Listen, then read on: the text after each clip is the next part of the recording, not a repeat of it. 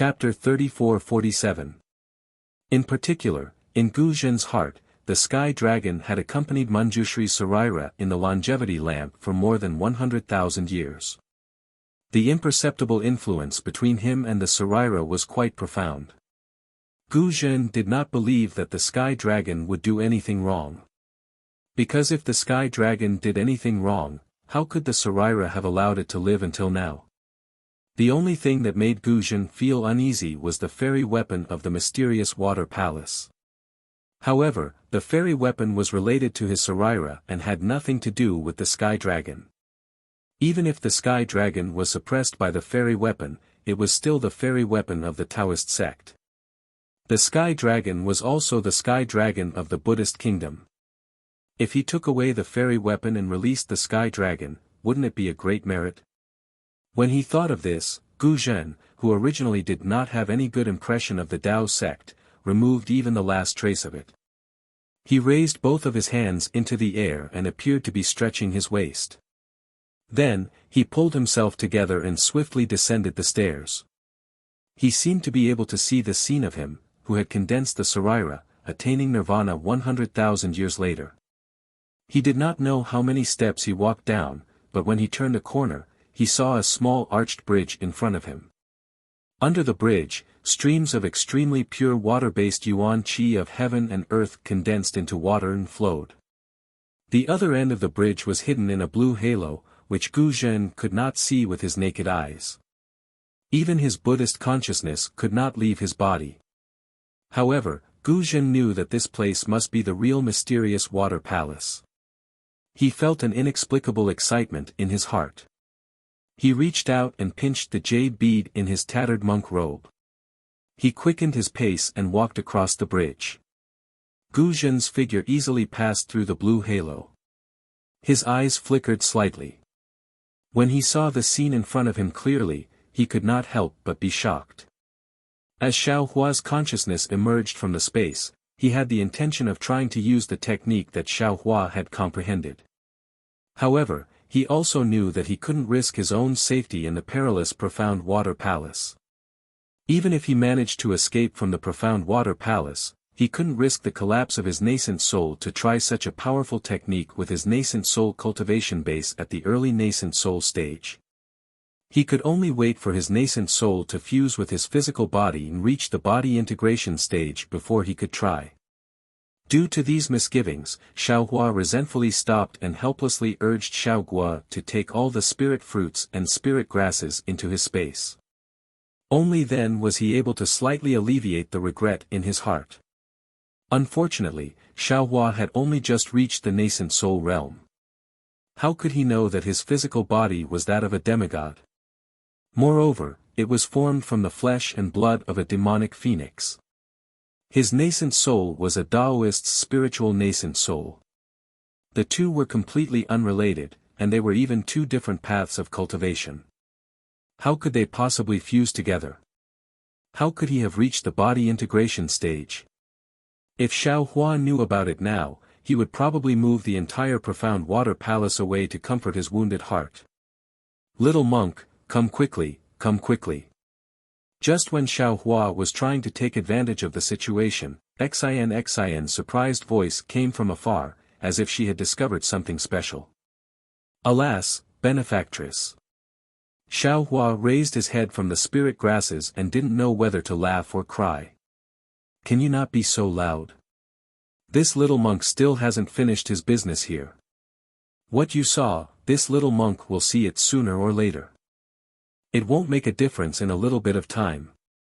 Little monk, are you coming or not? If you don't leave, then I'll leave by myself. If you can't leave in a while, then don't blame me. Xian sneered and didn't say anything else. Io, Xiao Gua, you have to work harder here. Wait until you find a way out, Xiao, this little monk will immediately call you over. Xiao Hua saw that there were still a lot of spirit grasses that he hadn't plundered yet. He was reluctant to part with them and hastily ran in the direction of Xian's voice. When Xiao Hua could see Xian clearly, he naturally saw the things in front of her. When he saw these things clearly, Xiao Hua couldn't help but be shocked. Because in front of Xian was a huge pile of 10 zhang tall bluestone. These bluestones seemed to be a whole piece, but if one looked carefully, there were some faint cracks in it. Moreover, these cracks were very strange. They weren't particularly neat and were even extremely distorted. When these distortions fell into Xiao Hua's eyes, they gave him a very familiar feeling. This is... Xiao Hua slightly narrowed his eyes. Suddenly, a kind of unimaginable feeling emerged from the bottom of his heart. This is the Dao Sect's rune. That's right, the lines on the pile of bluestone were actually the runes commonly used by the Dao Sect. What kind of formation is this big bluestone pile? Xiao Hua pulled his gaze away from the lines on the bluestone. He looked up and down, then looked left and right. The bluestone pile wasn't just in front of Xiao Hua, there were also piles on the left and right. Moreover, it seemed that there were more in the distance, even endless. As for Xian, she seemed to have just come out from the pile of bluestone. She was looking at Xiao Hua with a smile. He didn't know what she was thinking. What kind of formation is this? Is it what you're looking for? Xiao Hua probed. Xian slightly shook her head. There was some disappointment on her face as she replied, "This isn't what I'm looking for. However, as for what it is, I can't be sure." "Why don't you take a look? Do you know what it is? What can this little monk know? Aren't you teasing this little monk?" Xiao Hua slightly frowned. He knew that Xian was testing him again, so he immediately shirked his responsibility. "Little monk, you take a look first. I'll go look elsewhere." Xian saw Xiao Hua frown, but she smiled and said, "If you have any clues, call me back." "Okay." Xiao Hua didn't understand the meaning of Xian's words. Xiao Guo was still busy at the back. Wasn't he lacking time right now? Therefore, he casually agreed. After Xian left, Xiao Hua quickly walked back to the place where Xian came out. Sure enough, behind the bluestone pile, there were still some bluestone piles. These bluestone piles were taller and bigger than the bluestone piles behind Xiao Hua. Looking at the huge bluestone formation in front of him, Xiao Hua scratched his head.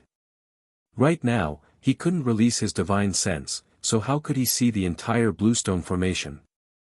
Could it be that Xian, that little girl, can use the so-called golden pupils? Xiao Hua secretly pondered. However, when his gaze once again fell on the bluestone piles, Xiao Hua subconsciously raised his head and knocked it on his head. Damn it, being a cultivator is too stupid. Without divine sense, I can't fly. Don't I still have martial arts? Wouldn't it be fine if I just climb up the bluestone piles? Hee, Xian, seems like she also has a unique skill. Immediately, Xiao Hua quickly walked into the bluestone formation. Only when he came across a bluestone pile that was dozens of feet high did he stop. He used his hands and feet to climb up the bluestone pile. When Xiao Hua reached the top of the bluestone pile, he looked around and subconsciously sucked in a breath of cold air. This bluestone formation was different from the one outside. It didn't have the kind of restriction that could block people's vision. Xiao Hua's gaze could actually see the entire bluestone formation. This bluestone formation was really too big, so big that it exceeded Xiao Hua's imagination. With just a glance, Xiao Hua already knew that this bluestone formation was at least several mu in size.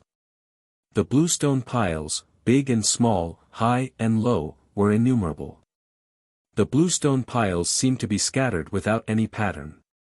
However, when Xiao Hua's gaze swept across the bluestone piles, he could see that the entire bluestone formation was a whole.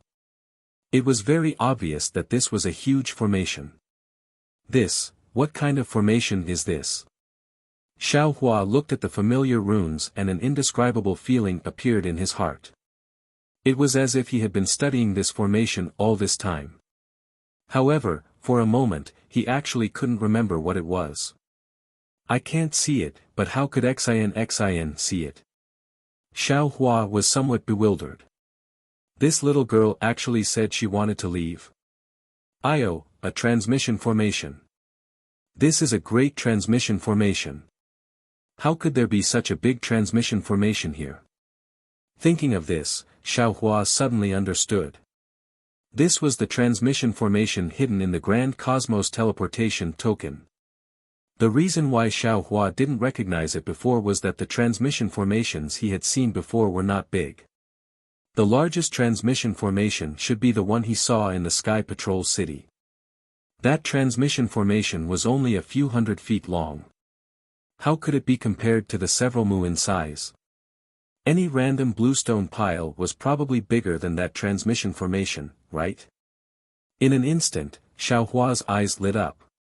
He was even more excited than when he saw the large pile of spiritual herbs.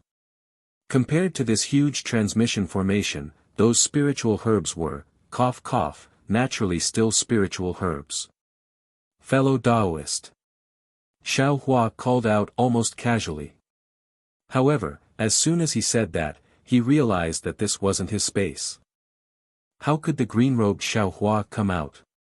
Immediately, Xiao Hua sat down cross-legged and closed his eyes. The information about the transmission formation flowed through his mind little by little. After a cup of tea's time, Xiao Hua opened his eyes. At this time, there was a trace of clarity in his eyes. Almost without hesitation, he entered the space with his mind. With a wave of his hand, the Cosmos Teleportation Token appeared in his hand. Then, he smiled and said, "Where is fellow Taoist?" Fellow Taoist just left. What's the matter now? The green-robed Xiao Hua appeared in front of Jade Archive Xiao Hua very lazily. The expression on his face was as lively as the soul cultivator Xiao Hua's. Would fellow Taoist be willing to go out with I? Jade Archive Xiao Hua asked with a smile. Very strangely, the green-robed Xiao Hua's face suddenly showed a kind of excitement. Even Jade Archive Xiao Hua was very excited. Didn't fellow Taoist promise to let that person go out first? The green-robed Xiao Hua pointed up with his hand. Obviously, he was talking about the soul cultivator Xiao Hua. Jade Archive Xiao Hua smiled and said, "That was then and this is now. Today is fellow Taoist's turn to work. Naturally, I'll ask fellow Taoist to go out for a walk." Good, the green-robed Xiao Hua clapped his hands and said, "I'll listen to fellow Taoist's instructions. Come out with I." Jade Archive Xiao Hua nodded and pulled the green-robed Xiao Hua out of the space with his left hand. Chapter 34-48. When Xiao Hua opened his eyes again, the nascent soul in his lower dantian had already crawled out from the top of his head. To Xiao Hua's surprise, although he could sense the nascent soul's existence, he couldn't see it with his naked eyes. In other words, his nascent soul was the same as the golden core in his lower dantian. It couldn't be sensed by others and could only be sensed by himself. However, when the invisible nascent soul emerged from the top of Xiao Hua's head, its eyes were far less agile than when it was in the void. Even its limbs were stiff. Its small head turned left and right in a daze, just like an ordinary child's doll. Fellow Taoist. Xiao Hua could naturally sense this situation. He asked with a smile, "Are you not used to it?" "I'll let you know." The nascent soul said softly, "Indeed. This body is like a prison, making I feel very uncomfortable. I don't have the freedom I had before. Actually," Xiao Hua said with a smile, "the ancients have a good saying. The people in the city look at the beautiful scenery outside the city and think of all kinds of ways to get out. The people outside the city look at the prosperous life in the city and think of all kinds of ways to get in. This city gate is the clash of two different ideas. Fellow Taoist, you have a good life inside. The world is vast, and you can do whatever you want. But here, although there is a lot of vitality, there are also many restrictions.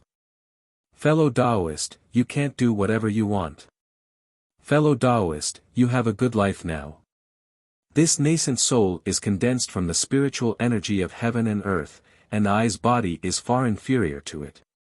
In the future, you don't have to envy I's freedom anymore. Hee, of course, I know this. The nascent soul grinned and stretched its limbs. I will go and see what's so special about this teleportation array. Don't. Xiaohua turned pale with fright and hurriedly shouted, Fellow Taoist, you must not act rashly. Not to mention that this nascent soul has just condensed and can't withstand your torment. Even if you can ride the clouds, you can't just walk around. This is a dangerous place in the profound water palace. Who knows what dangers lie inside? If something swallows this nascent soul, or if it is damaged, you and I will cry but have no tears. All right.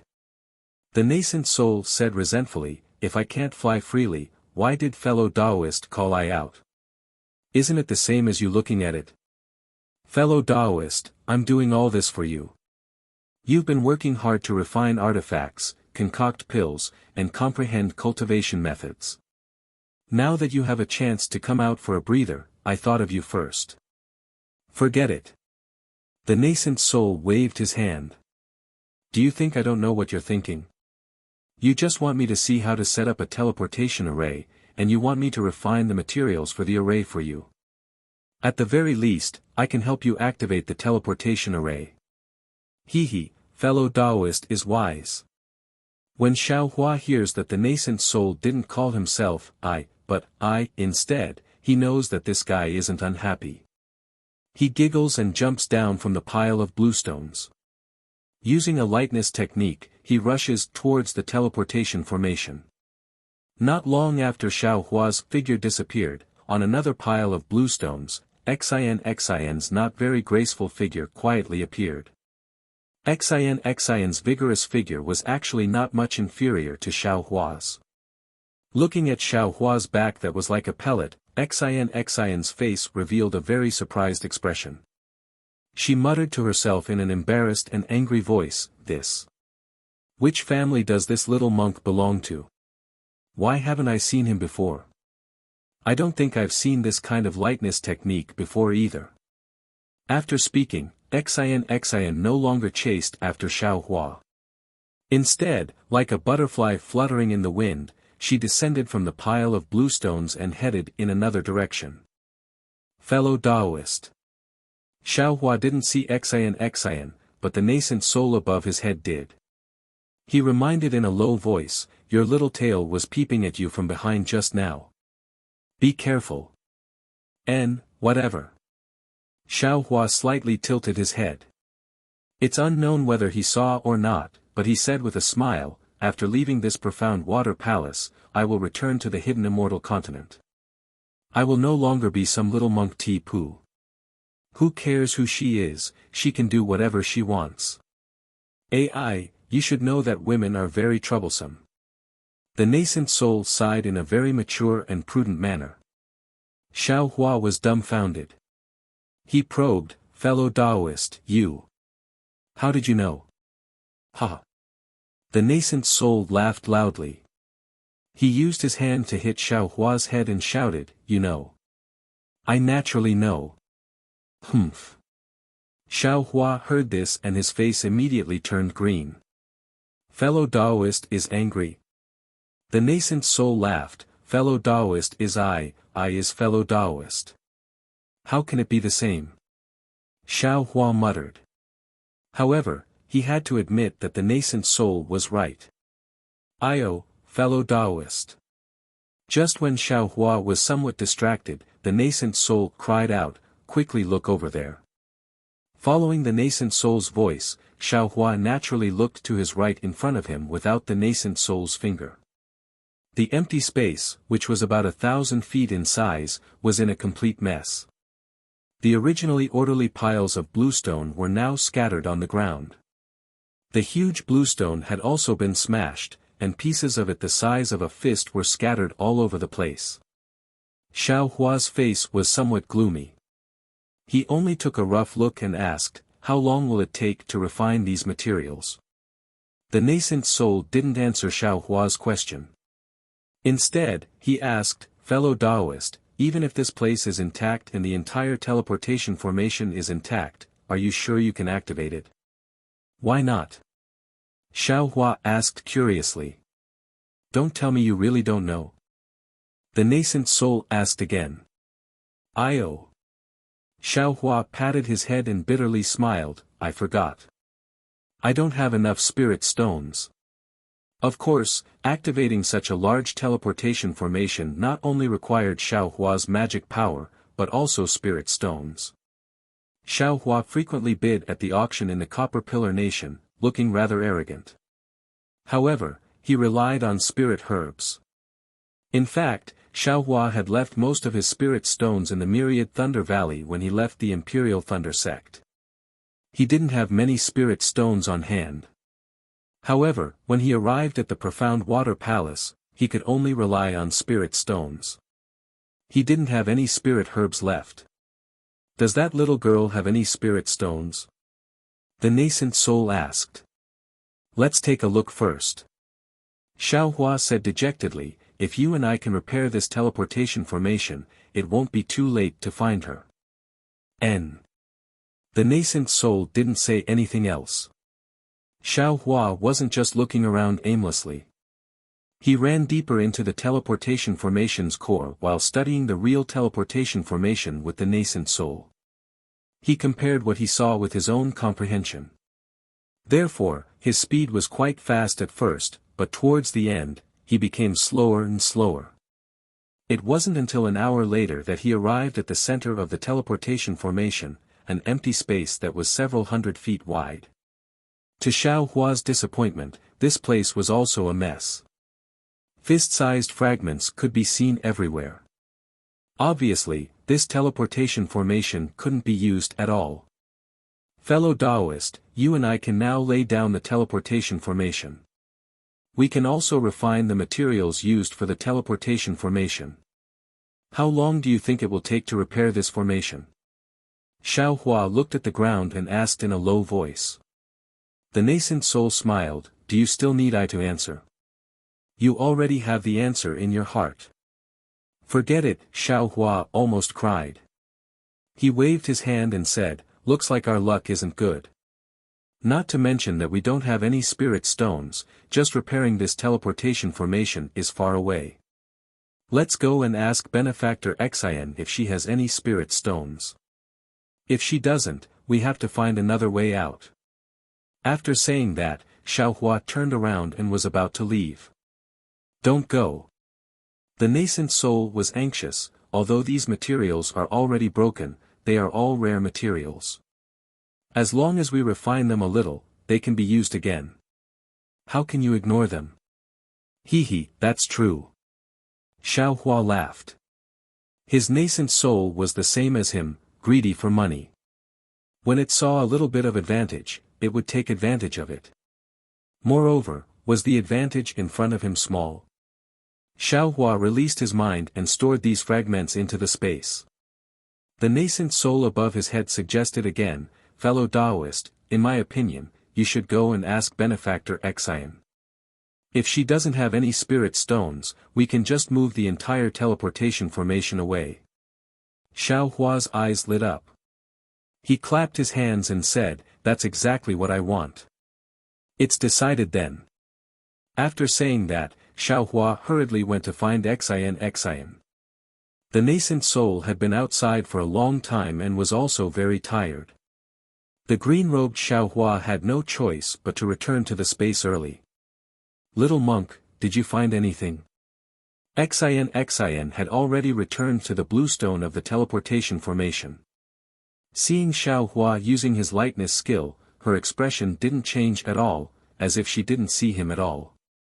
Xiao Hua flew into the sky and also landed on the bluestone. He shook his head and said, I found something, but I'm afraid Benefactor will be disappointed. Oh. What did you find?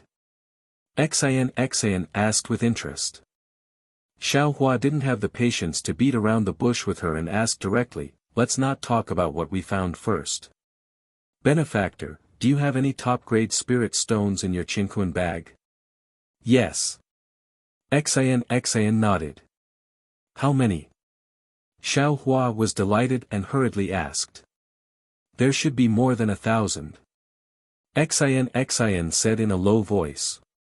Then, she looked in front and asked, could this be a Daoist sex teleportation formation?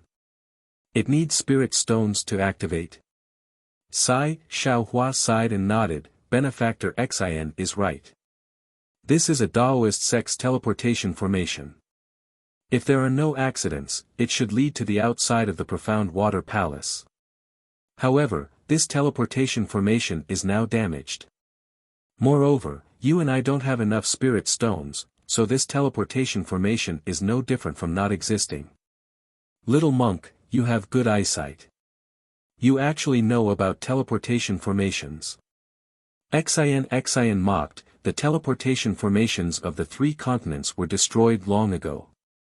I really didn't expect that a little monk from the Tantric sect would know about it. I don't know what to say. Xiao Hua rolled his eyes and ignored her mockery. Instead, he asked, Benefactor, did you find anything else? Yes, Xian snorted and pointed in the distance, there's an entrance to a hall there. It might be the real profound water palace. Chapter 34-49. Oh, okay. Xiao Hua glanced at her and nodded, Benefactress, please wait for a moment.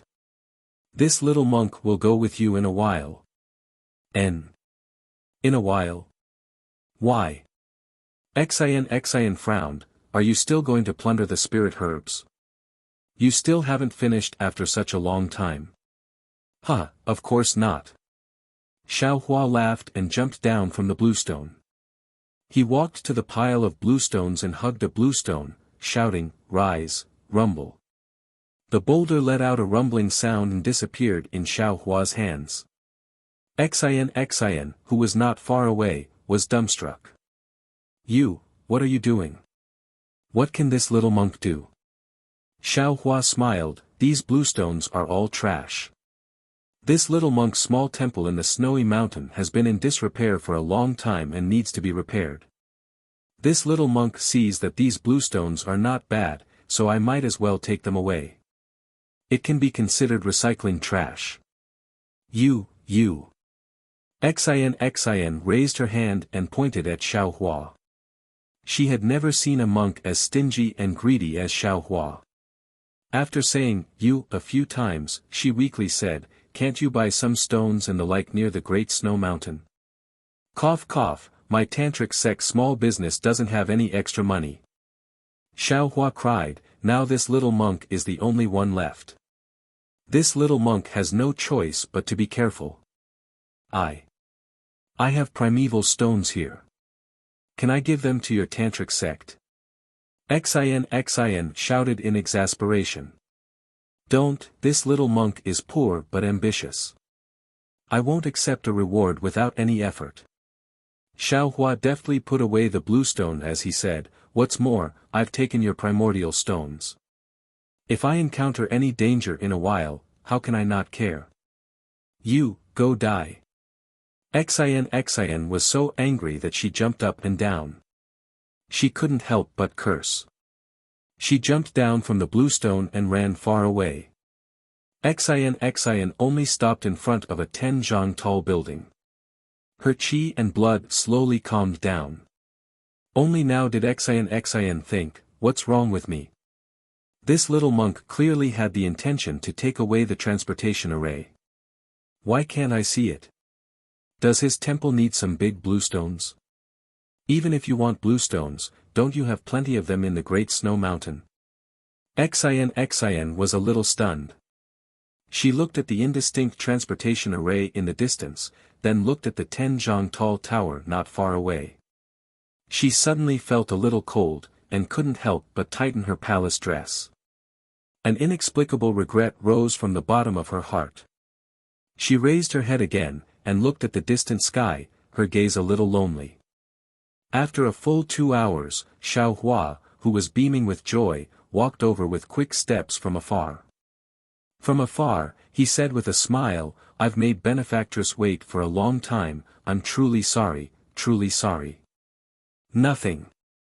At this moment, Xian had already regained her cold demeanor. She said faintly, "This one congratulates the little monk Tip on returning with a rewarding journey." Xiao Hua hastily put his palms together and said with a smile, "After the small temple is repaired, Xiao Sheng will definitely invite New Tanua and Ci Hui Shixiang to come to the small temple and have some spiritual fruits and spiritual tea." "Oh, that's right, there's a pool in the small temple. Not only is the scenery beautiful, but the water in the pool is also scalding hot. If Tan Yu is willing to do me the honor, how about?" At this point, Xiao Hua felt somewhat embarrassed. What's with the pool? Why did I invite her in front of Xian? What's the meaning of this? Fortunately, Xian acted as if she didn't hear him. She waved her hand and said, "Let's talk about this after we leave the profound water palace." Xiao Hua hastily shrunk his neck and said with a smile, "Yes, Xiao Sheng understands." The balcony in front of them was very strange. It looked as if it extended out from the palace. However, the other end of the balcony was covered by the blue light of the sky. It was as if there was an extra section that appeared out of thin air. What was special was that other than the white jade stairs in front of Xian, there was also a building above the stairs that looked like a corridor. In the middle of the building, there was a rather large bulge that looked a little out of place. However, no one would dare to underestimate any strange place in the dangerous profound water palace. As soon as Xiao Hua set foot on the steps, he had already felt somewhat uneasy. He had a feeling that there would be some trouble inside the balcony. New Tanua. Xiao Hua couldn't help but whisper, "Is there no other entrance besides this balcony nearby? If there is, Xiao Sheng can go look for it himself." Xian didn't turn her head. She said coldly, "When Xiao Sheng found this place with great difficulty, some people were still filling their pockets. Do you think, some people have the right to ask where to go?" Of course not." Xiao Hua said vehemently, "This is all thanks to Xian Tanua. Who dares to say no?" Humph. Xian didn't expect Xiao Hua to answer like this. She snorted coldly and said no more. However, after Xiao Hua took a few more steps, he thought of something and hurriedly whispered, "By the way, Xiao Sheng has made a strange discovery. Would New Tanua like to hear it?" If Xiao Hua had only said that he had a question, or if he had something to say, Xian might have blocked him with a sentence, not allowing Xiao Hua to speak. However, Xiao Hua said that it was a strange discovery. Xian couldn't help but say, "Let's hear it." Did Xian Tanua notice it? "We're not the first to arrive at the profound water palace. There must be many others before us." "Of course."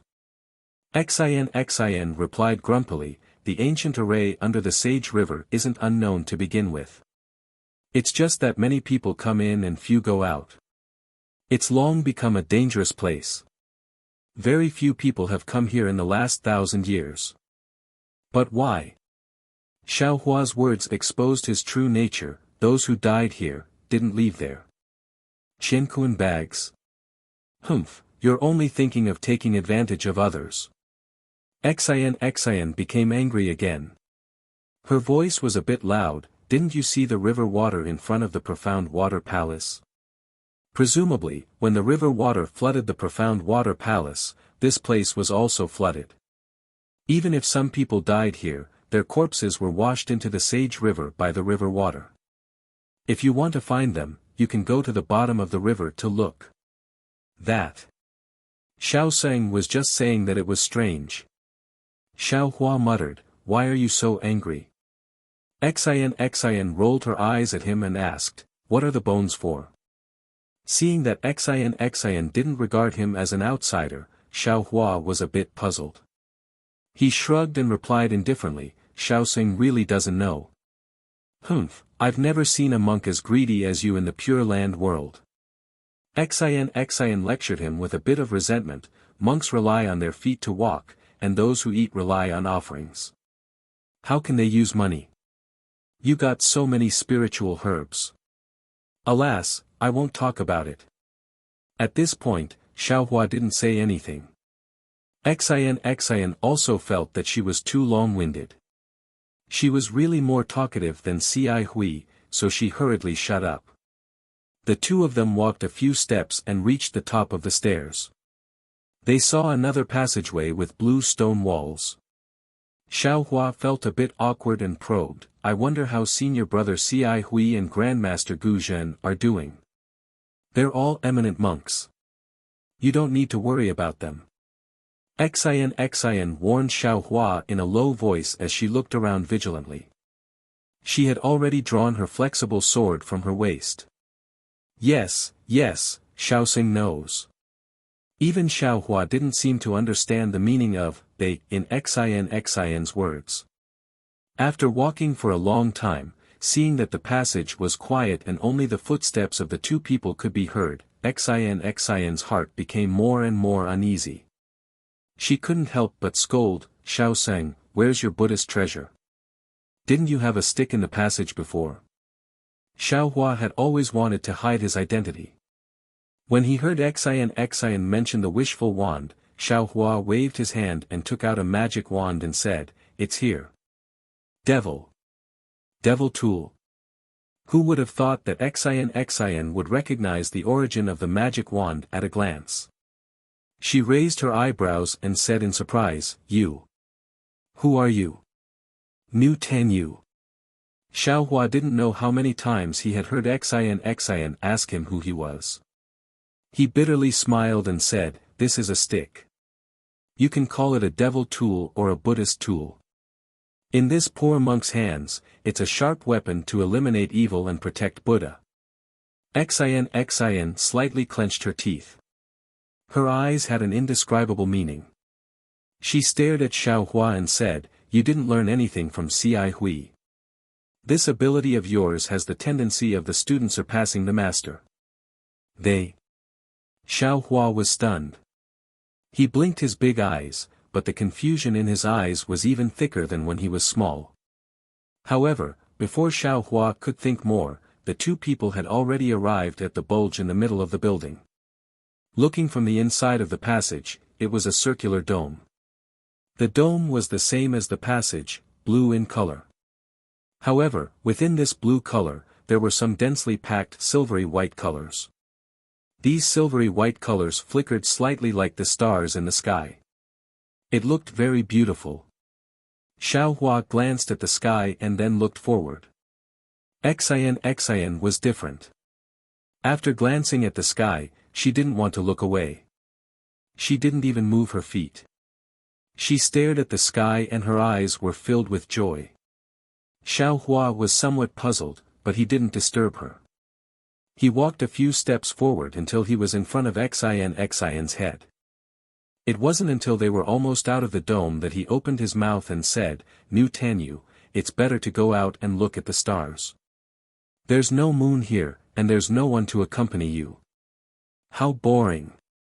AI, that's right. Every day, I see thousands of stars surging endlessly. Every star is like a lively person. I envy them very much. Their life is different every day.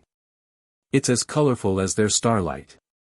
How I want to be like them, free and unrestrained. Xian let out a long sigh and said softly. Rather than saying it to Xiaohua, it was better to say it was her own self-pity. A pitiful child. Xiaohua naturally knew that Xian, a woman born in the world of Confucian cultivators, had always been restrained. This kind of sadness of admiring flowers and playing with the moon was natural. He only curled his lips and expressed a bit of sympathy. Chapter 3450. Xian's eyes were a little blurred. She vaguely felt that the stars were moving slowly, but she did not care. However, after a while, Xian suddenly woke up and hurriedly looked again. Sure enough, the thousands of silver dots were moving. Xian was stunned for a moment, but the faces of the silver dots were vaguely visible. They were strange insects flashing with silver brilliance. The strange insect was the size of a fist, and its whole body was flat like a gourd. The front half was a head, and the back half was a body. The head was the same size as the body, and there were two 2-inch long wings on the body. On the head of the strange insect, there were long fangs, and the fangs were shining with a pale golden brilliance. The two big eyes that took up half of the head did not have pupils, and were like black skin. On the back of the strange insect, there were many small silver spots, which looked very beautiful. As the strange insect flew closer, the loud buzzing sound was also heard. Xian's eyes flashed with a golden light, and she immediately cried out, "Little monk, let's retreat quickly. This is the elemental devouring insect." Xiaohua naturally also heard the strange insect's buzzing sound. His heart trembled, and he hastily retreated to Xian's side. In the span of a few breaths, the so-called elemental eating insect had already landed about 30 meters above Xian's head. Spirit devouring insect. Xiaohua's gaze swept over, and he immediately understood.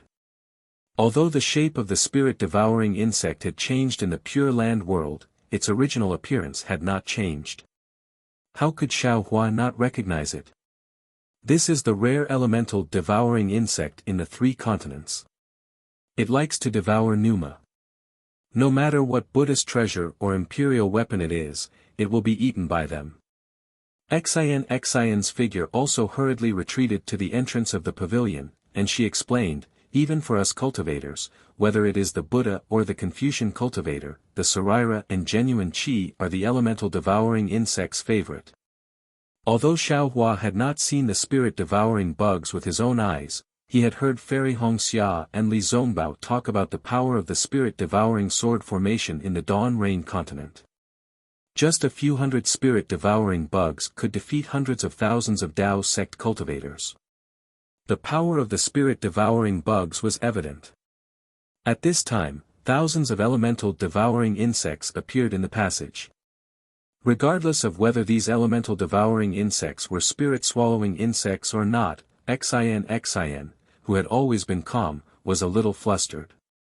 How could Xiaohua not know that he had hit a nail on the head? Xiaohua hurriedly retreated and followed behind Xian. The passage was too narrow, it was hard to dodge. Xiaohua was afraid that he would only be able to make it to the open space outside the passage. When did the entrance to the passage close? Xian ran madly for a while and suddenly found that the entrance had turned into a dark green stone wall. She was very anxious.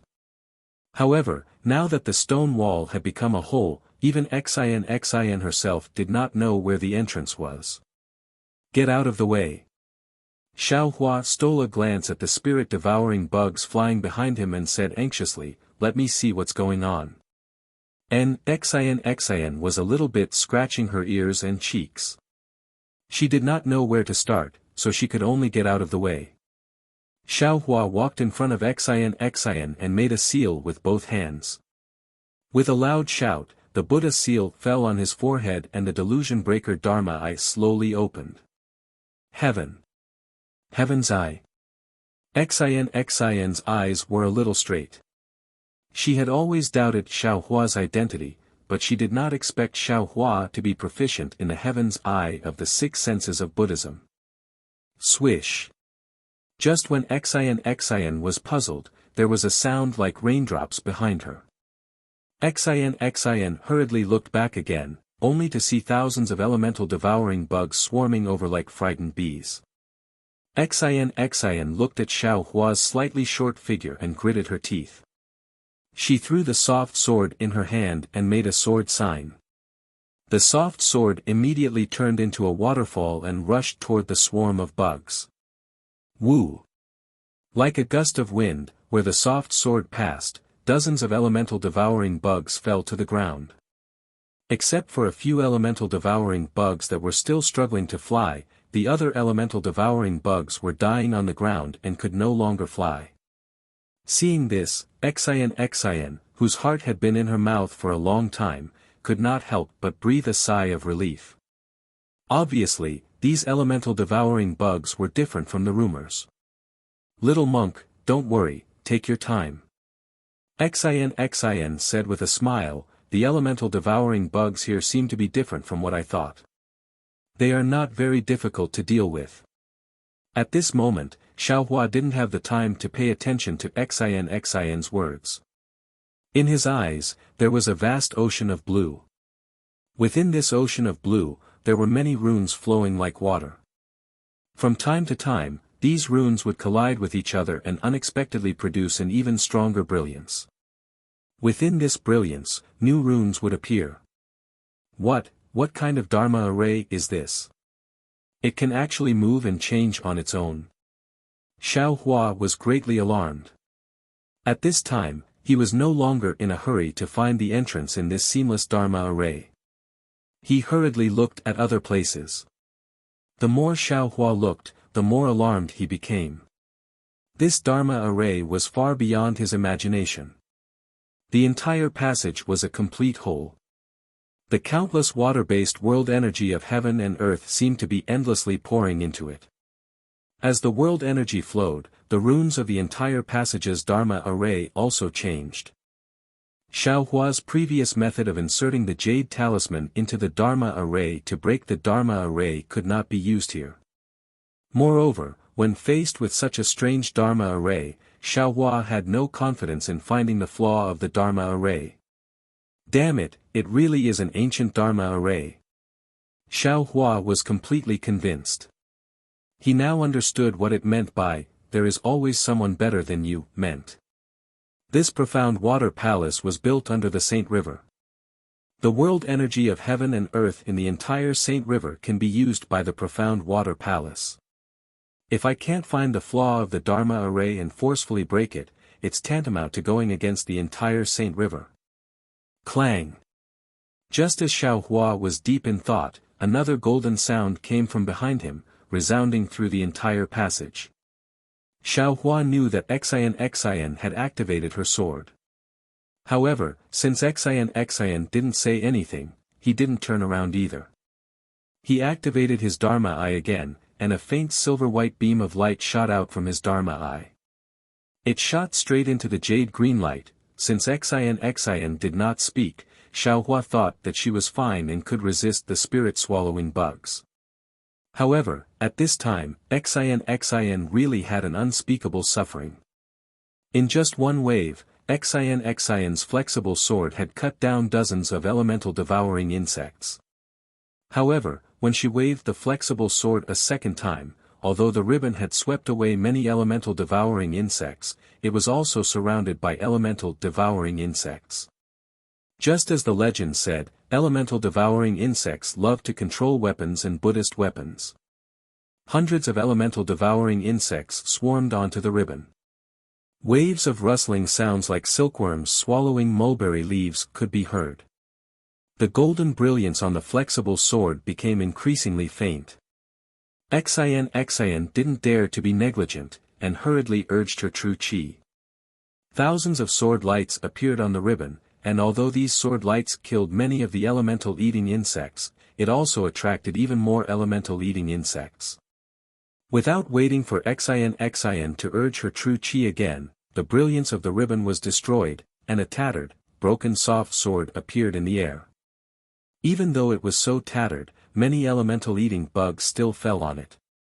These elemental eating bugs seemed to have seen delicious food. They even disregarded their lives and ate it bite by bite. Seeing this, Xin did not dare to be careless. She hurriedly cut off her connection with the soft sword and quickly retracted her genuine chi. Pata. The soft sword fell to the ground. Many elemental eating bugs also swarmed down. Ah! Xin's gaze was somewhat regretful as she looked at the soft sword. This soft sword had been with her for many years. In her heart, she was quite reluctant to part with it. However, when her gaze fell, she could not help but be shocked. She saw that on the ground, besides the broken sword, there were also a few struggling elemental-eating bugs scattered around the broken sword. The elemental-eating bugs that were killed by Xian earlier had disappeared without a trace. Xian was shocked.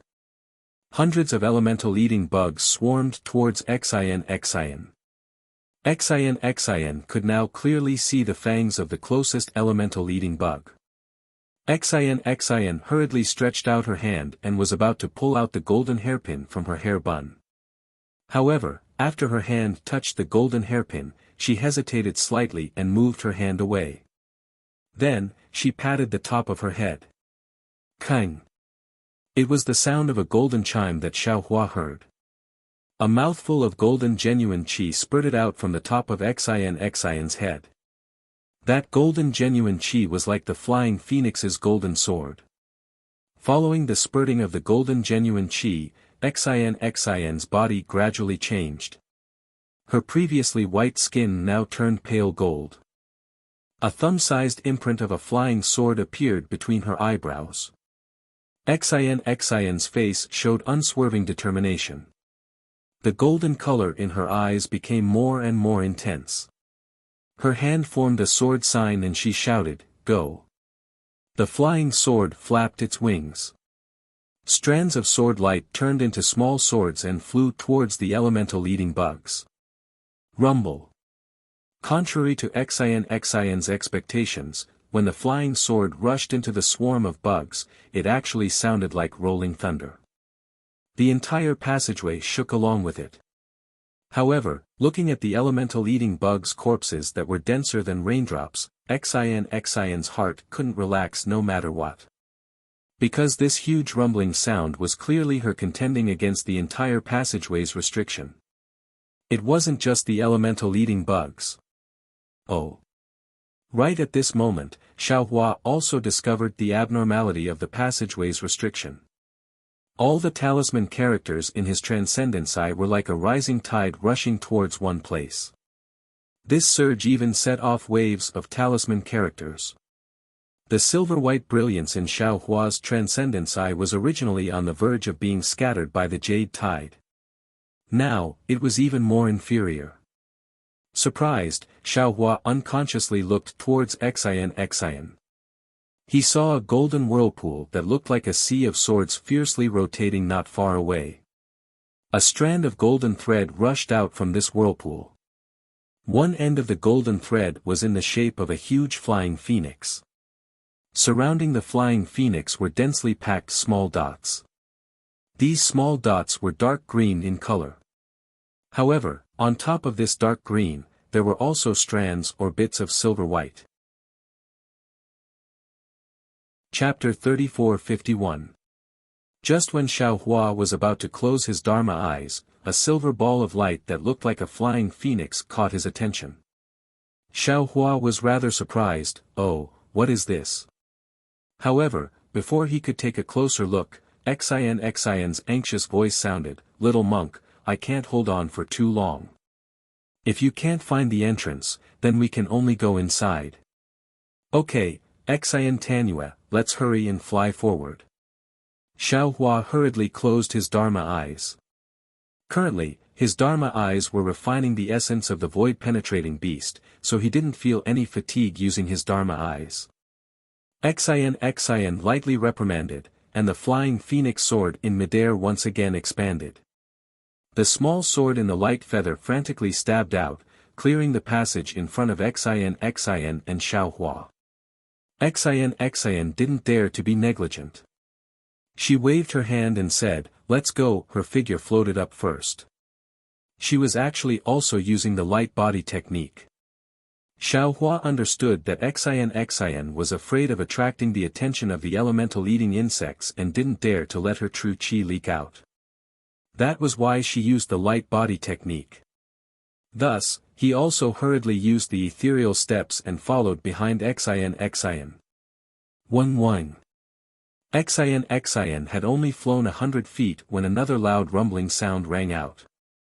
A group of elemental devouring insects that were even larger than the previous one flew out from the restriction of the passageway and pounced towards Xian and Xiaohua.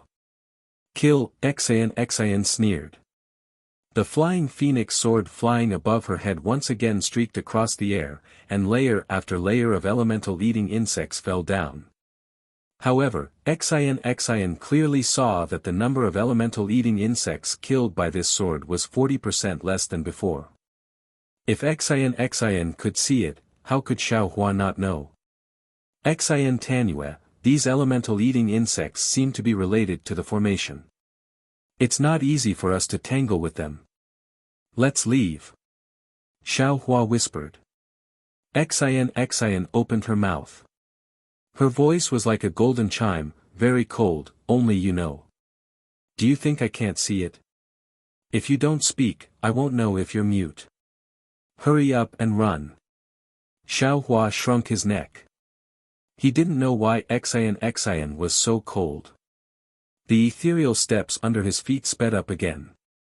Xiaohua and Xian's wish was beautiful, but the elemental-eating insects became more and more powerful.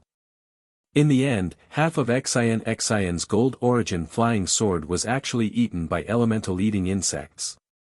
A pitiful flying phoenix weakly struggled in midair.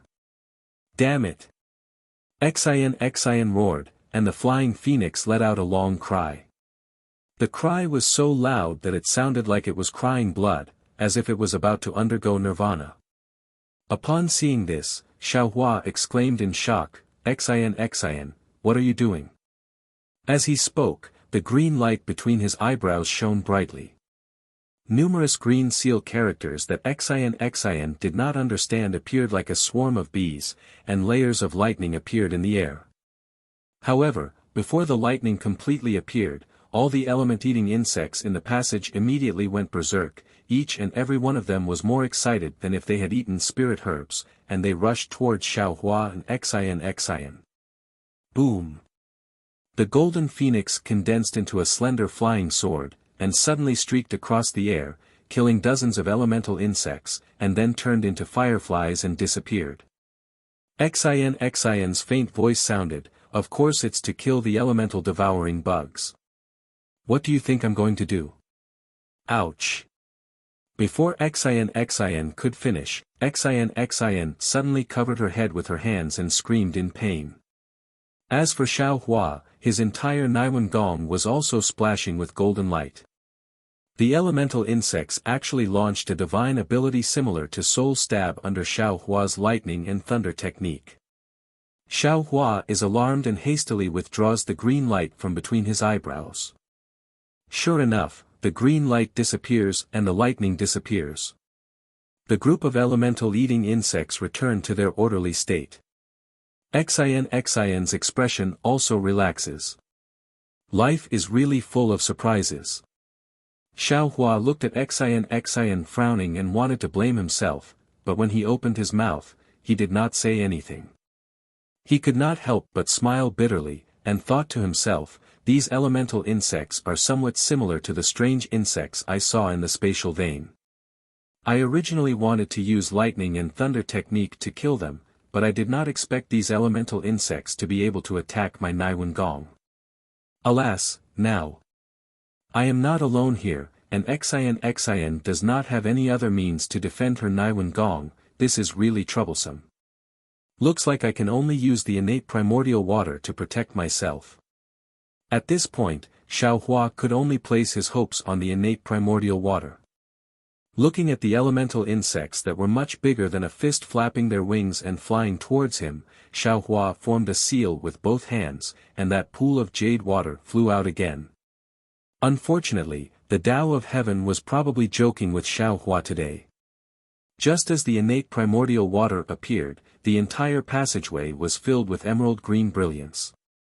The flowing runes that Xiaohua could only see with his transcendence vision suddenly surged on the walls, and those waves were exactly the same as the huge wolves in the West Sea. That steaming water vapor and surging turbulence immediately submerged Xiaohua's innate primordial water. Damn it! This was not the first time Xiaohua's innate primordial water had been defeated, so Xiaohua was not surprised.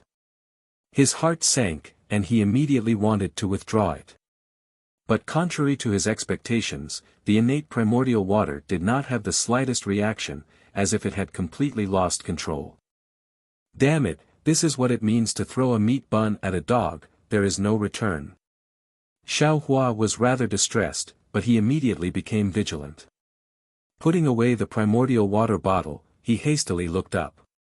Sure enough, those runes that were originally emitting emerald brilliance had almost turned transparent after receiving the innate primordial water.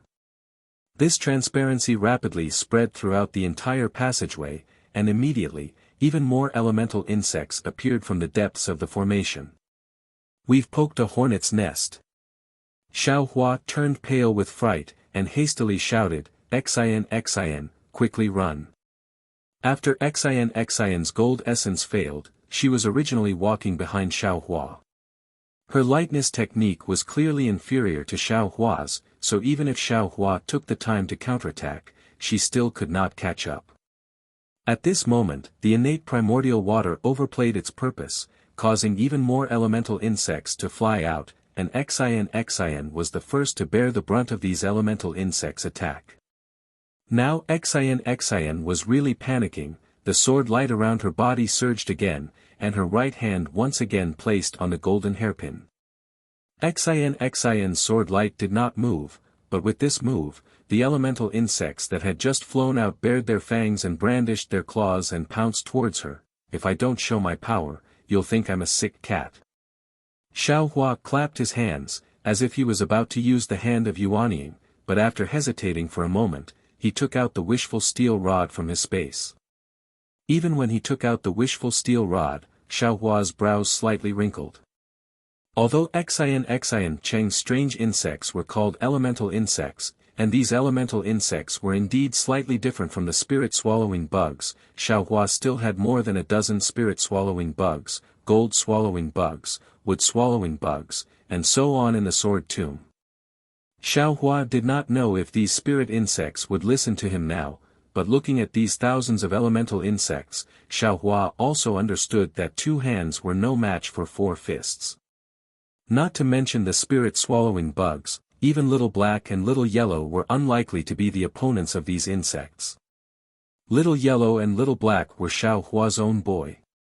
In such a dangerous situation in the void, Xiao Hua was reluctant to let them out, let alone let them take risks at this time. Since he took out the wishful steel rod, Xiao Hua's whole body surged with golden light, and the divine power of the celestial body was once again displayed. A transcendence golden body of more than 10 feet in size appeared in front of the elemental insects. Little monk. Do you want to die? Seeing the appearance of Xiao Hua's golden body, the elemental insects that were originally rushing towards Xin seemed to smell the fragrance of meat, and they all flapped their wings and rushed towards Xiao Hua.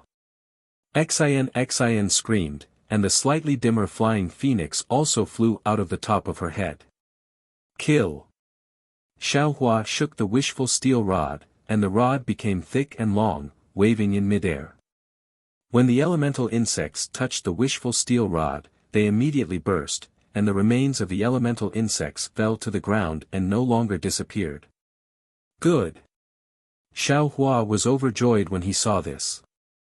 He knew that his secret method of breaking through with force had worked, and the wishful steel rod in his hand danced even harder. Xin's flying phoenix naturally could also succeed, but looking at Xiao Hua's majestic transcendence golden body, Xin slightly gritted her teeth and let the flying sword hover near her left side to protect herself, fighting while retreating. In the time it took to drink a cup of tea, the previously not particularly long building had not yet reached the end. The elemental insects in the passage could now be described as covering the sky and the sun. Not only did Xiao Hua's wishful steel rod not know when, but there were already a few elemental insects that were vigorously biting, and there were also no less than 100 elemental insects on Xiao Hua's golden body. Bursts of soreness and itchiness came from Xiao Hua's golden body, making Xiao Hua almost want to hit himself a few times. Looking at Xin again, she was not much better than Xiao Hua. She was also surrounded by more than a dozen elemental insects. While Xian urged the flying sword to contend with the elemental insects, she also had no good way to deal with these elemental insects. However, her palace dress emitted a golden light, which was obviously a treasure. For a time, the elemental insects could not cause real harm to her.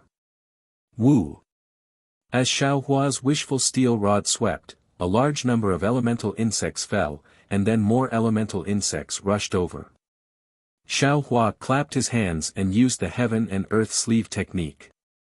Shua, a large number of elemental insects disappeared into thin air. Buddha's great Sumera technique. Xian had been staring at Xiaohua. At this time, her eyes were slightly narrowed, and her heart was shocked again. However, without waiting for her thoughts to turn, ouch! Xiaohua's transcendence golden body hurriedly shook his arm, as if it was burned by fire.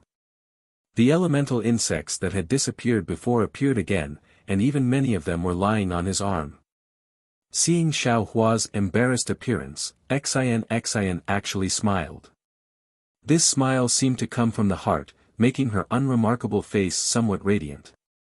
Damn it, fortunately I did not use the nascent soul hand. After Xiaohua collected these elemental insects, he tried to use his mind to absorb them into the space. However, although these elemental insects were small, their resistance was not small. His mind could not control them, and they were still under Xiaohua's control. Xiaohua really felt like he was trying to steal a chicken only to end up losing the rice used to lure it. Alas, no wonder sword cultivators use sword pouches to collect the spirit-swallowing insects. Xiaohua sighed. Seeing that force was not working, he could only use wisdom. But at this time, Xian raised her head and shouted, "Little monk, quickly rush forward. Don't care about these elemental insects, first find the exit of the passage. Your transcendence golden body is huge enough for them to swallow, and I will also send out my true qi. Now we can only choose to cut our losses." Chapter 34-52. Xian's suggestion wasn't wrong. At such a crucial moment, it was probably the wisest choice. However, Xian didn't know that Cai Hui and Gu Zhen had also done the same in order to charge out of the encirclement of the many elemental eating insects. Gga. Xiaohua laughed, "Benefactor Xian, you see, this little monk will give it a plan to kill it. Let's see how many elemental eating insects can run rampant in front of me, oh, this little monk." While speaking, Xiaohua waved his hand and took out the sword pouch. While waving the wishful rod, he opened his mouth and hit the sword pouch with a few sword qi. The sword pouch grew bigger and bigger under the sword qi. In particular, in the wishful rod, a dozen spirit-swallowing insects that were much smaller than the elemental eating insects were also released by Xiaohua. Xiaohua's intention of releasing these insects was not to let them fight with the elemental eating insects, but to let them do the business of fishing and lure the elemental eating insects into the sword pouch. However, to Xiaohua's surprise, as soon as the spirit-swallowing insects landed in the air, all the elemental eating insects calmed down. Not only did the elemental eating insects on the body of the Transcendence golden body stop devouring, but the elemental eating insects that attacked Xiaohua also blankly floated there, as if they were stupid. Seeing such a situation, not to mention the elemental eating insects, even Xian and Xiaohua were dumbfounded. Almost unable to believe it, Xiaohua inexplicably looked at Xian, and then the two of them read the confusion in each other's eyes. Just as Xiaohua withdrew his gaze, his heart suddenly moved, and he hurriedly raised his eyebrows at Xian. Unfortunately, Xiaohua had forgotten that his hair was gone, in fact, his eyebrows were also gone, but Cai Hui and Xian did not mention it. At this time, Xiaohua's eyebrows could only tremble strangely. Fortunately, when Xian saw Xiaohua's face, she immediately understood and hurriedly nodded slightly, quietly put away the flying sword, and slipped into the passage. Seeing that Xian was so decisive, Xiaohua was also relieved. He did not dare to rashly put away his transcendent's golden body, and only looked at the dozen spirit-swallowing insects. In fact, the dozen spirit-swallowing insects were not all spirit-swallowing insects. There were several mutated ones that sword cultivators failed to cultivate in the past. However, now these spirit-swallowing insects flew in the air, facing tens of thousands of elemental-eating insects, as if there were no insects. Yes, these spirit-swallowing bugs seem to have been separated into yin and yang in the space. Xiaohua's eyes fell on the golden threads on the back of the spirit-swallowing bugs, and he suddenly realized something. Since the superpower centipede can become smart, the spirit-swallowing bugs won't be worse than the superpower centipede, right? 1-1. At this moment, another wave of noise came from the depths of the stone wall. A silvery white ball flew out from the green ball. It was an elemental-eating insect that was 10 times larger than an ordinary elemental-eating insect. Could it be, this is the elemental-devouring insect king? Xiaohua narrowed his eyes, looking at the elemental-devouring insect and guessed. GGA. The sound of sharp teeth biting glass came out from the energy-eating bug king's mouth. Instantly, the entire energy-eating bug king squirmed as if it had issued an order. At the same time, Xiaohua's Naiwan palace was also flickering with a golden light. Clearly, the essence-eating insect king's command had the effect of a soul stab. Xiaohua was slightly startled and looked at the elemental-eating insects. Out of Xiaohua's expectation, these elemental-devouring insects only moved half a foot forward and then stopped, as if they were afraid of Xiaohua's dozens of spirit-swallowing insects. Hum. The elemental-eating bug king's wings suddenly emitted a strong sound and pounced on the nearest elemental-eating bug. With a few crunching sounds, the elemental-eating bug was bitten into pieces by the elemental-eating bug king and swallowed into its stomach. The other elemental-eating bugs retreated in fear, but they didn't dare to attack the spirit-swallowing bugs. The elemental-eating bug king hovered in the air for a while and seemed to be helpless. It flapped its wings and rushed to the spirit-swallowing bugs alone. Good. Xiaohua praised in his heart. The wishful staff in his hand trembled slightly. He understood that as long as he killed the elemental-eating insect king, these elemental-eating insects would collapse and he would be able to safely pass through this damn passage with Xian. Before Xiaohua could raise his wishful staff, more than a dozen spirit-swallowing bugs, which were much smaller than the elemental-devouring bugs, flew up in the air. Then, 9 of them flew up in groups of 3, while the others went to the left and right. They were divided into different levels and attacked the elemental-devouring bug king from the side. Ah! Is this still an insect? Xiaohua saw this and his eyes widened. An incredible feeling came from the bottom of his heart. The wishful staff in his hand stopped. He knew that if these dozens of spirit-swallowing bugs killed the elemental-eating bug king, these dozens of spirit-swallowing bugs would be the king of the entire elemental-eating bug king. If he forced the wishful staff, these spirit-swallowing bugs may not be able to convince the masses. Hum. Kacha. Kacha, a series of chaotic noises came from midair, and Xiaohua became more and more dumbstruck. The elemental-eating bug king was huge and its teeth were sharp. Although there were more than a dozen spirit-swallowing bugs, they were obviously not its opponent. However, these dozens of spirit-swallowing bugs attacked the energy-eating bug king from all sides at the same time. Once the energy-eating bug king heard a spirit-swallowing bug, this spirit-swallowing bug would immediately dodge, and another spirit-swallowing bug would take its place. Thus, the energy-eating bug king still maintained an impenetrable formation. Ordinary people would find it difficult to fight against 4 hands with 2 fists, let alone the spirit-swallowing bugs with sharp teeth. In just a few minutes, a long whisker of the elemental-eating bug king was bitten off by a spirit-swallowing bug. Kacha. The elemental-eating bug king issued an order again, and the nearby elemental-eating bugs began to squirm. Hum. The 3 spirit-swallowing bugs that were flying around the periphery immediately flew out of the battle group and swaggered around the elemental-eating bugs. Sure enough, the restless elemental-eating bugs immediately calmed down. Seeing this, these spirit-swallowing bugs hurriedly rushed into the battle group again. Huh, interesting. Xiaohua found it funny. He simply stopped taking back his transcendence golden body and watched the battle with a smile on his face. If this situation was seen by Cai Hui and Guzhen, wouldn't they be furious? The thousands of elemental-eating bugs that could devour relics and Buddha statues didn't want to fight at all. They just watched blankly on the wall. Once the dozens of spirit-swallowing bugs succeeded, they immediately swarmed to attack. The elemental-eating bug king was at a loss. Obviously, it was not as agile as these spirit-swallowing bugs. It only chased after the spirit-swallowing bug in front of it and attacked, completely unaware that this spirit-swallowing bug had been replaced by 4 in a moment.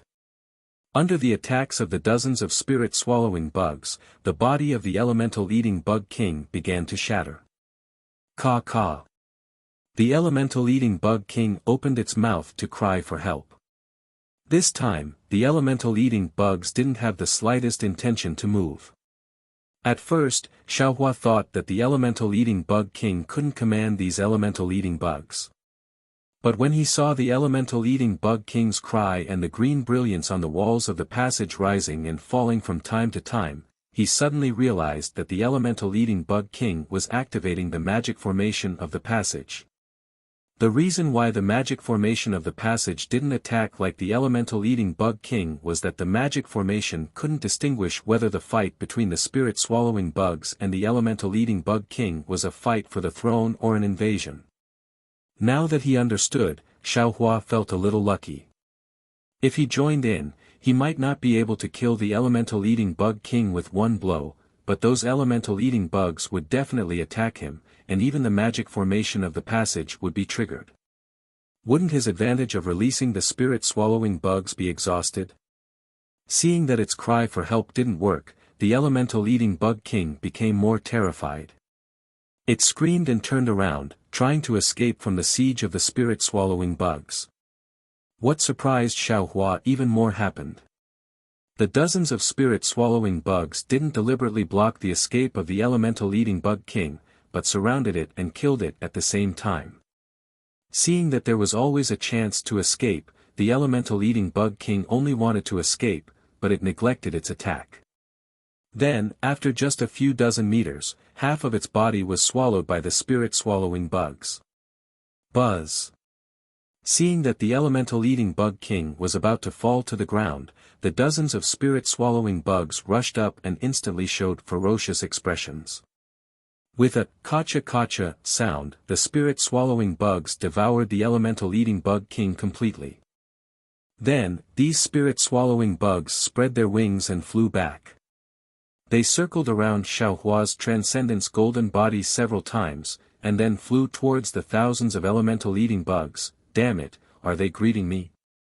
Xiaohua didn't dare to release the spirit-swallowing bugs before, not only because he was afraid that the dozens of spirit-swallowing bugs couldn't defeat the thousands of elemental-eating bugs, but also because he couldn't control them. Now, these spirit-swallowing bugs actually showed off in front of him. How could he not know that these spirit-swallowing bugs were really psychic? After cursing with a smile, he opened the sword pouch. As expected, the dozens of spirit-swallowing bugs flew to different places. With their wings buzzing and mouths clanging, a spirit-swallowing bug led a team of elemental-eating bugs into the sword pouch. Seeing the dozens of teams of elemental-eating bugs flying into the sword pouch in a uniform manner, Xiaohua couldn't stop smiling. These are thousands of elemental-eating bugs. As long as I take them out of the mysterious water palace, damn it, who dares to go against me? As long as I'm not happy, I'll release them. Not to mention devouring them, I'll scare you to death. When the elemental-eating bugs in the passage completely disappeared, Xiaohua immediately put away the sword pouch. As expected, in a moment, dozens of spirit-swallowing bugs flew out again and swayed in front of Xiaohua. Good boys. Xiao Hua put away his transcendent's golden body. With a wave of his hand, he took out some spiritual herbs and handed them to the spirit-swallowing bugs. The dozens of spirit-swallowing bugs rushed forward and devoured the spiritual herbs in a few breaths. Chapter 34-53. Go. If you're so obedient in the future, I'll treat you all the same. With that, Xiao Hua waved his hand again and threw a lot of spiritual herbs into the sword pouch. The spirit-swallowing bugs danced in front of Xiao Hua for a while before falling into the sword pouch. Ha ha ha, it's really interesting. These bugs are so fun. Xiao Hua put away the sword pouch, looked at Xian who had disappeared in the distance, and ran forward in high spirits. When he saw Xian, it was already a while later. Xian, who had reached the end of the passage, was now urging the flying sword to attack the restriction formation of the passage. Moreover, there was already light leaking in from the passage. Seeing that Xiao Hua was safe, Xian's face showed ecstasy at first, but then her pale golden face turned cold again. She asked faintly, "Little monk, you're really amazing. I tried my best to break through the formation again, but you easily got rid of tens of thousands of elemental devouring bugs. I really can't think of any ancient temple in the Pure Land world that has such a powerful monk like you." Xiao Hua shrugged and said with a smile, "Since you don't know, don't think too much. The important thing is that you and I are both still alive. This seems to be the most important thing, right?" Humph. Xian put away the flying sword and pointed to the place where the light came in. "This is the exit of the passage. Don't you have a magic wand? Don't make me waste my energy." "Well said, well said." Xiao Hua smiled and took out the wishful steel staff from his sleeve. With a loud shout, he hit the light with the head of the staff. With a rumbling sound, like the sound of a wall collapsing, a 3-meter-long triangle appeared. Xiao Hua and Xian entered the same corridor as Ci Hui and Guzhen, but as Sky Dragon said, one was the Palace of Eternal Life, and the other was the Palace of Mysterious Water. Unfortunately, Xiao Hua and Xian did not know that they were not Ci Hui, and the Palace of Mysterious Water did not have ancient Buddha Tsili, so they did not have Ci Hui's perception and could only walk blindly in the corridor.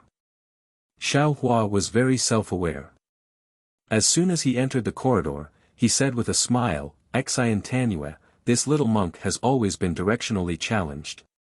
Not to mention inside the hall, even in the wilderness, I can't find my way. Therefore, I will leave the matter of finding the exit to Tan Yu. This little monk will only stand guard behind Tan Yu. Protector." Xian glanced at Xiao Hua. She seemed to have thought of something. She raised her head and looked at the incomparably huge tunnel.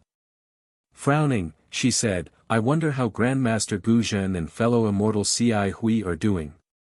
Will they be able to obtain the ancient Buddha blessing?" However, as she spoke, a trace of worry appeared on Xian's face.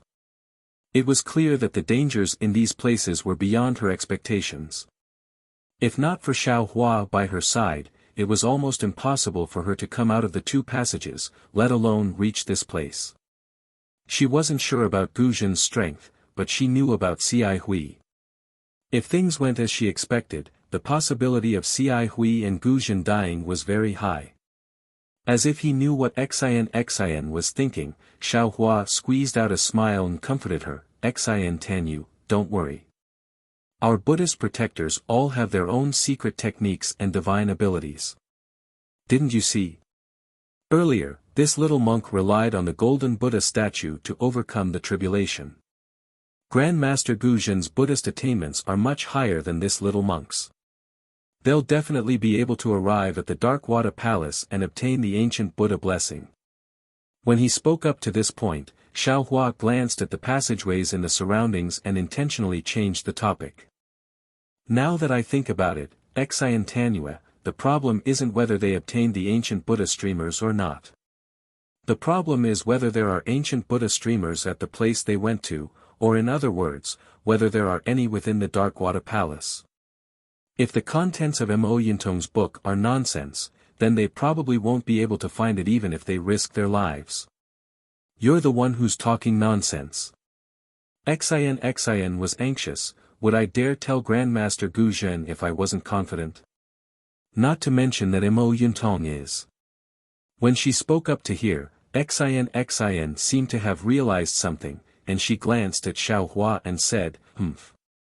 Don't even think about Mo Yintong's origins. Most of the dangers we encountered earlier were recorded in Mo Yintong's book.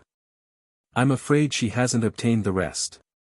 If she hasn't obtained it, then how would she know that there are ancient Buddha blessings in the Darkwater Palace?"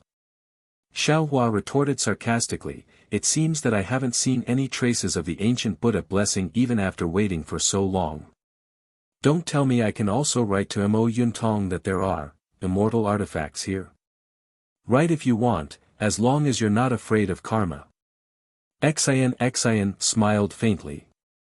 At this moment, the two of them had reached a fork in the road. Xin looked around for a moment and randomly chose a path, saying as she walked, "It's good that we didn't find the ancient Buddha blessing. If we did, what would Cai Hui and Grandmaster Gu Zhen do?" "Oh, I understand. Little monk, you're also coveting the ancient Buddha blessing, aren't you?" Xin looked at Xiao Hua with a smile. "Your greed isn't ordinary. I want that immortal artifact." Xiao Hua raised his head and smiled like a little fox. Xin pouted, "Don't even think about it, I want it too," but at this point, Xin's expression changed. Previously, Xiao Hua hadn't revealed his strength, and he was with Cai Hui, so Xin didn't care about him. But now, Xin could see clearly that Xiao Hua had endless means. How could she compare to him? If he wanted the immortal artifact, he might have a chance. In fact, Xin even thought of some bad things. What? Xiao Hua saw the change in Xin's expression and said with a smile, "Could it be that you also want the immortal artifact? Instead of looking for someone?" "Humph."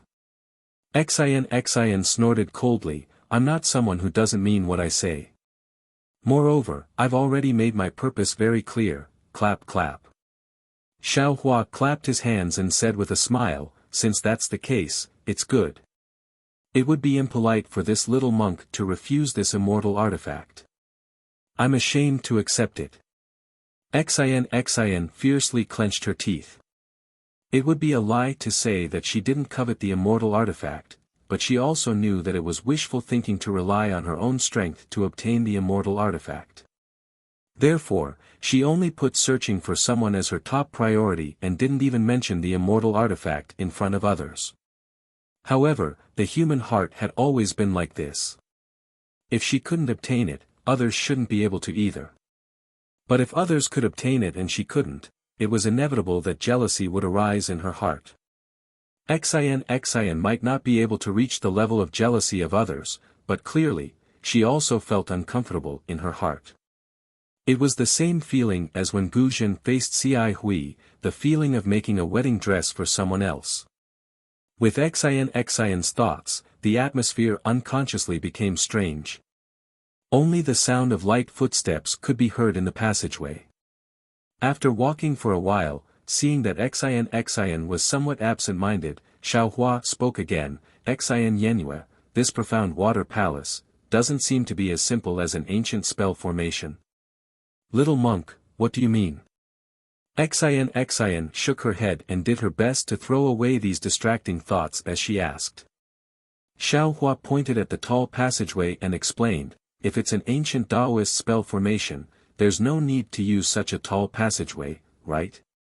It's too much of a waste of materials." "What are you trying to say?" "You might as well be more direct." Xin snappily interrupted Xiao Hua's words, but without waiting for Xiao Hua to open his mouth again, Xin suddenly thought of the white bones that she had seen in the spiritual grassland. Her brows wrinkled as she said, "You mean, this profound water palace is so big, and many Taoist restrictions rely on the golden Buddha statues to resist. It seems to have something to do with diviners, right? Diviners? Xin's expression changed and her eyes rippled again. She stared at Xiaohua and asked again, "Little monk, you actually know about diviners?" Xiaohua smiled, raising his eyebrows without eyebrows, dong dong. At this moment, in the tunnel not far away, a huge battle puppet appeared out of nowhere. It was also covered in battle armor and held a spear in its hand. When it took a step, the entire tunnel shook as it walked over. Diviners? Xin turned to look and was so shocked that her jaw almost dropped. No. Xiaohua's eyes swept over. Although he was shocked, his reaction was different from Xin's. It's a puppet. Puppet? Xin was stunned and immediately understood. She nodded and said, "That's right, it's a battle puppet of the Taoist sect." Then, Xin's heart skipped a beat. Her gaze moved away from the battle puppet and looked at Xiaohua thoughtfully. Her gaze was meaningful. However, when Xin saw the expression in Xiaohua's eyes, she was stunned again. That expression seemed very familiar. Yes, just a moment ago, when Xiaohua saw the spiritual grasses and the huge transmission array, his gaze was exactly the same as it was at that time. It was a kind of greed, a kind of eagerness. It was as if a pair of hands had reached out from his eyes and grabbed the huge battle puppet from afar. This battle puppet will be left to this little monk. Xiaohua reluctantly moved his gaze away from the battle puppet. He smacked his lips and swallowed the saliva in his mouth with difficulty. However, when he saw Xin's gaze, he couldn't help but be stunned. Why are you looking at me? There's a flower on your face. Xin said seriously, "In the future, you can change your name to Flower Monk." Is that so? Xiaohua listened to the sound of the battle puppet slowly walking over. There was no fear at all. He touched his face with his hand and smiled. "Let this little monk see what kind of flower it is. If it looks good, I'll give it to Sandalwood. This flower is only called a flower when worn on a girl's head. If it grows on the ground, it's not called a flower." Bah! Xin spat softly. Suddenly, Xiaohua's heart trembled. However, right after that, Xiaohua shouted, "Almsgiver Xin, hold the formation for this little monk so that this little monk can capture this battle avatar." Although Xiaohua emphasized the words, benefactor, and little monk, Xin could still hear the weakness in Xiaohua's tone. Xiaohua raised his hand and held the wishful steel staff in his hand. He no longer avoided Xin. His whole body flashed with golden light as he secretly urged his spiritual power. At the same time, he shouted, "Chang, Chang Chang." Chapter 34-54. Seeing that Xiaohua's transcendence golden body was slowly being displayed, from a few dozen feet to a few dozen feet, and even to a few dozen feet, Xin's face did not change much. However, when Xin saw Xiaohua's staff growing thicker and thicker with Xiaohua's thoughts, she seemed to have thought of something, and her face turned pale. Xiaohua naturally did not know what Xin was thinking. The staff swayed in mid-air and hit the stone wall. Xiaohua simply threw the staff and hit the stone wall. With a muffled bang, the stone wall was smashed in an instant. Xiaohua was very happy and shouted, "You brat, can you fight with me?" The battle avatar naturally wouldn't answer his question, but the viper-like spear had already answered Xiaohua's question. The spear was like lightning, and the tip of the spear was like a snake. The battle avatar actually waved its hand from over 10 zhang away, and the spear left its hand and directly pierced towards Xiaohua's heart. Now, Xiaohua was like a god. He was dozens of feet tall, and he had really pushed the transcendence golden body to the extreme. Looking at the battle puppet of the same size and Xin, who was like an ant, an unparalleled lofty aspiration was born from the bottom of Xiao Hua's heart. Fight! Xiao Hua was not afraid. He waved the staff. It seemed to be light, but it hit the spear very cleverly. Pa! A very strange light sound was heard. The spear was hit by the staff. The spear was more flexible than a spirit snake, and the tail of the spear was slapped toward Xiao Hua's left armpit. Xiao Hua's heavenly staff technique was certainly familiar, but this change was really fast. Caught off guard, the spear hit Xiao Hua all of a sudden. Boom! The power of the spear was beyond Xiao Hua's expectations. It was shockingly powerful. Xiao Hua instantly lost his balance, and his body, which was dozens of feet tall, fell towards the stone wall with a loud bang. Crash! The stone wall, which was flickering with blue light, was unable to support Xiao Hua's Dharma body. It was like an ordinary wall, and everything within dozens of feet collapsed. The golden light around Xiao Hua, who was lying on the wall, flickered rapidly. The place where the spear had just struck had already caved in. Moreover, in the surroundings of the caved-in, there were many cracks spreading out. As the golden light flickered, the cracks and caved-in were healing at a speed visible to the naked eye. A bone-piercing pain came from Jin's body. Xiao Hua couldn't help but suck in a breath of cold air. He lay on the ground, almost unable to stand up.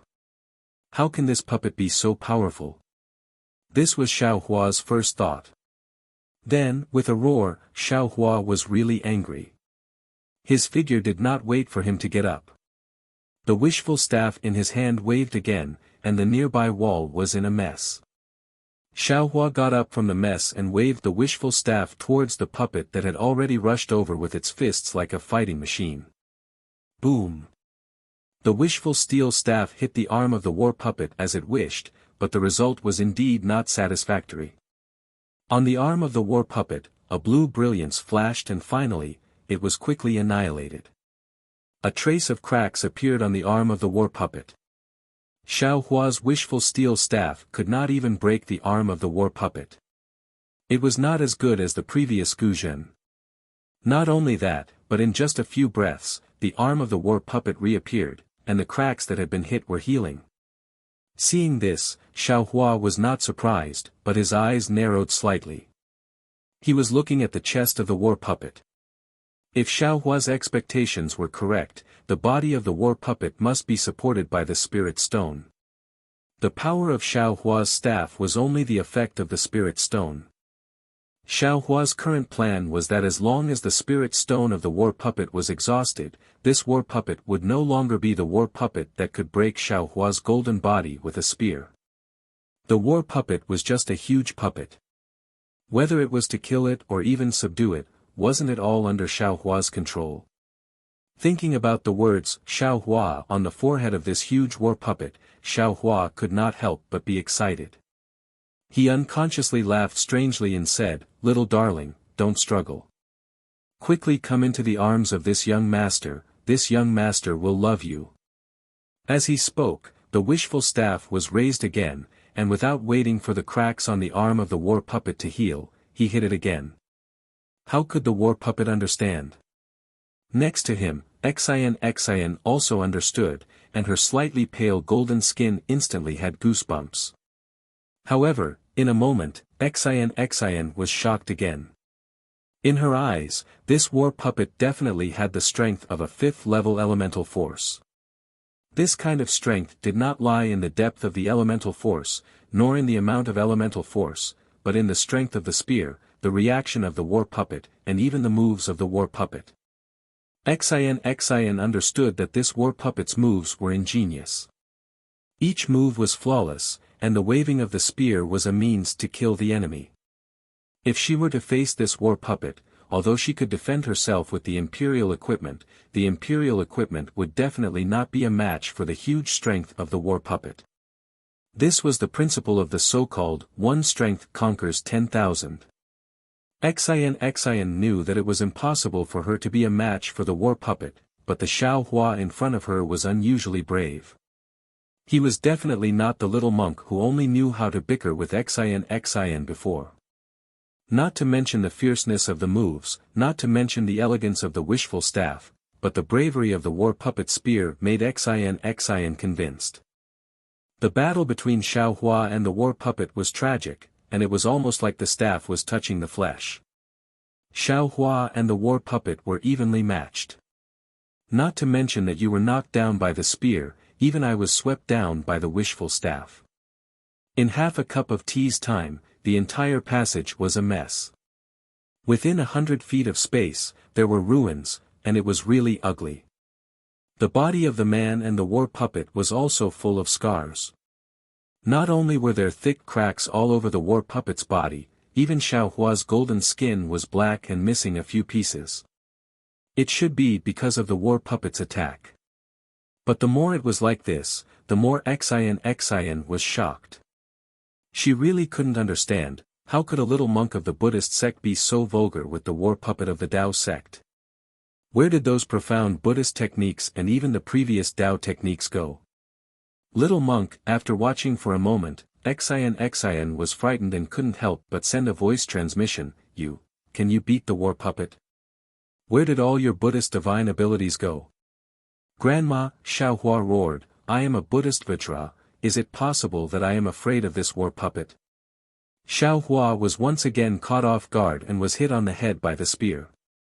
With a loud bang, the ground of the passage also sank a few feet deep hole. Why are you competing with a war puppet?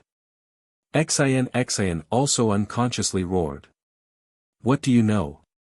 Xiaohua stood up from the wall and shook the dust off his body.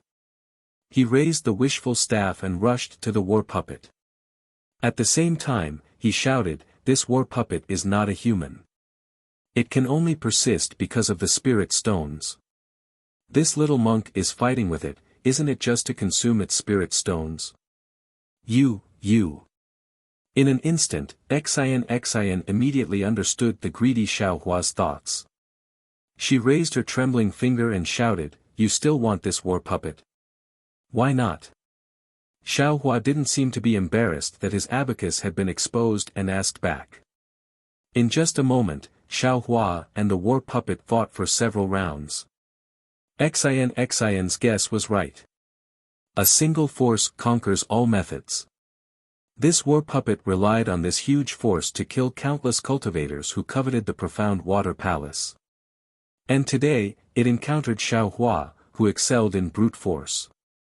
It could be said that it met a good talent. In the time it took to eat a meal, Xiaohua actually didn't have the upper hand at all. He didn't find this strange, because during this meal, the battle puppet didn't show any signs of energy exhaustion at all. Even the flaws in the spear's moves were becoming increasingly fewer. How was this the appearance of spirit stones being depleted? What's going on? Xiaohua felt that his arm was a little sore and numb. He was slightly puzzled. At this time, Xin also felt that something was wrong. Seeing Xin urge her genuine qi, the golden light above her eyes shone brightly. It was not an exaggeration to say that it was the fiery golden eyes. Little monk. Suddenly, Xin, who seemed to have seen something, turned pale with fright again and exclaimed, don't you have any ideas? This war puppet doesn't have any spirit stones. The space between its feet and the ground is a little strange. Every time it moves, the world's spirit energy will be sent into the passage. In this passage, no, in the profound water palace, you are definitely not the war puppet's opponent. Ha ha ha. I see. Xiaohua understood and immediately laughed. Then it's even easier. As he spoke, he patted his forehead. A huge hand emerged from the top of Xiaohua's head and grabbed at the war puppet, the hand of a nascent soul. Xin bit her lips. Her eyes revealed an indescribable look. Even Xin herself didn't know what this meant. Boom. The nascent soul's hand grabbed the war puppet and threw it into the air. Buzz. At this time, the war puppet's body shone with a blue brilliance. Rays of light sharper than flying swords pierced the nascent soul's hand. Even the war puppet's spear pierced the nascent soul's hand with a ping sound, pop. Like the sound of a bubble bursting, the nascent soul's hand was instantly destroyed by the light of the war puppet. Xiao Hua's body shone with a golden light. Moreover, the innate divine restriction on his Naiwan palace emitted a faint golden light again. Obviously, the blue thorn could also attack divine sense. This.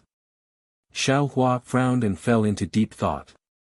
He had always thought that the war puppet only relied on its fists and feet and couldn't use magic arts. But now, it seemed that it was just as Xin said. The war puppet was part of a magic array. Not only could it borrow the magic power of the magic array and exchange it for energy, the magic array could also use the war puppet to attack.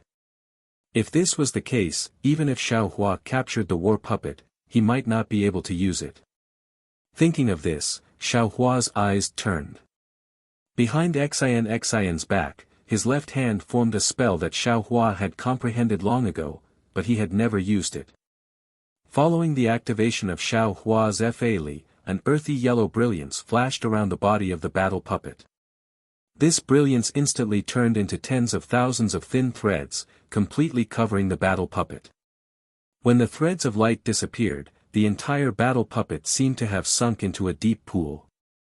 Not only was it unable to wave its spear, even its hands and feet seemed to be bound and unable to move. Chapter 34-55. Little darling, you can get up. Xiao Hua roared, his figure bent slightly, and the wishful steel staff swung towards the legs of the battle puppet. Before Xiao Hua's wishful steel staff could touch the battle puppet, the stone wall flashed with brilliance, and countless fireflies fell like raindrops, covering Xiao Hua and the battle puppet. Oh no! Xiao Hua was shocked. He didn't know what these fireflies were. He couldn't care less about attacking the battle puppet again. He hurriedly raised his hand, and the seal of turning the sea rushed out of the space. Buzz! When the sound was heard, the bronze brilliance protected Xiao Hua. Salala! Like the sound of water droplets falling into a pot of oil, the bronze brilliance was rapidly eroded, and even the seal of turning the sea itself trembled slightly in the air. Xiao Hua hurriedly urged his spiritual power, and his hands formed a seal. The seal of turning the sea roared again, trying its best to resist the green fireflies. At this moment, there was a muffled sound, and a sharp pain came from Xiao Hua's abdomen. A violent spiritual power instantly rushed into Xiao Hua's transcendence golden body from the pain, destroying Xiao Hua's transcendence golden body like a stampede of 10,000 horses. Xiao Hua lowered his head in disbelief, only to see that the spear in the battle puppet's hand had already pierced his abdomen. When Xiao Hua raised his head to look, the battle puppet, whose hands and feet had been bound a moment ago, was now rapidly flowing with blue light. Xiao Hua's silk binding technique had already been broken by shattering fireflies. A thick arm that had suddenly extended by a lot stabbed out with the spear, while the other arm clenched into a fist and punched towards the left side of Xiao Hua's face, courting death. Xiao Hua was angry. He was greedy for small gains, so he was reluctant to destroy the battle puppet, but he didn't expect to suffer such a big loss. Roar! Xiao Hua hurriedly retreated, and hurriedly urged the seal of turning the sea. With a loud dragon roar, the coiling dragon on the seal of turning the sea turned 10 feet thick, flew out of the seal of turning the sea, and rushed towards the chest of the battle puppet with the seal in its mouth. Boom! The battle avatar was also extremely agile. Its right fist immediately gave up on Xiao Hua and punched the seal of overturn the sea. With a loud boom, the battle avatar's fist was knocked off a large part. The battle avatar's figure also staggered. The seal of overturn the sea was also sent flying high up into the air and rushed to the top of the passage. Little thing, you're down. Taking advantage of the battle puppet staggered, Xiao Hua retreated, and successfully got away from the spear. At the same time, the wishful steel staff on the ground, and hit the left leg of the battle puppet. The battle avatar was originally staggering, but now, it was swaying even more, as if it was going to fall to the ground. Seeing this, Xiaohua's eyes widened, and his Dharma body rushed towards the legs of the battle puppet. He wanted to take advantage of this opportunity to defeat the battle puppet. The battle puppet didn't panic. Although it saw the seal of turning the sea once again rushing from the sky, the right fist that had slowly healed was ready to strike again, and the left arm was retracted, and the spear stabbed towards Xiaohua's back. Dang! Xiaohua naturally let go of the battle puppet's attack, and swung the wishful steel staff in his left hand to block the spear. His Dharma body rushed forward, and hugged the legs of the battle puppet. The battle puppet was also very good. Although its figure was crooked, its right foot kicked up without hesitation, obviously trying to force Xiaohua to defend.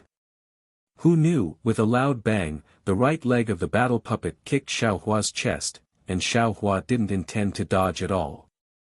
Almost like the spear piercing the golden body, a strange force rushed into the golden body, crazily destroying it.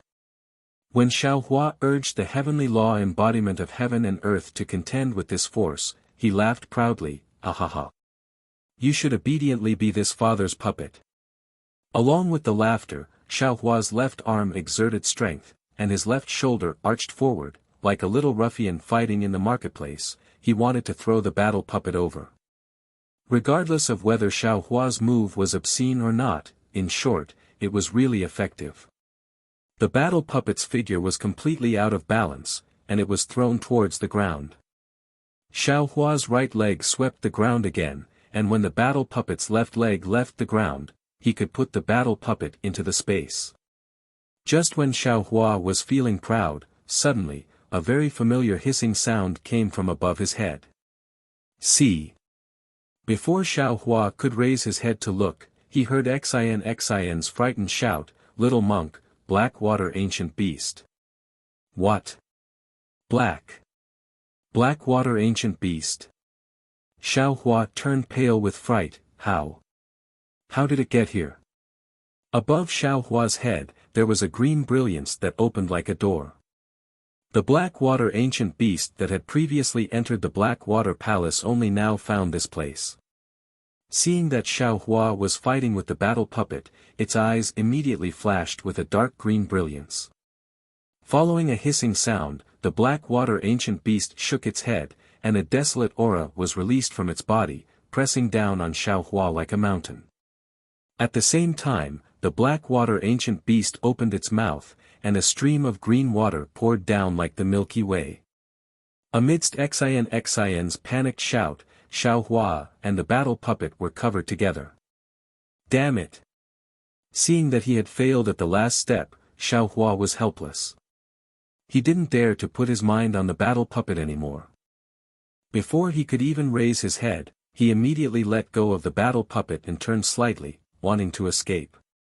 At the same time, Xiaohua didn't forget to kick the battle puppet with his right leg, and his left hand slapped the top of his head, releasing a pressure comparable to that of a doppelganger stage cultivator. He did his best to resist the black water ancient beast's ferocious aura. However, Xiaohua still underestimated the strength of the guardian beast. His right leg had just kicked the battle puppet down when his whole body immediately stiffened, as if he was in a block of ice. An indescribable feeling rose from the bottom of his heart. Imprisonment technique? No. Blood-dripping paradise. Xiaohua was stunned for a moment, then suddenly realized that this was the feeling he had when he was trapped in the blood-dripping paradise. This ancient beast is actually so powerful. At this time, Xiaohua's heart was like dead ashes. Although he had already advanced to the nascent soul stage and his strength had greatly increased, he still didn't have any comprehension of the so-called domain realm. Even the blood-drop paradise couldn't cultivate to the domain realm so quickly. Little thing, then let's fight. Xiaohua watched as the profound water ancient beast pounced from the sky. On the ferocious beast's head, its dark green eyes were filled with cruelty. It clenched its teeth and black mist began to surge around its body. Strands of black flames also surged out along with the devil chi. The blood-dripping paradise really had some effect. Xiao Hua felt that his body was somewhat relaxed, as if he could move. Unfortunately, the profound water ancient beast didn't give Xiao Hua any chance at all. It opened its mouth again and the jade spring rushed out again. Xiao Hua felt his body tighten and the blood-dripping paradise couldn't be activated again. What should I do? Xiao Hua anxiously thought of a countermeasure. Suddenly, Xiao Hua raised his eyebrows and slightly closed his eyes. A moment later, he opened them again. Above Xiao Hua's head, bursts of golden light flourished. It was the green-robed Xiao Hua's invisible nascent soul that rushed out of Xiao Hua's body. As the nascent soul rubbed its hands, strands of golden light more intense than sunlight shot into the green fireflies around Xiao Hua's body. Gotcha. The profound water ancient beast's immature domain collapsed under the nascent soul's spell, demonic chi. In the distance, Xian had already held the golden hairpin in her hand when the profound water ancient beast appeared. Unfortunately, the ancient beast's power and the domain's power forced Xian to activate her genuine chi. The palace dress on her body flourished with golden light as she tried her best to resist. Although Xian wanted to spare some time to help Xiao Hua, seeing the demonic chi in Xiao Hua's golden body, her face was already very shocked. Now, she couldn't be any more shocked. The golden hairpin also froze in her hand. Xiao Hua was really too mysterious. Was he a Buddhist? A Confucian cultivator? A Taoist cultivator? Or maybe, a devil? Xian lost her judgment. She didn't know how to help. At this moment, the profound water ancient beast unexpectedly raised its head. Its dark green eyes looked at Xian again. Its gaze fell on the golden hairpin that was already flashing with golden light. Not good. When Xiao Hua saw the profound water ancient beast looking at Xian, he already understood that this guy wanted to attack Xian first. He couldn't help but feel anxious. Sure enough, without waiting for Xiao Hua's reminder, the profound water ancient beast turned into a green light and was about to pass over Xiao Hua's head. Where are you going? The green-robed Xiao Hua urged his nascent soul. With a wave of his hands, the nascent soul's hand appeared out of thin air and was about to capture the ancient beast. Xiao Hua himself raised his hand and leaped into the air, attacking the profound water ancient beast with the wishful staff. Whoosh! There was a loud noise. It was the battle puppet that was previously knocked down. Before it could stand up, the spear in its hand unexpectedly flew out of its hand. In a flash, it mysteriously appeared behind Xiao Hua's back and went straight to his waist. Xiao Hua naturally noticed it this time, but it was really difficult for him to have both sides. If he took care of himself, the wishful staff could certainly send the spear flying, but he wasn't sure if his nascent soul's hand could catch the profound water ancient beast. Even Xiao Hua didn't think that a single nascent soul's hand could stop the profound water ancient beast. Forget it. In an instant, Xiao Hua made a decision. His right foot turned and kicked. He didn't care if he could succeed or not. His hands used all the strength of his body to attack the profound water ancient beast. He didn't expect to succeed, as long as he could block the ancient beast. Woo! Under the wishful staff, the Xianxue ancient beast was covered. The fierce wind could almost tear the void apart. The Yuanying's hand imprisoned the area in front of the Xianxue ancient beast. He wanted to kill this fierce ancient beast. Seeing the profound water ancient beast's body dim and its entire body stagnant in mid-air, Xiao Hua was overjoyed. He knew that the two methods were effective. He may not be able to kill the ancient beast, but he could at least block it. Just as this joy was born, pooh! The spear actually avoided Xiao Hua's right leg and pierced Xiao Hua's back, causing a sharp pain. Chapter 34-56. This spear was different from before. A sharpness pierced straight into Xiao Hua's heart. Xiao Hua couldn't help but shudder from the pain. Just as his wishful staff trembled slightly, the black water ancient beast suddenly turned its head. Its two dark green eyes actually showed a hint of cunning. The most unforgettable thing for Xiao Hua was that the ancient beast's figure turned into thousands of small dots. These small dots rushed through the shackles of the Yuanying stage's hand, and even dodged the wishful staff's attack, and instantly rushed into Xiao Hua's golden body. Rumble. The countless tiny droplets rushed to the location of Xiao Hua's golden body. Every single droplet let out an intense rumbling sound, and a hole of several zhang in size appeared in Xiao Hua's chest. A sharp pain came, and Xiao Hua once again looked down in disbelief. This was the first time he had been so seriously injured. Inside the hole, the flesh and blood were badly mutilated, and wisps of black light and devil chi lingered between the flesh and blood. There was not a drop of blood, but even so, an indescribable dizziness came from Xiao Hua's mind, and immediately the entire Transcendence golden body collapsed rapidly. Not only that, after the war puppet's spear was pulled out, it pierced towards the back of Xiao Hua's head.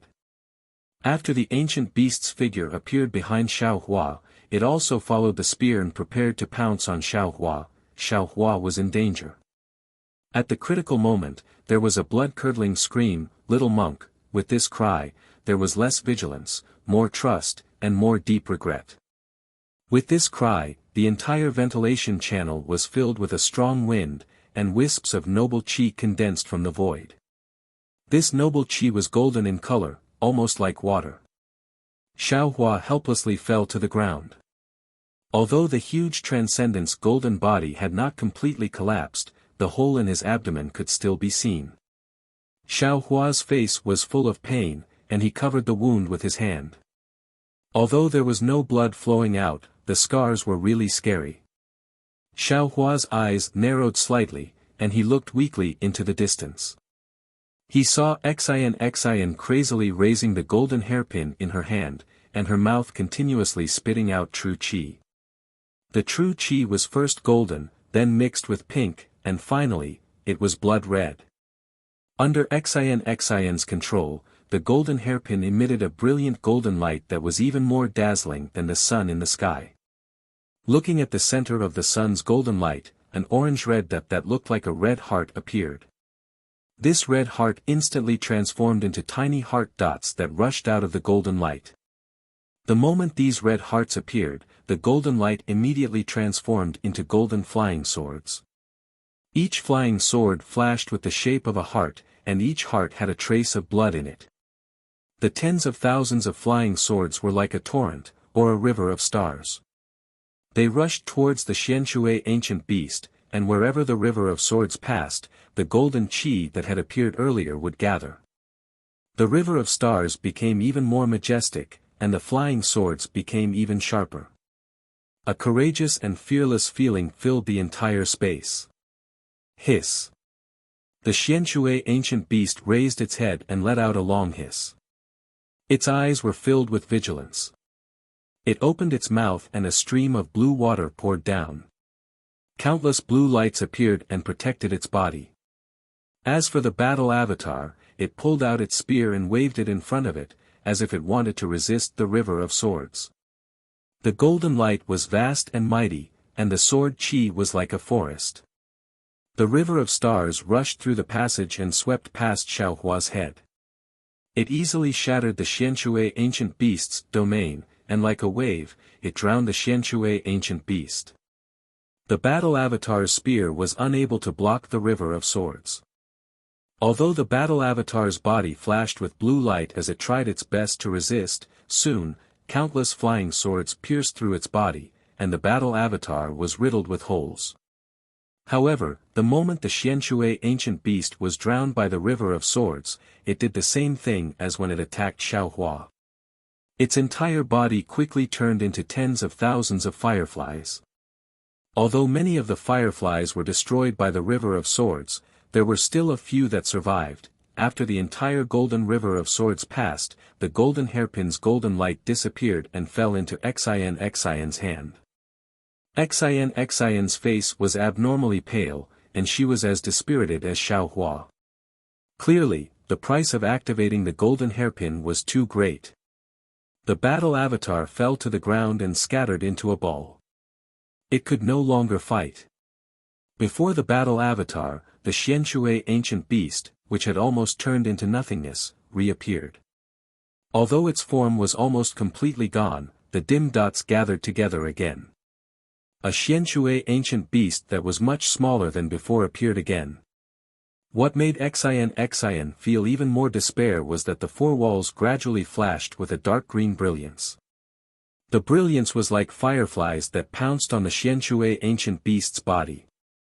In just a few breaths, the Xianshui ancient beast's body gradually filled up, and its eyes gradually shone with a dark green brilliance. This brilliance was ferocious and cruel as it coldly looked at Xiao Hua and Xian. Fellow Taoist.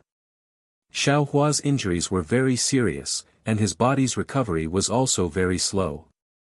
Clearly, he was affected by the array of the Xianshui palace. Xiao Hua had to whisper to the green-robed Xiao Hua, who was host to his nascent soul, "I wonder if you can control the spirit-slaying Yuan light." "Humph, why would I need the spirit-slaying Yuan light? Watch Ai's methods." The nascent soul sneered. It opened its mouth and a small cauldron flew out. This was Xiao Hua's life treasure. Now, the green-robed Xiao Hua, who was also a nascent soul, had erased the imprint inside. As the nascent soul pointed its finger, the small cauldron flew out with a five-colored flame. It surrounded the Xianshui ancient beast and burned fiercely. Hiss. The Xianshui ancient beast hissed, and its body uncontrollably expanded. The green fireflies also effortlessly penetrated the flame. It was very obvious that this cauldron could not compete with the ancient array. "I'm afraid only the spiritual fire is left." Xiao Hua's eyes were a little dizzy, and he secretly said to the green-robed Xiao Hua. The green-robed Xiao Hua was helpless. He smiled bitterly and said, "Only fellow Taoist can control that thing. I have the will but not the power." Xiao Hua's current situation was very strange. His body was injured and he could not use his magic power. On the other hand, the nascent soul that supported his magic power could leave his body under the green-robed Xiao Hua's control. However, if Xiao Hua controlled the nascent soul, this nascent soul would not have any magic power to control it. But Xiao Hua opened his mouth, and his mind turned dark. It was as if he was about to faint. In his blurry eyes, he saw the Xianshui ancient beast quickly take shape. His mouth was incomparably bitter. He unconsciously raised his eyes to look at the similarly helpless Xian. The two of them looked at each other and saw helplessness and despair in each other's eyes. This ancient Xianshui palace was indeed extraordinary. It was comparable to the spirit-severing stage Xiao Hua. Xian, who had a great treasure in her hand, fought until the end, but in the end, she could not defy the heavens. Oh! Suddenly, a shocked expression appeared on Xian's face. Then, this shocked expression turned into pleasant surprise. She slightly raised her hand and pointed at Xiao Hua's head. Xiao Hua was also stunned. He raised his head with difficulty, but all he saw was a flickering blue ripple of light. Within the ripple of light, there was the back of the Xianshui ancient beast. The back of the figure unwillingly spread its wings and its strong tail circled in the air a few times before disappearing into the blue ripple, but at this moment, Xiao Hua's vision turned slightly dark. He actually felt like he was about to faint. The green-robed Xiao Hua did not dare to be negligent. He hurriedly controlled his nascent soul to enter his dantian and urged Xiao Hua to take out the pill from the space. When Xiao Hua sent the green-robed Xiao Hua into the space, before he could take out the pill, a wisp of fragrance came from his mouth and nose. Xian's slightly tired voice sounded in Xiao Hua's ear, "Little monk, this is the origin replenishing pill of my Confucian cultivator. It is a panacea for repairing the 5 viscera and 6 bowels. You were injured by the Xianshui ancient beast. You should hurry and take it, right? Benefactor Xian, you take it first. Xiao Hua slightly propped himself up and pushed her away. Xian said unhappily, I just used too much of my essence. I don't need this origin replenishing pill. You take it first. I will immediately take other medicines. Okay, Xiao Hua nodded. He took the origin replenishing pill and put it into his mouth without looking at it carefully.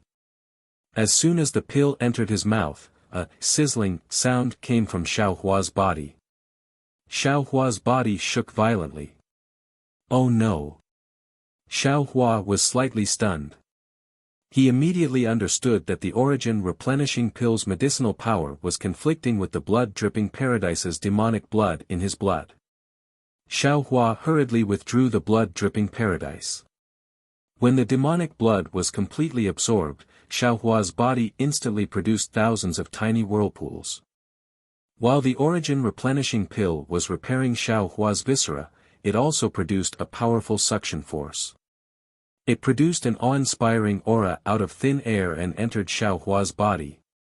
That sizzling sound fell into Xian's ears. Xian acted as if she didn't hear it. She took out a jade box from her bosom and poured out some pink powder from the jade box to consume. After only a cup of tea's worth of time, a dark red color slowly appeared on her cheeks. During this period of time, Xiao Hua's abdomen gradually healed. When the surface of the wound couldn't be seen, Xiao Hua took out another set of clothes from the space.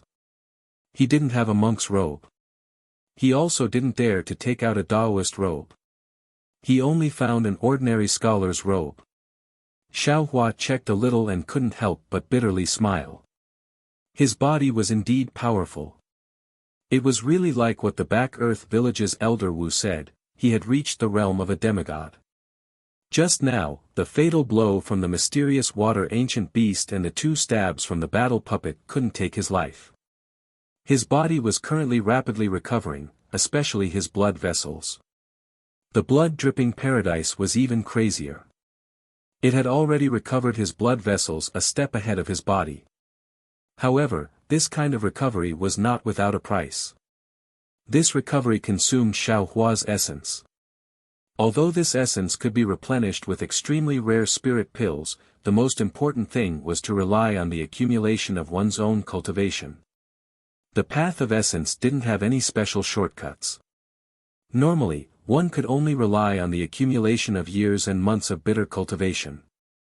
Even so, Xiao Hua's most seriously injured internal organ still couldn't be repaired in time. Xiao Hua's body had the celestial body bestowment technique, his meridians had the Tao sex cultivation method, and his blood vessels had the demon realm's blood-dripping paradise. However, these internal organs didn't have a specialized cultivation method. They could only be repaired by relying on the body. Xian's Chaoyuan pill was very effective. It had already repaired the most basic outline of the severely damaged internal organs. However, at this time, the Chaoyuan pill had already lost its effect. The remaining parts could only be slowly repaired by the celestial body bestowment technique. Chapter 3457. It's really a loss. Xiao Hua checked. Thinking about the danger just now, he still had a kind of lingering fear. If he didn't have Xian's golden hairpin, that black water ancient beast would have pounced again and his body would have been injured again. His body might have a strong recovery ability, but it couldn't withstand too much damage. If he was attacked by the black water ancient beast and the battle puppet a few more times like this, he really would have fallen here. Thinking of this, Xiao Hua couldn't help but secretly curse, this black water ancient beast is too insidious. It actually used a diversion tactic. No, it's besieging Wei to rescue Zhao, no, it's loosening the reins only to grasp them better.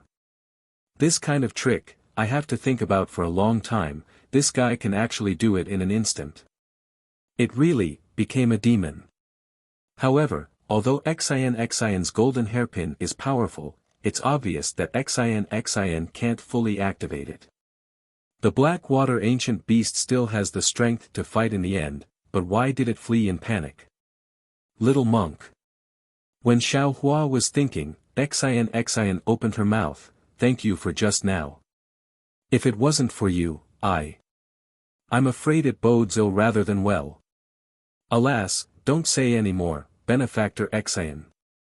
Xiao Hua waved his hand, that was the Blackwater ancient beast's plan to loosen the reins only to grasp them better. Its main goal is still this little monk.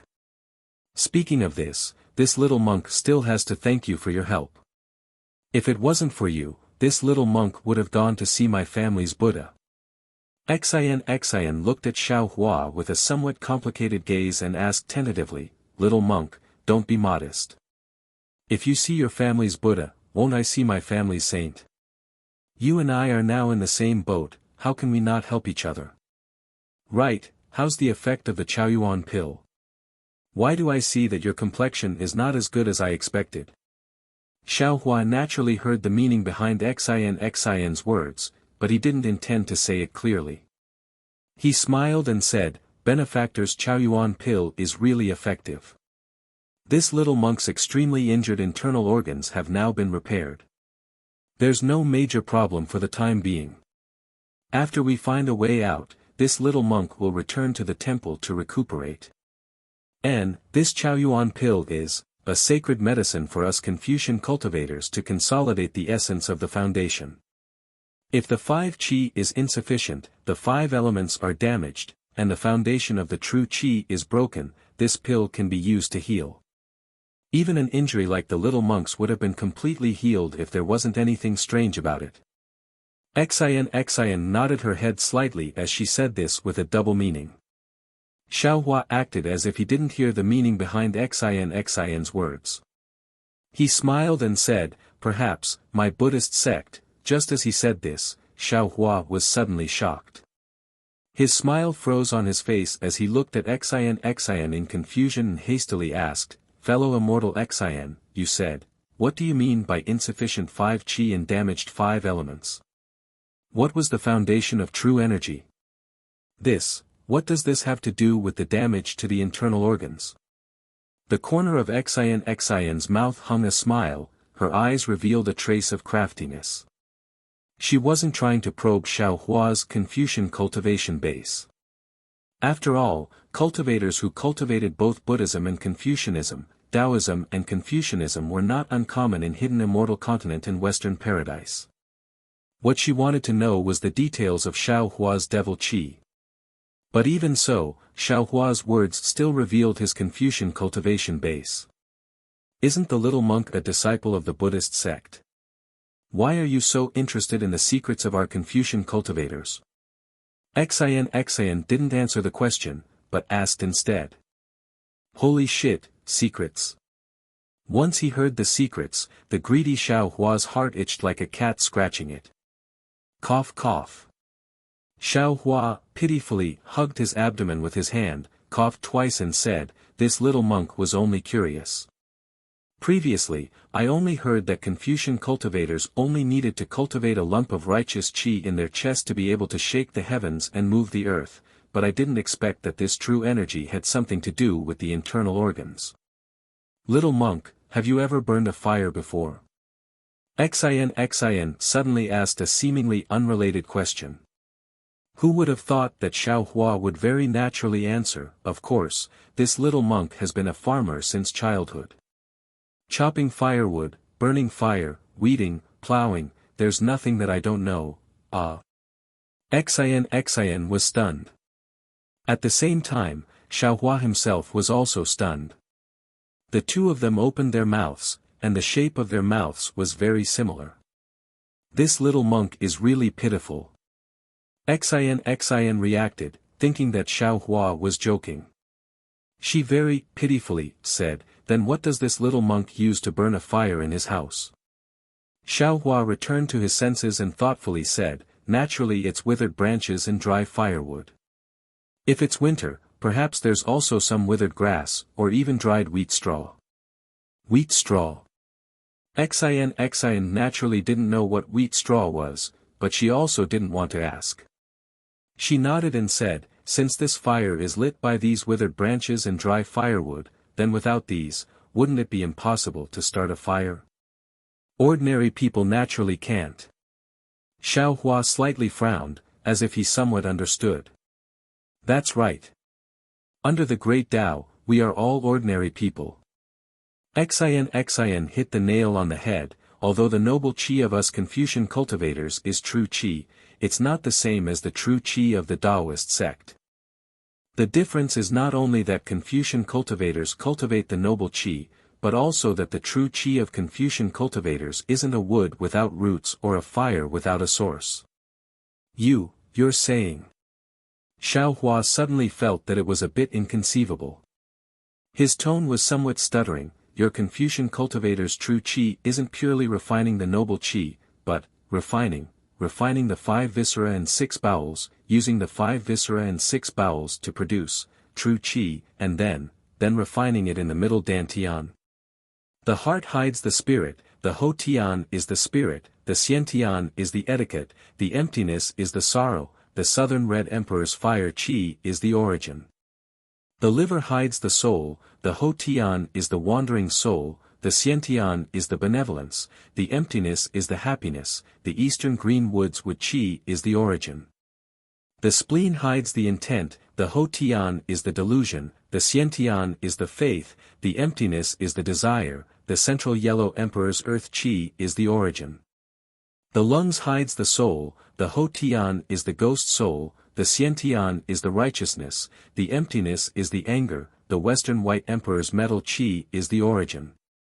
The kidney hides the essence, the ho tian is the turbid essence, the xian tian is the wisdom, the emptiness is the happiness, the northern black emperor's water qi is the origin.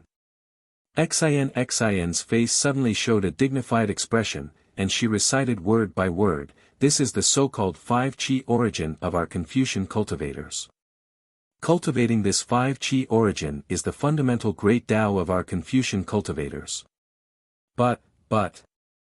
Xiao Hua bit his lips. He didn't have time to think about why Xin would reveal the secrets of Confucian cultivators to him at this time, and hurriedly asked, why, are there not so many records of Confucian cultivators in the ancient books? Only talk about refining true qi. Xin didn't answer, but instead said with a smile, little monk, you seem to know a lot about our Confucian cultivation method. Correct. Xiao Hua nodded, this little monk has dabbled in a lot, and once practiced Confucian cultivation method, even, puff. Xiao Hua opened his mouth, and a Tai azure light flew out, like a flying sword, it turned half a circle in the air, and then fell into Xiao Hua's mouth. Sure enough. Xin slightly nodded, you actually practiced to the point of transforming metal qi into a sword, really good. But what? Xiao Hua asked. Xin faintly smiled, but this little monk is the same as the majority of people in the hidden immortal continent, he practiced it wrong. Oh, it can't be said that he practiced it wrong, it should be that he practiced it wrong. What do you mean? Xiao Hua asked again. Xin also didn't hide it, and explained, this little monk seems to also have a Taoist cultivation, presumably, you also practice Confucian cultivators' true qi as Taoists' true qi, right? Yes. Xiao Hua also didn't hide it, not only that, this little monk also practiced heaven and earth origin qi as noble qi, now I ask benefactor to explain. I don't dare to say that I can explain, I only know that, the people in the world are increasingly utilitarian, and increasingly impatient. On one hand, they give up the foundation of the 5 qis unification, and only pursue the refinement of true qi, emphasizing the power of cultivation method, on the other hand, they purely pursue the pinnacle of the 5 qis, disdaining the benevolence of the balance of the 5 qis, and have long lost the original intention of Confucian cultivators. Xin lightly said, in fact, in the early years, Taoist sect stole the cultivation method from us Confucian cultivators, and created the method of using meridians to refine true qi, and condensing true qi in my lower dantian, this is originally the inferior method. Now, we Confucian cultivators have actually seen the power of Taoist sect's magic, and once again, we only practice true qi, and give up the 5 qis unification, how can we achieve the great Tao? What? You said that Taoist sect's cultivation method was stolen from you Confucian cultivators' 5 qis unification. Xiaohua laughed involuntarily, feeling very absurd. This is an old legend, and it's not something I can make up. Xin said in all seriousness, I also don't know if it's true or not. That's nonsense. Xiaohua shook his head, one is the refinement of meridians, the other is the refinement of the 5 viscera and 6 bowels. It can only be said that they are different methods to achieve the same result. How can it be stolen? Could it be that only Confucian cultivators have the good fortune of heaven and earth, and that true qi is the true essence of heaven and earth? This. Xin hesitated slightly, staring at Xiaohua for a moment, and then said, the refinement of the 5 viscera and 6 bowels is different from the refinement of meridians, and the origin of true qi, perhaps is not the noble qi. Then what is it? Xiaohua retorted sarcastically. Xin faintly smiled, her eyes like the moon, why should I tell you? Little monk, we were just casually chatting. Have your injuries healed? Can we enter the real profound water palace now? As she spoke, Xin pointed at the messy stone wall not far away, where a triangular blue brilliance was slowly emerging. Needless to say, it was the exit of the passage. Are we going in now? Xiaohua knew that Xin would definitely not tell him the secrets of Confucian cultivators in full detail. Now that she had said so much, it was already a kind of repayment to him. If he continued to ask, he would only be met with disdain. Thus, he no longer thought about it, and looked at the revealed exit with a bitter smile. We are all injured, so how can we take away the immortal tool? Little monk, you really want that immortal tool? Xin laughed, you can't even defeat the ancient profound water beast guarding the door, so how can you take away the immortal tool? Let's go, don't think so much. Follow me in and see if there is the person I'm looking for. If there is, little monk, you can help me. Oh, don't worry, I definitely don't want any immortal tool, I just want to save people. If there isn't, we'll find the exit and leave, okay? Chapter 34-58. Xiaohua pondered for a moment and said, you also want to save a Confucian cultivator. That person. Forget it, who cares what he does? If I can help this little monk, then I will. However, you are also injured now. You relied on that golden hairpin's imperial weapon. Correct. Xin saw that Xiaohua did not ask about that person's origin and was quite satisfied. She nodded and said, that golden hairpin is exactly what I relied on. This item consumes a lot of true qi and profound qi. With my cultivation, I can only use it 2.5 times. Previously, I didn't help in time because I was hesitating. This little monk once heard that the hidden immortal continent has 10 great imperial weapons. Your golden hairpin doesn't seem to be one of them. Can it be so powerful? Xiaohua asked in disbelief. The so-called 10 great imperial weapons are just a joke.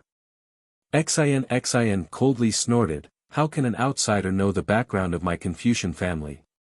Xiaohua stood up. The triangular light had already taken shape. There seemed to be a door in the light, but neither Xiaohua's eyes nor divine sense could see it. The two walked in front of the light. Xiaohua frowned and said, Xin Yenue, are you sure that this door is an immortal weapon? Or can we find the exit from the immortal weapon? No.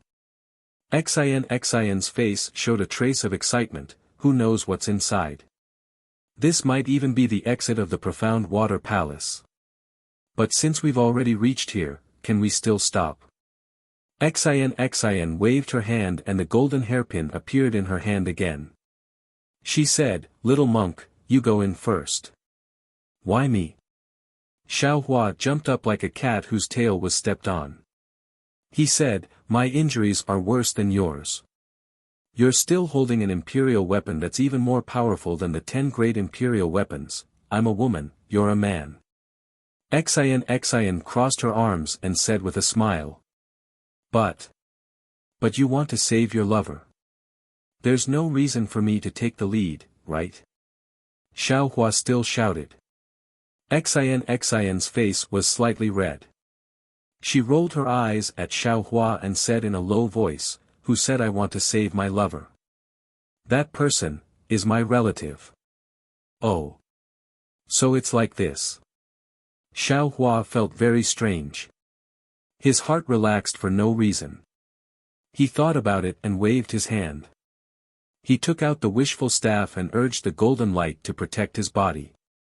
He stepped into the light. However, just as Xiaohua's figure touched the light shadow, a golden light appeared from the top of his head and quickly swept through his body. Then, it disappeared. Xiaohua's figure also disappeared. Oh.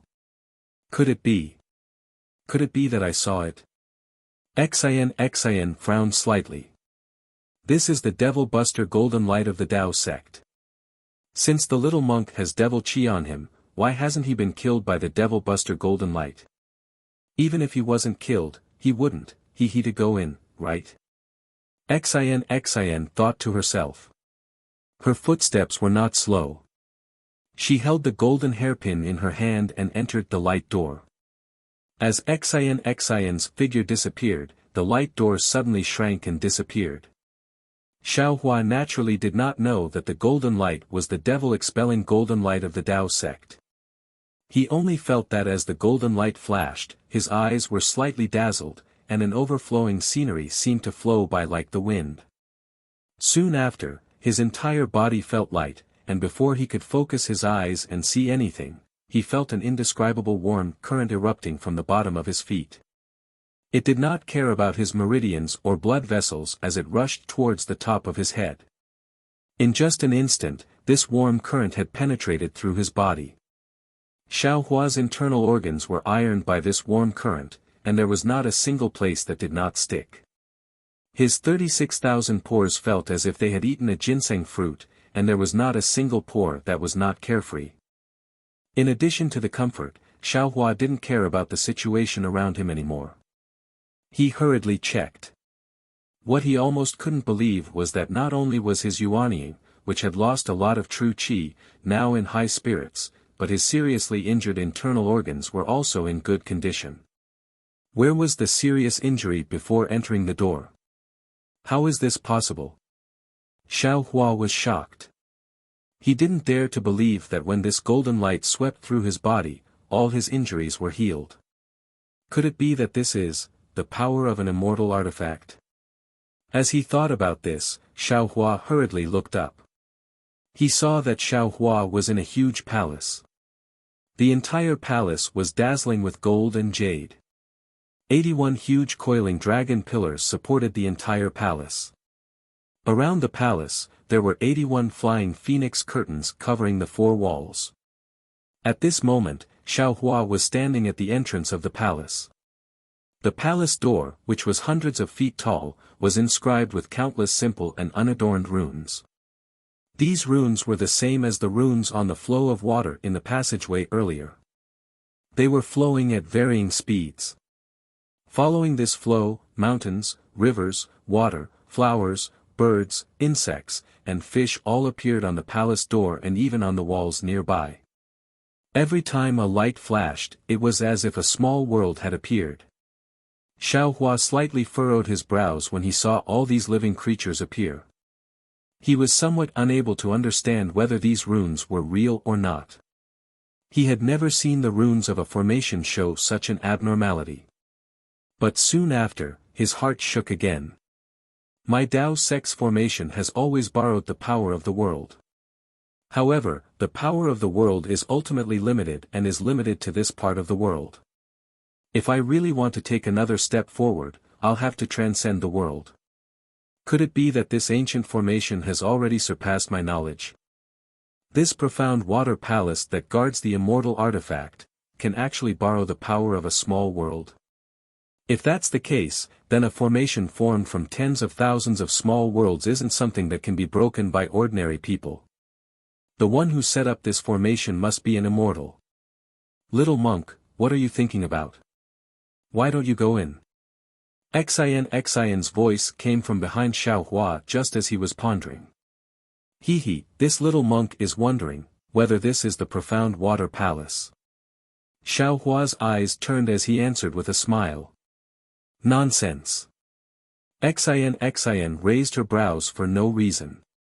She pointed at the signboard above the palace door and said, "Don't you see it? Isn't it written with the words Profound Water Palace? If this isn't the Profound Water Palace, then, where is it? If this is the Profound Water Palace, then why did the golden light just now seem to have the Confucian school's 5 elements restoration technique?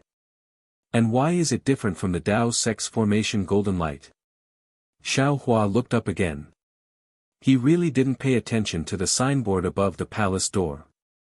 Sure enough, at the place where Xian was pointing, there was a huge, glittering golden plaque at the top of the palace door, with the words Mystic Water Palace written on it.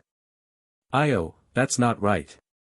Xiaohua's gaze swept over the signboard and was shocked because the words written on it were the Tao sex characters from the Dawn Rain continent. They were completely different from the hidden immortal continent's inscriptions. He didn't know how Xian could recognize them. Xian didn't know about Xiaohua's doubts. She looked at Xiaohua and said with a smile, "That golden light is the supreme golden light of the Confucian cultivators. It is also one of the secrets of the Confucian cultivators that I didn't tell you. Not only can this golden light repair your internal organs, even if your physical body completely disappears and only your soul is left, this golden light can instantly heal you." "How is that possible?" Xiaohua was in disbelief. If you don't believe me, you can try. Why don't you let the profound water ancient beast kill you and only leave your soul behind?" Xian smiled. "Alas, the ancient said that a woman's heart is the most poisonous in the world. This little monk just saved you and you actually cursed this little monk like this. This little monk really has nothing to say." Xiaohua sighed and said with regret. You're still a little monk." Xian pointed at the signboard above the palace door and sneered, "This is the ancient Tao sex language. It's lost in the hidden immortal continent and western paradise. If that Ci Hui came here, she probably wouldn't recognize it. You actually recognize it, yet you still dare to call yourself a little monk? Fine." Xiaohua smiled bitterly, "I admit that I have some Tao sex cultivation.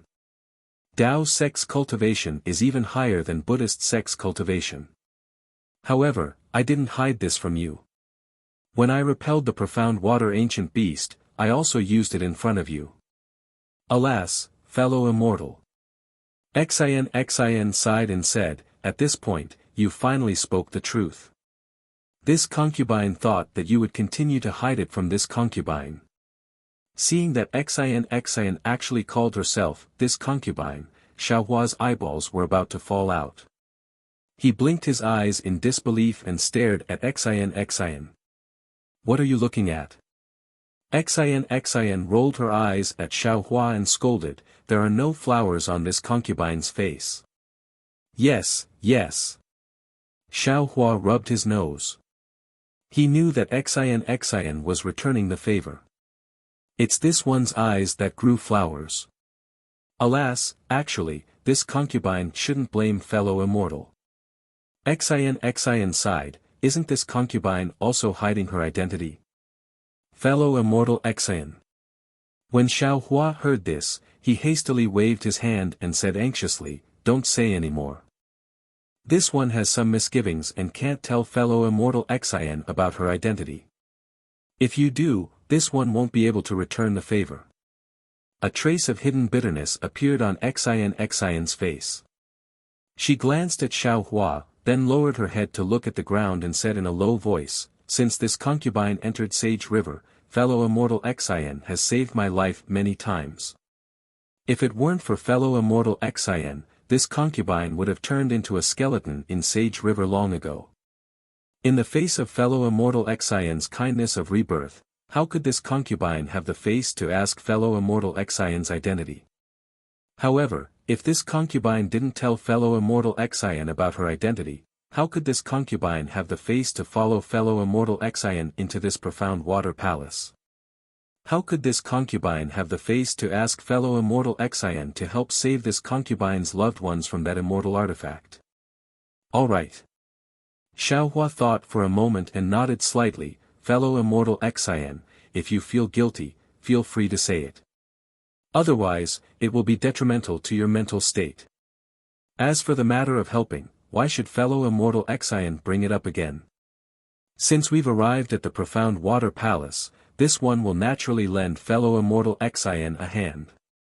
If fellow immortal Xian doesn't mind, then please call this concubine Xian Xian. Xian said with a smile. This fellow immortal Xian sounds very distant. Of course. Xiaohua rolled his eyes and said, if fellow immortal Xian doesn't mind, you can also call this one Xiaohua. Just treat it as a flower in fellow immortal Xian's hair. When Xian heard this, she couldn't help but feel slightly angry. However, she immediately thought of something, and her hair drooped down while her face turned slightly red. Chapter 34:59. Bad. When Xiaohua saw this, he complained bitterly in his heart, damn it, how could my mouth be so slippery? How could I say these things so casually? Not to mention Hongxia Fairy, even the late Xue Xue. Just as Xiaohua was regretting, Xian raised her head again. Her face was red, but she still had a resolute expression as she said, Xiaohua, a Confucian sage, have said that a drop of water should be repaid with a spring of water. You've saved this concubine several times, so this concubine should repay you with her body. However, this concubine feels that my humble appearance cannot enter your eyes. Moreover, this concubine has a heavy responsibility. Before rescuing Jiayan, this concubine doesn't dare to mention this important matter. Don't. Xiaohua hurriedly waved his hand. His face and neck were red as he said, this concubine never meant that. This concubine was only joking. Don't take it seriously. Since your father is being suppressed in the profound water palace, you and I should hurry in and rescue him.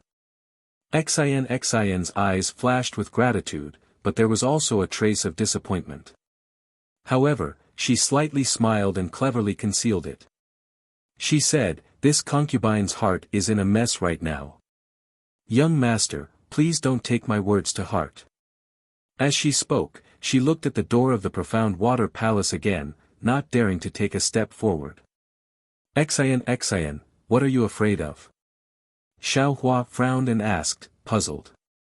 Alas. Xian sighed again. To tell you the truth, this concubine was born in a second-rank Confucian family in the hidden immortal continent. Since childhood, this concubine has enjoyed a luxurious life. Young master may not know the splendor and wealth that this concubine has enjoyed. Even the princess of a country may not be able to compare to this concubine. Oh, I don't know if young master has heard of the Cha Nu kingdom in the hidden immortal continent. The power behind that kingdom is a branch of my Xian clan. Their princess is simply not worthy of being in my Xian clan. Alas, this concubine is talking too far. When this concubine grew up and could cultivate, this concubine not only read all the ancient books in the clan, but also learned some Taoist magic by analogy. At a young age, this concubine entered the realm of refining essence into qi. When this concubine's cultivation was successful, the clan passed down my Xian clan's gold essence cultivation technique. This gold qi gathering art is very difficult to cultivate, and it has always been exclusively cultivated by the men in the tribe. However, in my hands, it is like a smooth path for me. The bottlenecks that many others encounter do not even exist in my eyes. Thinking back to that time, I really felt like I was a heavenly beauty. Your aptitude is much better than this little student's. Xiaohua couldn't help but sigh when he heard this. What's the use of having good aptitude? Cultivation is just cultivation, nothing more. A bitter look appeared on Xin's face, and she said, I wholeheartedly practiced, wanting to refine the gold chi into the 5 Chi's unification realm. So, I searched for ancient books and secret arts in the clan and even in the hidden immortal continent, wanting to see the mystery of Confucian cultivation. However, when I found a trace of truth that was buried in time, I found another big secret in the clan. At this point, Xin looked at Xiaohua. Presumably, young master already knows what this secret is, right? N. Xiaohua nodded. It's not like I have a pig's head. How could I not guess? Alas, I never thought that a second-rank aristocratic family would actually hide such filthy things. Xin sighed more than once. My father was originally a candidate for the position of clan head, but the current clan head, in order to fight for this position, actually tricked my father into coming here in the name of treasure hunting, and then used an immortal tool to suppress him. And in order to cover up his crime, he pretended to be fond of me. He never rejected my requests and agreed to all of them. If I didn't obtain the ink cloud pupil personally written by my father, how would I know the big secret of this world? Seeing the always strong Xin become so weak, and the bitterness in her heart poured out, Xiaohua couldn't help but take a deep breath and say, Poor Xin. I didn't think that you had so many difficulties in your heart. Previously, you hid so many secrets, and this little student thought that you coveted the immortal tool, but I didn't think. At this point, Xiaohua couldn't say anything more. He felt that he really let Xin down. Young master, don't blame yourself. Xin raised her head, tears in the corners of her eyes. It's all in the past. You just need to believe me from now on.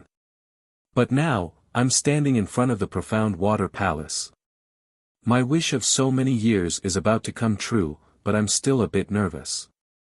I don't know what I'll be facing. Or will it all be for nothing? Or... Xin didn't dare to continue.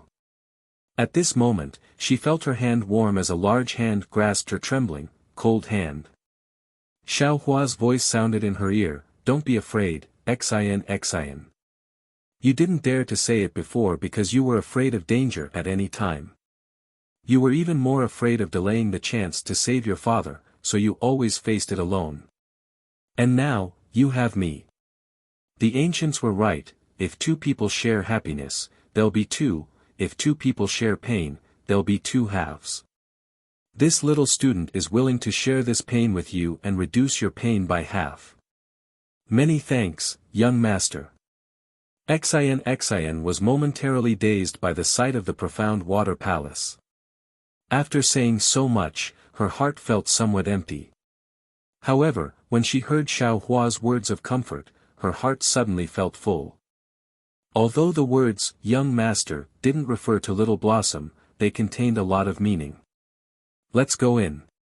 Xiaohua raised his head and narrowed his eyes. Since we're already here, we have to face reality. Even if it's an immortal artifact, this little student wants to flip it over and see what it's like. Young master, you're so bold.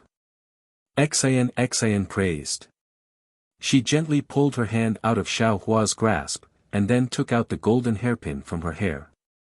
She smiled and said, however, young master only needs to help this concubine rescue Jiayan from the suppression of the immortal tool.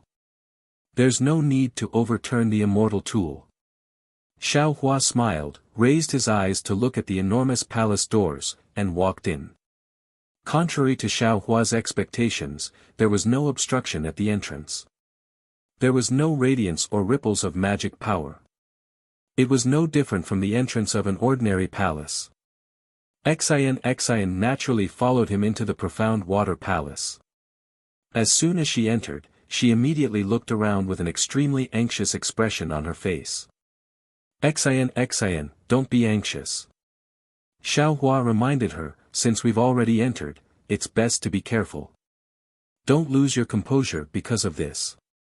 Xin took a deep breath and nodded, you're right, young master.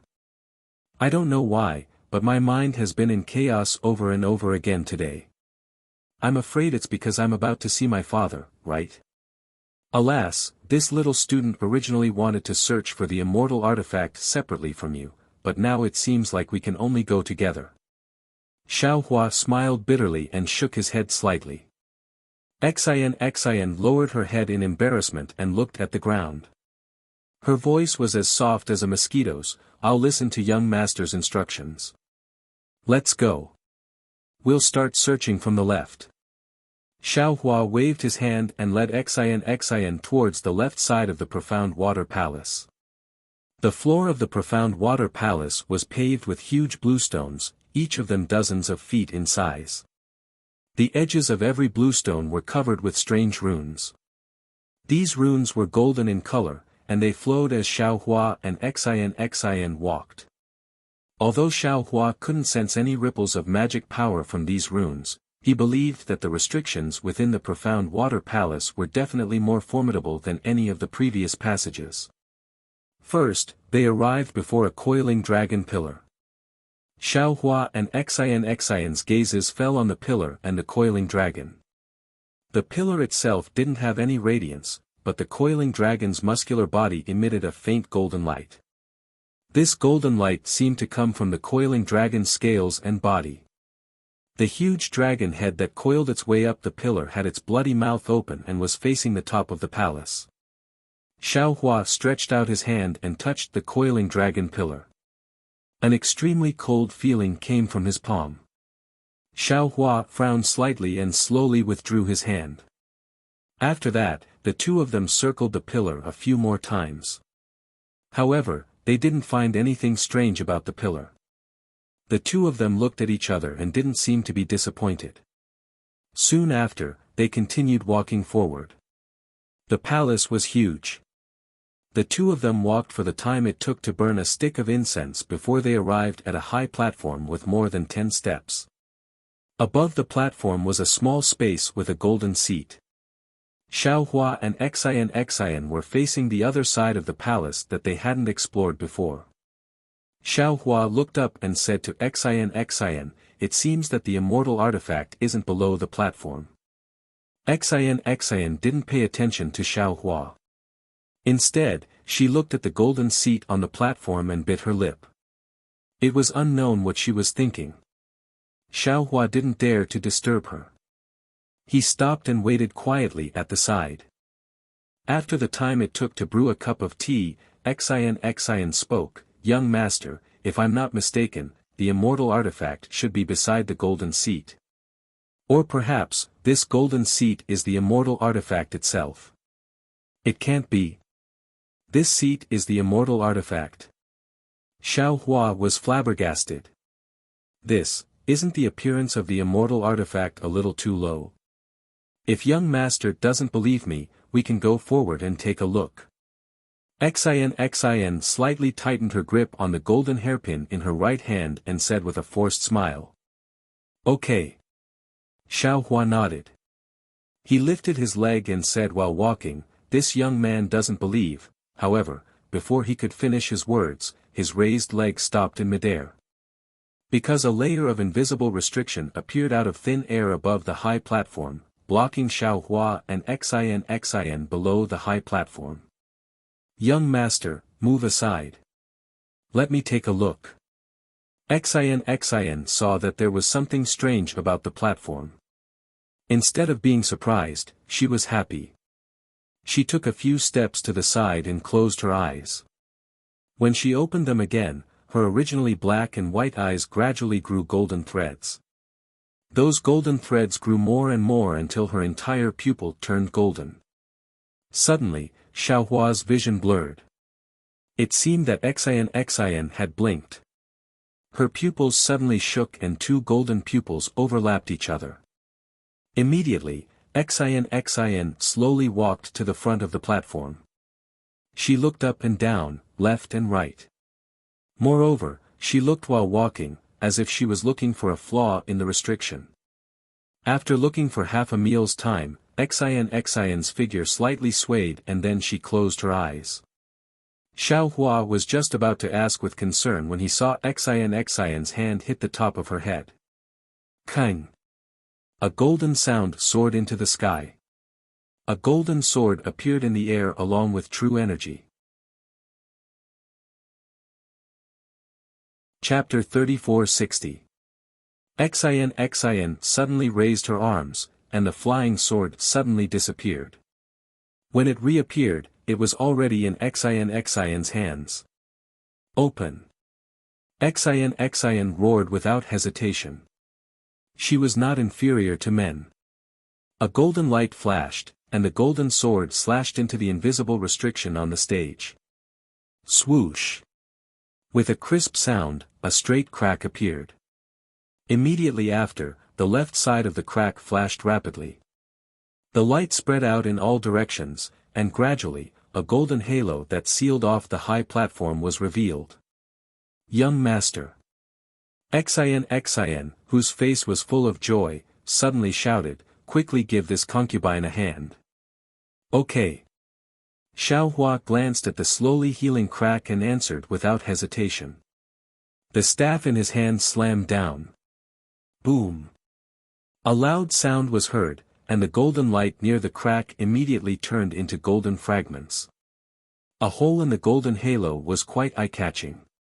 Young Master, quickly follow this concubine in. Xian seemed to be a little shy. She reached out and grabbed Xiao Hua's sleeve. She wanted to jump through the gap, but just as her figure flew up, she suddenly fell from the air. Xiao Hua's eyes were sharp and his hands were fast. His right hand held Xian's waist, and she floated into the gap like a fallen leaf. Many thanks, young master. Xian was very shy, and the golden color in her eyes had not faded. Xiao Hua very naturally looked into Xian's eyes, and a sharp pain like needles piercing his eyes came from them. Without waiting for Xiao Hua to scream, and without waiting for Xian to finish speaking, an unparalleled power, more violent than a flash flood, instantly submerged the two people. Xiao Hua was extremely frightened, and his body involuntarily trembled. His legs could not stand firm, and a deep fear was born from the bottom of his heart. At this time, Xiao Hua did not pay attention to the stinging pain in his eyes, and looked up with difficulty. The platform in front of him was very different from before. Above the golden throne, there was an oval mirror emitting a silvery white brilliance like a bright moon. This brilliance covered the entire platform, and that unparalleled power was emitted from this mirror. Following the brilliance, the entire platform was enveloped in this brilliance. Ah! Kunlun. Kunlun mirror. Xiao Hua was once again stunned. This was already the fourth Kunlun mirror he had seen, right? Plop. Just when Xiao Hua recognized the Kunlun mirror, a soft sound came from beside him. Xian could no longer support herself. Although the palace dress on her body was still emitting a golden jade brilliance, she still collapsed to the ground. The golden hairpin in her hand flashed a few times, but it was silent. Clearly, this golden hairpin was not an immortal tool. Puff. Xiao Hua's left leg slightly trembled, and he also knelt on the ground. Then, his right leg began to tremble rapidly. It was obvious that he could not hold on any longer. Roar! Xiao Hua roared as he waved the wishful staff, trying to resist. Unfortunately, the wishful staff hit the air and seemed to have no effect. Poof! Xiao Hua's hands and feet did not listen to him anymore. His other leg was also paralyzed, and the wishful staff was also thrown to the ground. Xiao Hua was speechless, his heart thumping. Damn, this is the real Kunlun mirror. Although no one is controlling it, even this Xiao's avatar is unable to stand in front of it. Young master. Next to him, Xian fell to the ground and said with difficulty, "It's all this concubine's fault for implicating young master. This concubine really underestimated this immortal tool. I didn't expect this immortal tool to be so powerful. With my cultivation, I can't even stand in front of this immortal tool." How can I save people? Hee hee. Xiao Hua also grinned bitterly, this young master is even more arrogant than you. He actually wants to take this immortal tool. Damn, this young master is really a frog at the bottom of a well. Young master has such ambition. One day, you will be able to take this immortal tool. This concubine believes. Xian also forced a smile. Xiao Hua looked up and said, in any case, at this time, except for the Kunlun mirror, there is nothing else. Your father doesn't seem to be here. Speaking of this, Xiao Hua did not know how to comfort her. After all, Xiao Hua was confident that he did not have the ability to take this immortal tool. Even if Xian's father was here to suppress it, he was afraid that he would be powerless. But since Xian's father was not here to suppress it, where could he be? Xian's disappointment could be imagined. Sure enough, Xian's face instantly paled. Two translucent crystals flashed in her eyes. She opened her mouth as if she wanted to say something, but thousands of words and indescribable worries only turned into a sigh. It was as if a mountain was pressing down on Xiao Hua's body. He could not move at all. Fear grew in his heart. At this time, not only was Xian's hope of finding her father dashed, even his hope of escaping from the mysterious water palace had become slim. How do I get out? Xiao Hua turned his head and swept his gaze over the entire platform. He thought to himself, this Blackwater Palace is a complete palace. It only has one entrance, and this platform is the end of the palace. If there are any exits, they'll all be on this platform. But there is only one golden chair on the platform. Perhaps, like the Misty Cloud sect, that chair is a transportation array. Thinking of this, Xiao Hua came to a realization. At this time, Xian whispered again, young master, this concubine still has a secret method to activate the golden hairpin. Perhaps it can send you to the golden chair. This concubine has pondered for a long time. Perhaps this golden chair is the secret passage to leave the mysterious water palace. If this young master leaves, what will you do? Can you leave with this young master? Xiao Hua did not answer, but asked directly. Xian's face became distressed. It's all this concubine's fault. This concubine doesn't know whether Cai Hui and Great Master Gu Zhen are dead or alive, but this concubine is willing to send you out. No need. Xiao Hua sneered. He clenched his fists and shouted, this young master has his own methods. Let this young master see how powerful this unmanned immortal weapon is. Young master. Xian turned pale with fright. She hurriedly said, young master, don't force yourself. However, Xian's words were too late. Xiao Hua's body flashed with golden light. Under the suppression of the immortal weapon, the golden light had become extremely thin. However, as the golden light shone, Xiao Hua slowly stood up. At the same time, he used the reflection of heaven and earth mystique. His transcendence golden body expanded inch by inch, rise. Xiao Hua stretched out his hand and grabbed Xian's arm. With another roar, he swung his arm and threw Xian towards the golden chair. Young master. Xian's eyes were filled with tears. Dong. Xian's body hit the golden chair. Then, she powerlessly slid back onto the chair. However, to Xiao Hua's surprise, not only did the Kunlun mirror in midair not move, but the golden chair itself also did not move. There must be something wrong with the golden chair. Xiao Hua's transcendence golden body had been formed. Now, he was slowly walking in the immortal weapon's power. The pair of eyes on his expressionless face moved slightly. When Xiao Hua raised his head and saw the Kunlun mirror floating above the golden chair, his heart skipped a beat. With a wave of his hand, the ice sea mirror flew out from the space. Wang. When the ice sea mirror flew out of the space, a loud roar immediately sounded. Three-colored brilliance instantly rushed out from the ice sea mirror without Xiaohua's urging. The tricolored light went straight into the Kunlun mirror. The entire mirror surface of the Kunlun mirror was like boiling water. Rings of seven-colored light rushed out of the mirror surface as if they were overflowing, and spun around the entire platform. Dong! Suddenly, as if a huge hammer hit the Kunlun mirror shook heavily. A silver-white brilliance rushed out from the bottom of the seven-colored brilliance and directly fell on the ice sea mirror. Like an ice cube that saw sunlight, the ice sea mirror instantly disappeared, leaving behind only a three-colored ball of light. And these three balls of light flew back to the Kunlun mirror like young swallows returning to their nest. Xiaohua watched all of this with his eyes wide open. His connection with the ice sea mirror had been cut off the moment the ice sea mirror flew out of the space. 111. The three balls of light fell into the Kunlun mirror. The Kunlun mirror boiled again.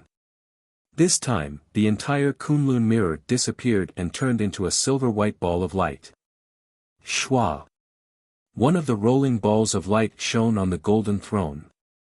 The golden throne also emitted a brilliance. When a golden halo appeared, Xian, who was inside, disappeared. Good! Seeing this, how could Xiaohua not know that the Kunlun mirror and the golden throne were the key to leaving the mysterious water palace? Xian must have been teleported out. Looking at the halo that was still revolving around the golden throne, Xiaohua hurriedly walked over and finally stepped into the halo before it disappeared. The moment the halo touched Xiaohua's foot, it immediately revolved along Xiaohua's transcendence golden body. With every inch it revolved, Xiaohua's transcendence golden body disappeared. In just a few breaths, the halo rushed to the top of Xiaohua's head, and his transcendence golden body completely disappeared. Where is this? No, this is not Sage Jiangwei. This is where the mysterious water palace just came from. Xiaohua felt dizzy, just like when he was in the teleportation formation. When he opened his eyes, he was dumbfounded. Looking at the familiar triangular mirrors around him, he complained inwardly. Wasn't this the mirror that Xiaohua, Xian, Ci Hui, and Guzhen used to avoid the mysterious water ancient beast? Could it be that the Kunlun mirror didn't teleport me out? Xiaohua recalled his avatar and looked around with doubt. What is this? Xiaohua's gaze had just moved away from the mirror when he saw a treasured sword flashing with a milky white brilliance. This treasured sword was more than 9 feet long, and the hilt was 1 foot long. There were dragon and phoenix patterns on it, and a fist-sized heart-shaped object was at the end of the hilt. The blade of the treasured sword was 8 feet long, but it didn't look sharp. In fact, it didn't even seem to be sharpened. There were no spikes at the tip of the sword, only an oval shape. Chapter 3461. The Son of Heaven's Sword. Although this treasured sword didn't show that it was the Son of Heaven's sword, Xiaohua's eyes saw the long sword's great craftsmanship. In his heart, he immediately understood that this must be the Son of Heaven's sword, the Son of Heaven's sword that shook the 9 provinces. So the Son of Heaven's sword was hidden here. Perhaps this is the true profound water palace. Xiaohua pondered as he spoke, his gaze once again moving downwards. The Son of Heaven's sword light was very quiet, but it also had a kind of absolute dominance. A sword light as thick as a thumb pierced through space and rushed down. Far below the Son of Heaven's sword, where it had almost left the surface of the mirror, there was no light. It was like an abyss. There, the Son of Heaven's sword light transformed into a faint sword of light. Below the sword of light was an extremely dim golden sword of light. The tip of the sword was pointed upwards, resisting the sword of light with all its might. Although Xiaohua didn't know what the golden sword of light was, he understood when he saw Xian's faint figure beside it. This was where Xian's father was suppressed by the immortal artifact. The immortal artifact suppressed was none other than the Son of Heaven's sword. Not only was there an immortal artifact in the mysterious water palace, but there were two of them. Io, what's going on? Why isn't the Son of Heaven's sword as powerful as the Kunlun mirror? Xiao Hua suddenly realized. Also, I can use my divine will. Thinking of this, Xiao Hua didn't have time to think anymore. He hurriedly used the wind escape technique to fly down, which was the place he had just flown a few hundred feet. Gotcha. A series of crisp sounds came from above his head, all around him, and under his feet. The triangular mirror surface flashed with silver-white brilliance one after another. In the end, the entire space turned into an extremely smooth mirror surface. The Kunlun mirror. Xiao Hua looked at the incomparably huge mirror surface and a familiar feeling arose from the bottom of his heart. This is inside the Kunlun mirror. I understand now. There is indeed only one immortal artifact in the mysterious water palace, and that is the Kunlun mirror. The Son of Heaven's sword is inside the Kunlun mirror. Xiao Hua suddenly realized. Young Master. At this moment, Xian transmitted her voice filled with surprise and excitement. Xian. Xiao Hua also responded and sped down. When he saw the situation of the golden sword, he couldn't help but suck in a breath of cold air. It was a huge sword that was hundreds of feet tall. The huge sword looked very simple and unadorned. The huge sword constantly emitted a golden sword light. The sword light was like tiny flying swords, but when these flying swords rushed out of the huge sword, they were immediately pierced by the Son of Heaven's sword and completely disappeared. Looking into the giant sword, there was an extremely dim and huge figure hidden within. This figure was an old man with golden hair and beard. The old man's hair and beard fluttered in the wind, and his eyes were tightly shut. Although the expression in his eyes could not be seen clearly, his tightly shut lips, his slightly clenched teeth, and the Sichuan character between his eyebrows showed the old man's unyielding and fighting spirit. Sword Transformation Realm. Xiao Hua's eyes narrowed as he scanned the giant sword with his divine sense. Young Master. Xian bit her lips, her face flushed with surprise. She looked at Xiao Hua and said in a low voice, "This is my father. I didn't expect that he would be suppressed by the Son of Heaven's sword. Do you have a way?" Xiao Hua asked straightforwardly. Xian's eyes were filled with deep sorrow, and she almost choked with sobs as she said, "Young Master, you don't know, but my Xian family's ancestral gold qi unification technique is restrained by the Son of Heaven's sword. From my father's situation, he couldn't resist the Son of Heaven's sword qi and was forced to transform into a sword. There's a saying in the sect, once you transform into a sword, you will be immortal for all eternity. Without the Gung Earth, 10,000 years will become nothing. Only my father can protect himself now. Without the help of the Gung Earth, I'm afraid, he will forever be a sword. Whether it's the Gung Earth or not, I don't know." Xiao Hua was a little anxious. "I only know that if I don't save your father from the suppression of the Son of Heaven's sword, even if you find the Gung Earth, I'm afraid it won't be of any use." Xian hurriedly shouted, "Young Master, you don't know, but my greatest reliance is the golden hairpin, and the golden hairpin isn't of the earth attribute. Before young Master came over, I had already thought about it. Unless there's a great master who can refine true qi to the earth qi unification realm and use the Gung Earth to awaken my father, then I will activate this golden hairpin. Only then can we help my father escape, otherwise. I'm afraid I can only rely on the Son of Heaven's sword." The Son of Heaven's sword? Xiao Hua raised his eyes to look at the Son of Heaven's sword floating high in the sky. The sword light was incomparably peaceful, far less fierce than the Kunlun mirror from before. He couldn't help but have an idea in his heart. Xian was worried about her father, but now she was helpless. Seeing Xiao Hua looking at the Son of Heaven's sword, she didn't know what to feel. She hoped that Xiao Hua could break the suppression of the Son of Heaven's sword so that she could save her father. But she also understood that although Xiao Hua's strength far exceeded her expectations, he might not have the ability to break the Son of Heaven's sword. If he wasn't careful, he might even end up dying. Young Master. Xian thought for a moment and couldn't help but shout, "This Son of Heaven's sword looks very gentle, just like the teachings of our Confucian cultivators.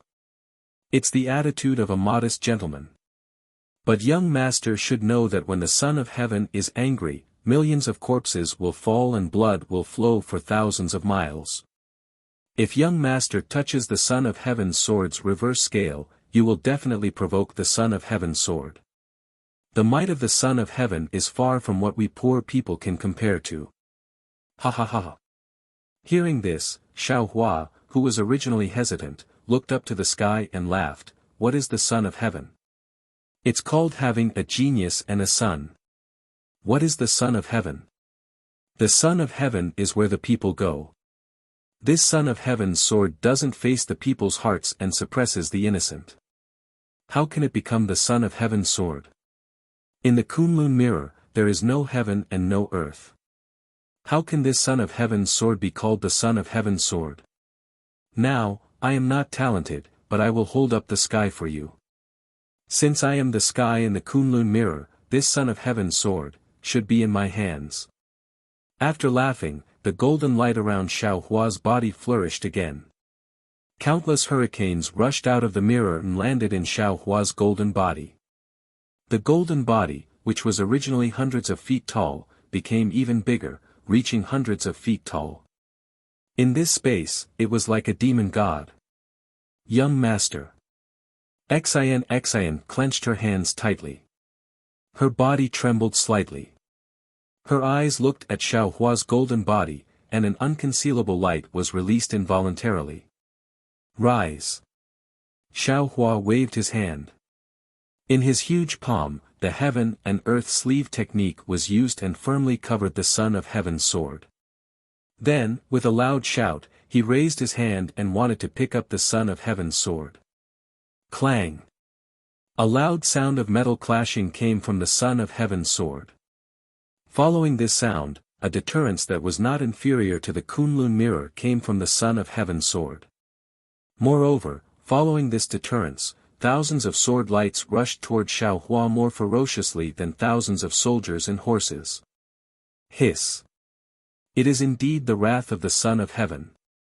Xiao Hua sucked in a breath of cold air and slapped his forehead.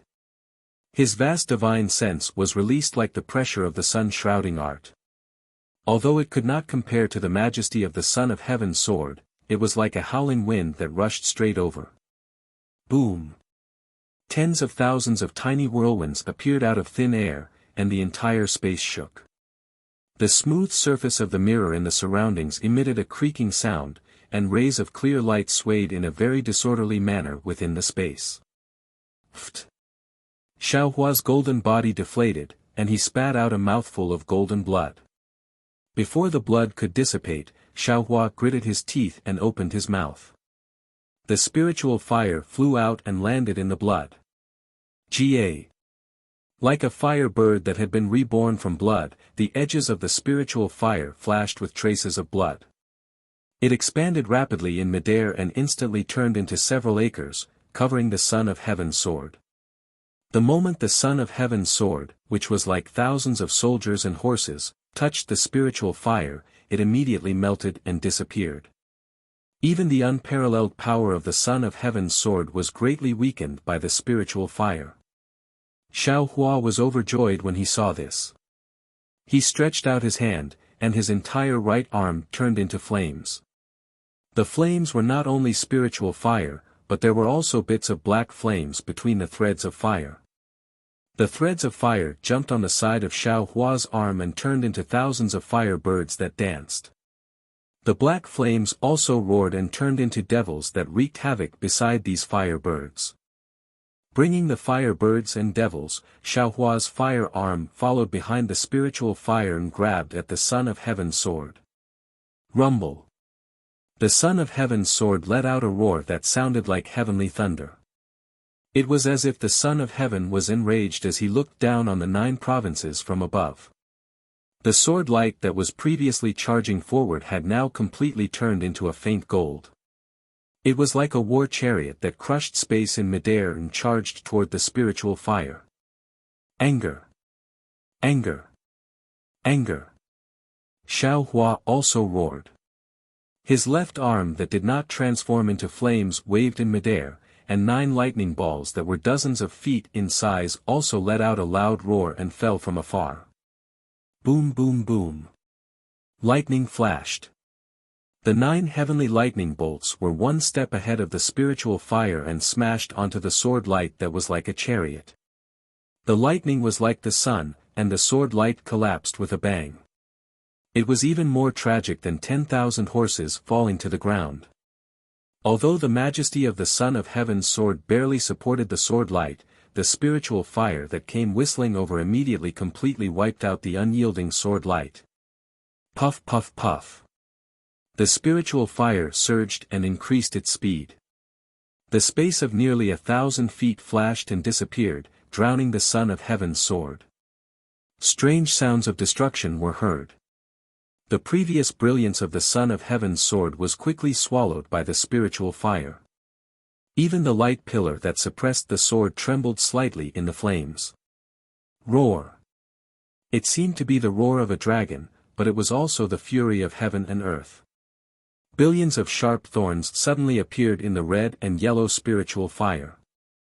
These sharp thorns were like swords, releasing a golden brilliance. As soon as they appeared, they immediately covered the entire spiritual fire. Xiao Hua's spiritual fire, which had always been invincible, was instantly pierced by these light thorns.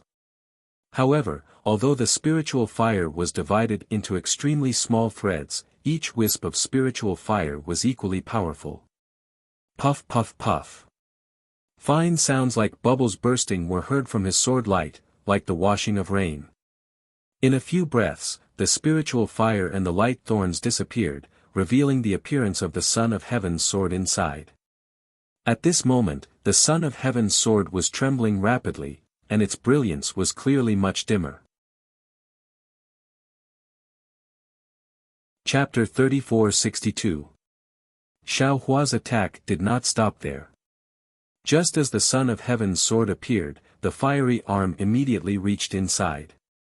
The two-colored flame burned the space around the Son of Heaven's sword until it was abnormally distorted. The Son of Heaven's sword could no longer calmly float in its original spot.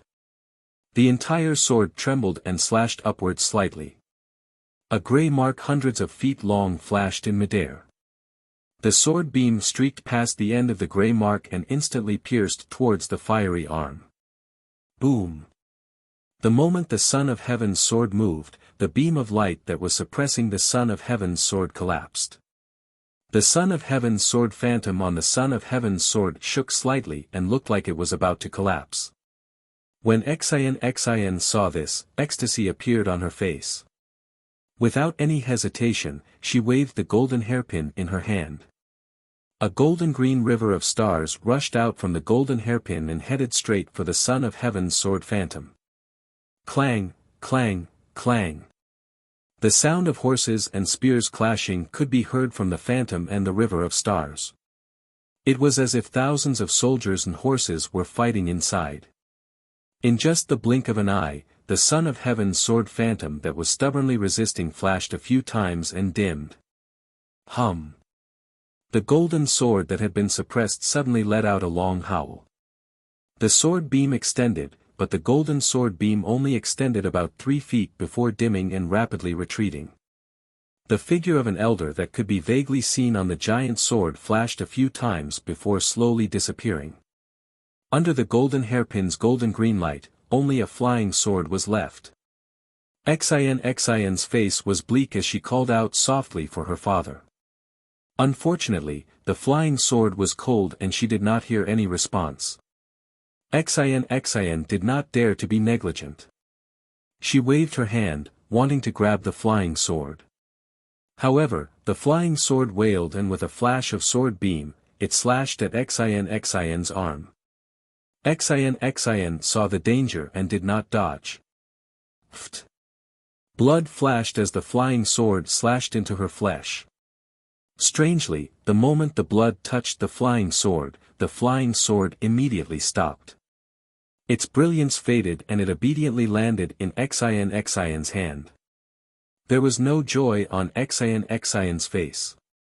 She carefully hugged the flying sword and looked up at the sky.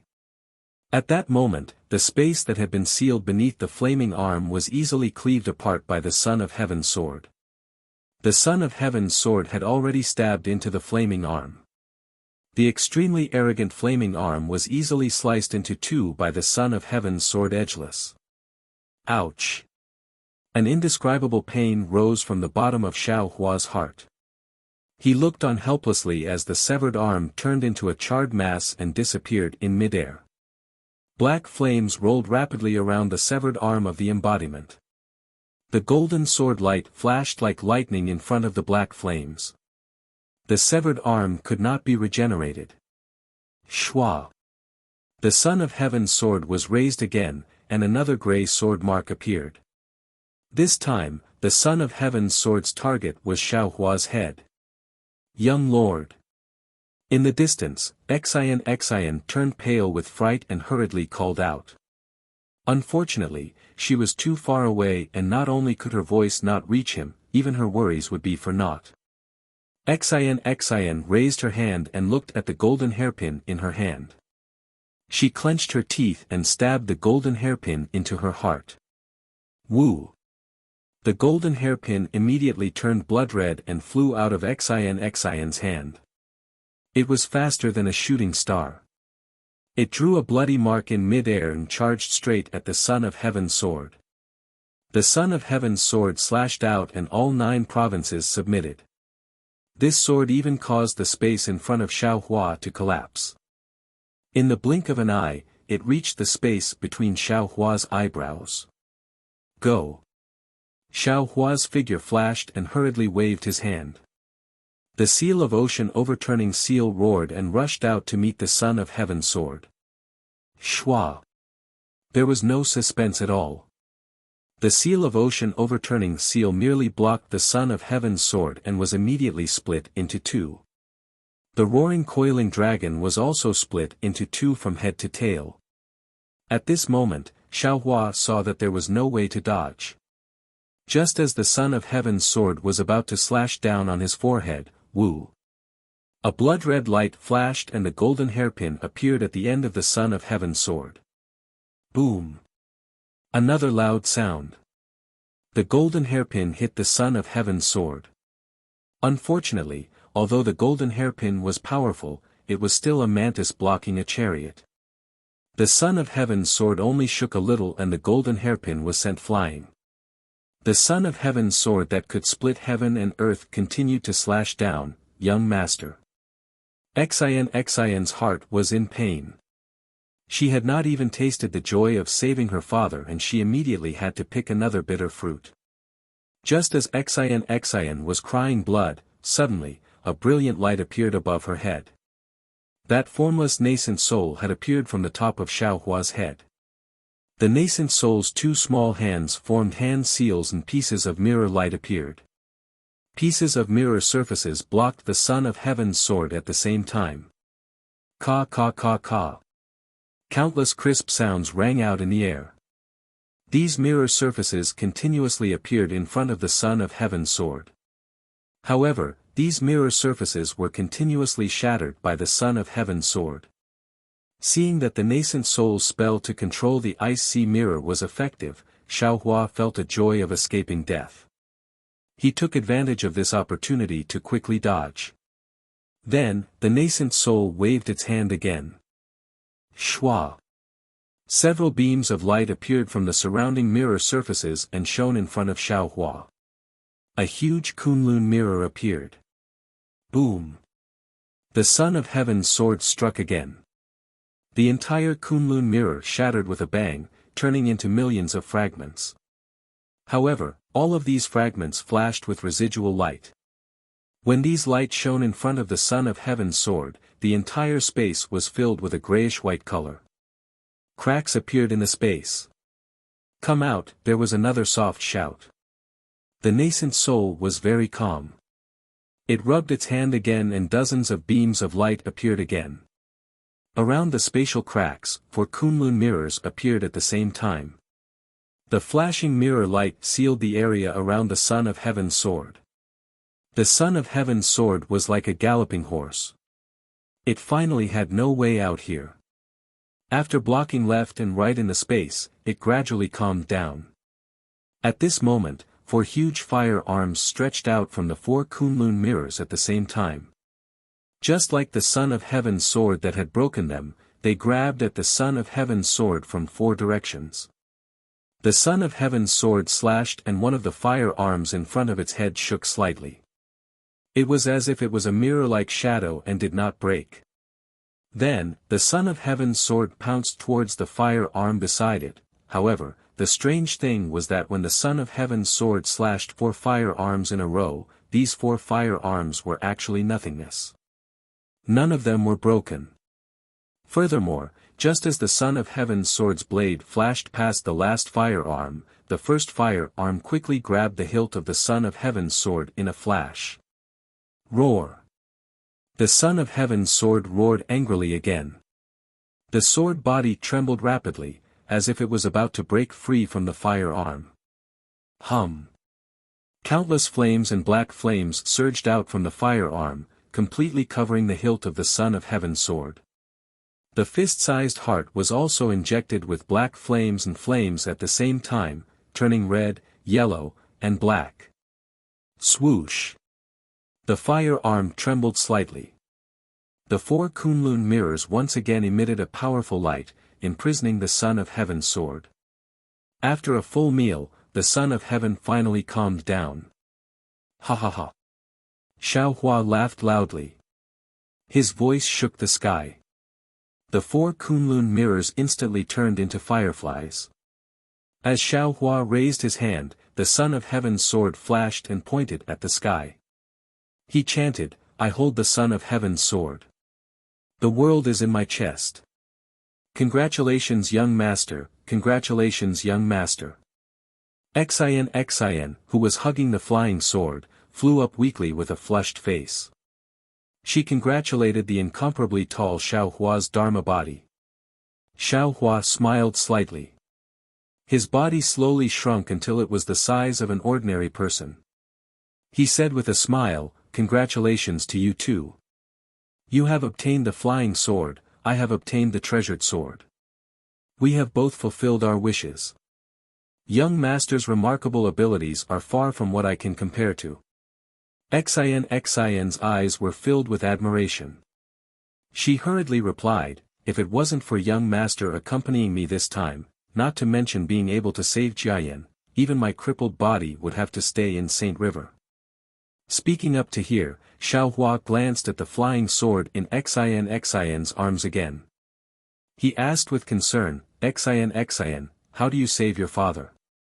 I don't know if I can help." Speaking of her father, a trace of worry appeared on Xin's face.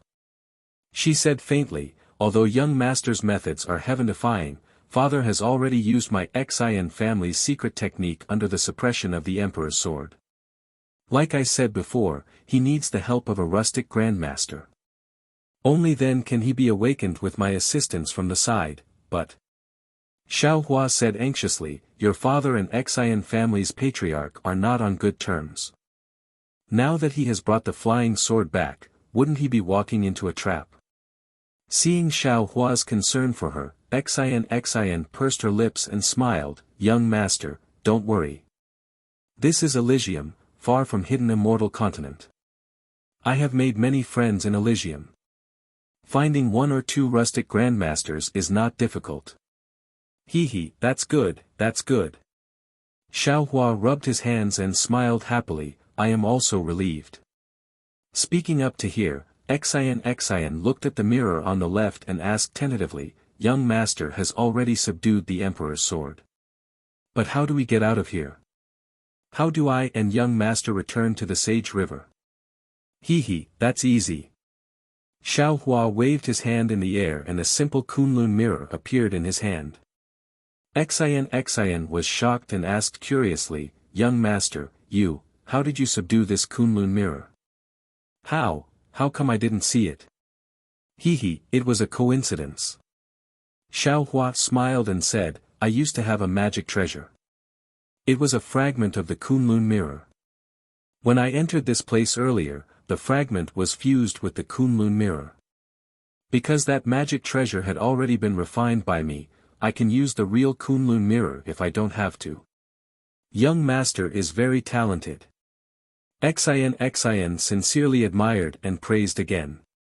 Xiao Hua raised the Kunlun mirror and spat a mouthful of clear air on it. The Kunlun mirror shot out a misty blue light and landed in the air. A passage appeared in front of Xian. Xiao Hua put away the Kunlun mirror and stretched out his hand with a smile, let's go, I will send you out. Yes, thank you for your trouble, young master. Xian replied. Her face blushed. She slightly hesitated and sent her soft hand over. Holding Xiao Hua's hand, she stepped into the passage with Xiao Hua. The passage was actually very short. Before the warmth of Xian's soft hand could warm Xiao Hua's heart, a cool breeze blew in front of his eyes and a mist of water hit his face. The two of them had already reached the Sage River. Chapter 34-63. The Saint River was still the same Saint River. The thousands of whirlpools on the river were still spinning. However, the sun was already high in the sky. The golden sun shone on the river, making people dizzy just by looking at it. Alas! Xian reluctantly pulled her hand out of Xiao Hua's hand. She looked down at the river and sighed, for people agreed to enter the river, but only 2 returned.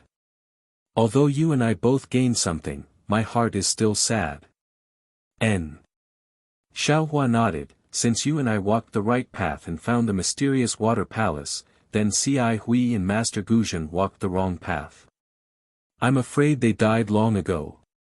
The dead are gone, and the living want a better life. Xian, I have something urgent to do, so I'm afraid I can't go with you to find them. I never thought of asking you to go. Xian was a little angry and threw her hand out of Xiao Hua's hand, now that we're here, I still don't know your name. How can I dare to let you go with me? This. Xiao Hua was very embarrassed, and said with a smile, actually, I already told you before, but you didn't care. Oh. When? How come I didn't know?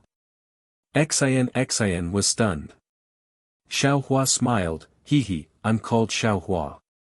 Xiao as in Xiao Hua, Hua as in Xiao Hua. Didn't I already tell you? Xiao Hua. Xiao Hua. Xian couldn't help but laugh.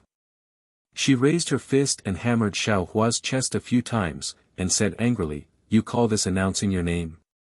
Xiao Hua felt sweet in his heart, as if he was enjoying it very much. After a moment, Xian's neck turned red. She took out a white flower similar to Xine and handed it to Xiao Hua, saying, Xiao Gongzi, this is this concubine's keepsake. This concubine won't tell you where my Xine family is. After all, this concubine doesn't know how to get along with the Xine family in the future. If you want, you can go to the Cha New Kingdom to find this concubine.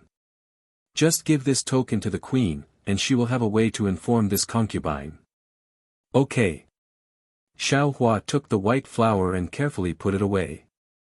Xine waved her hand, and the strange black and white bird flew out.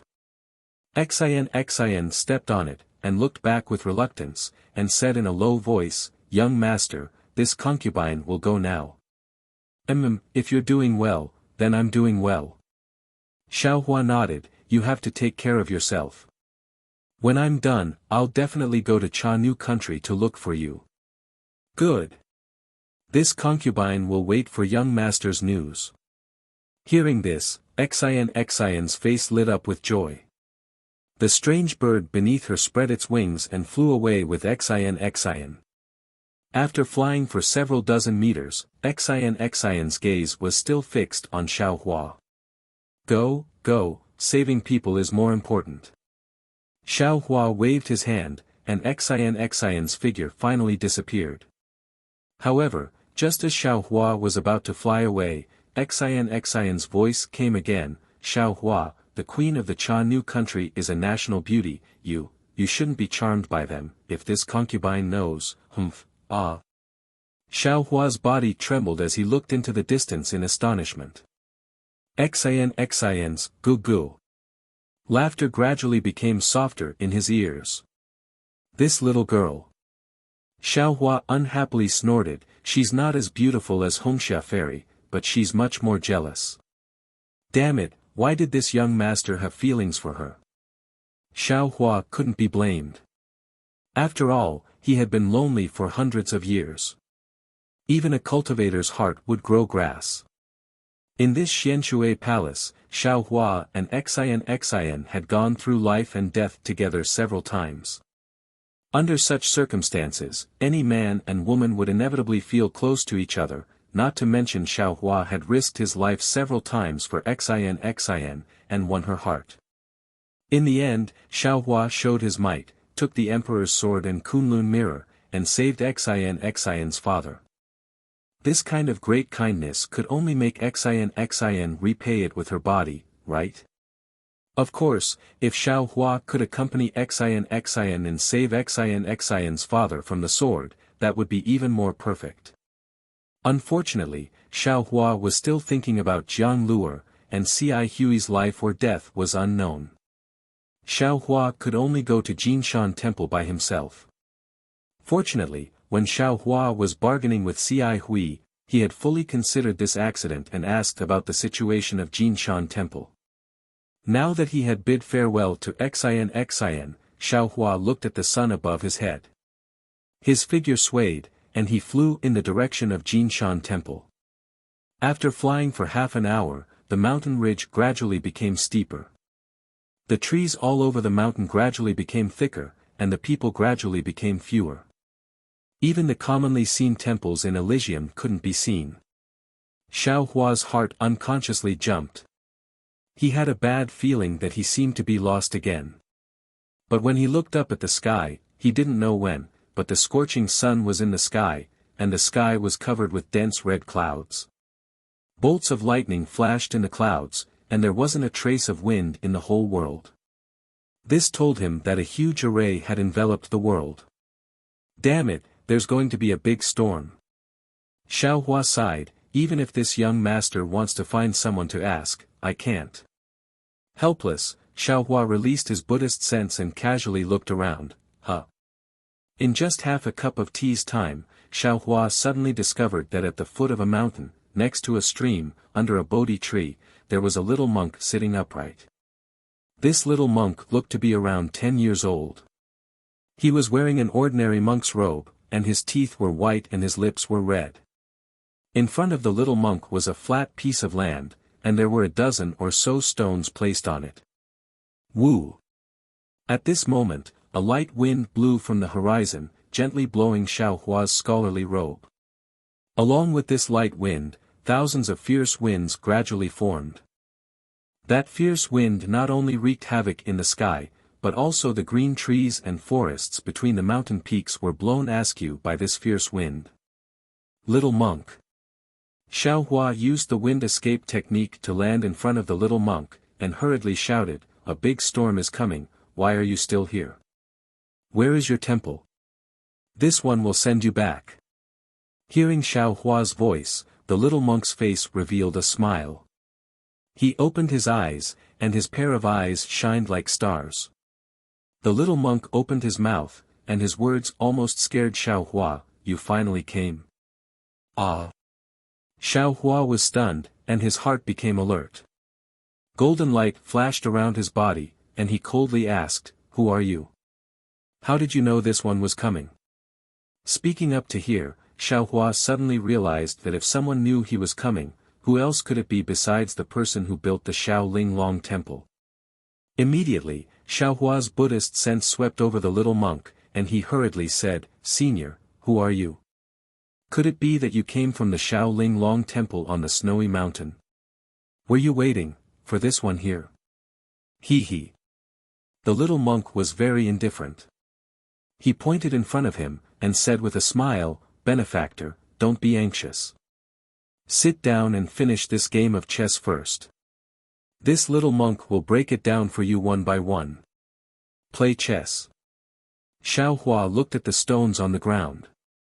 Sure enough, these stones were divided into two halves, and there were also some lines drawn under the stones. Senior is in a good mood. Xiao Hua didn't dare to relax. He cupped his hands and said, "However, at this time, a storm is coming.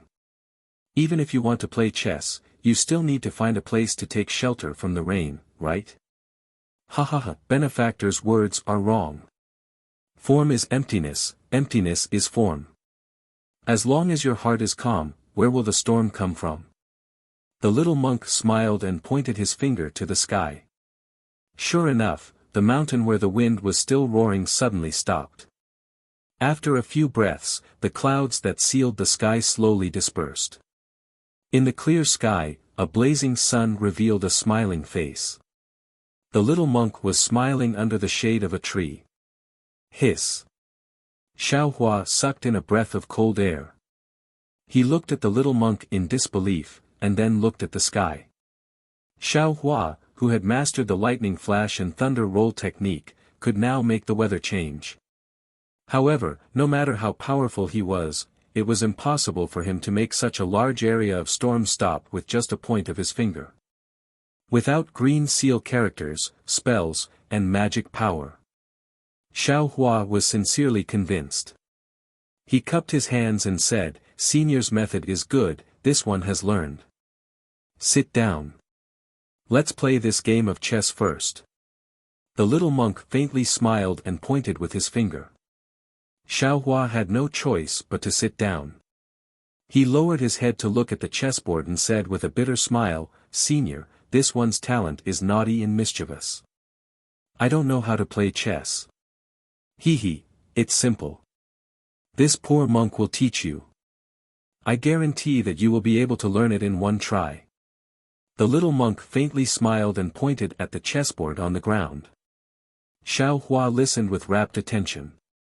After a short while, he understood. There were only a dozen chess pieces on the ground, and they were divided into two groups. Moreover, the lines on the ground were limited. No matter how difficult it was easy for a cultivator like Xiao Hua. "Senior." Xiao Hua frowned and said, It's that simple. It's that simple." The little monk raised his hand, picked up a stone and threw it forward. It landed on one of the intersections. He casually said, "It's your turn." "Okay." Xiao Hua lowered his head and stretched out his hand. Just as he was about to pick up a stone from his side, he glanced at it and asked curiously, "Senior, why is there one missing?" "Oh, that's right." The little monk raised his eyes and looked. He couldn't help but become slightly angry. This Wang Bianfei is too shameless. He actually took away the chess piece. No wonder he won against this poor monk yesterday. Wang Bianfei. Xiao Hua was stunned. He asked curiously, "Senior, who is this?" "Don't care about him." The little monk looked left and right. He didn't see any stones. He simply used his hand to touch his chest and took out a black triangle. He threw it to Xiao Hua and said, "Use this as a chess piece." "No need. Senior, I have one here." Xiao Hua caught the triangle. He waved his right hand and picked up a stone from a distance and placed it on the ground. The little monk waved his hand generously and said, "I'll give this to you." "Oh. Okay." Xiao Hua looked at the heavy triangle in his hand.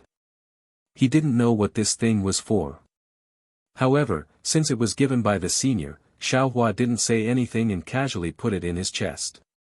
He looked at the chess pieces on the ground and very carefully picked one up and threw it on the ground. The so-called way of chess, the rules were very simple. However, it was very difficult to master it. The little monk seemed to be very familiar with this chessboard. He casually broke the move that Xiao Hua had been thinking about for a long time. In just a short moment, Xiao Hua was defeated by the little monk. Chapter 34-64. Senior's chess skills are exquisite. This one is unable to catch up to you. Xiao Hua arranged the chess pieces and said with a smile. Then, he looked at the small monk and quietly listened to the small monk's analysis. Unexpectedly, the small monk pointed his finger and said, "You can only comprehend the mysteries of chess when your heart is undistracted. How can you beat this poor monk if your heart is distracted?" Again. Oh. Okay. Xiao Hua looked at the unfathomable small monk and thought for a moment. Then, he raised his hand and began to play according to the small monk's rhythm. The second game was naturally Xiao Hua's loss. However, the situation was much better and the time taken was much longer. Seeing the small monk beaming with joy seemed very satisfying.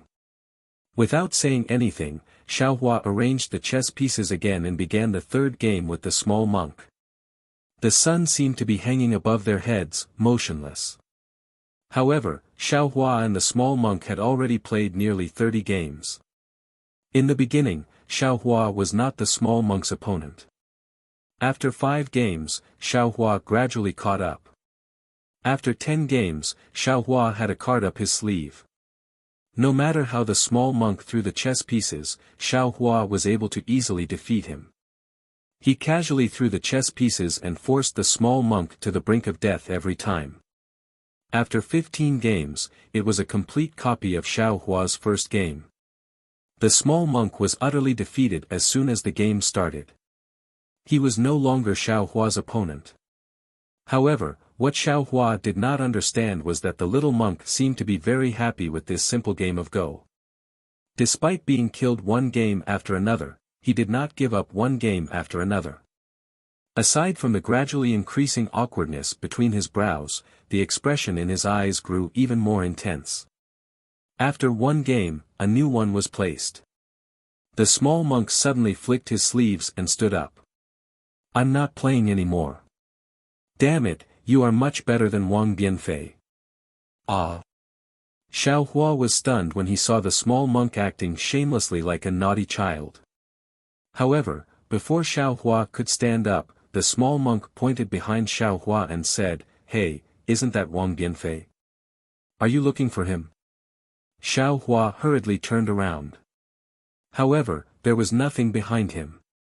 In the distance, there were still specks of light in the forest. Where was the figure of a person?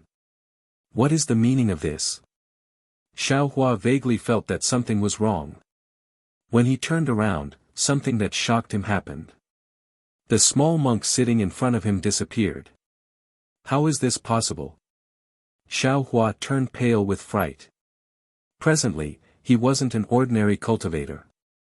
He was a nascent soul grandmaster of the Tao sect and a 5-foot golden lotus realm of the Buddhist sect. Which one of his cultivations wasn't enviable? However, this little monk had actually quietly disappeared in front of him. Xiao Hua didn't feel anything at all. How could he not be surprised? What level had this little monk's cultivation reached?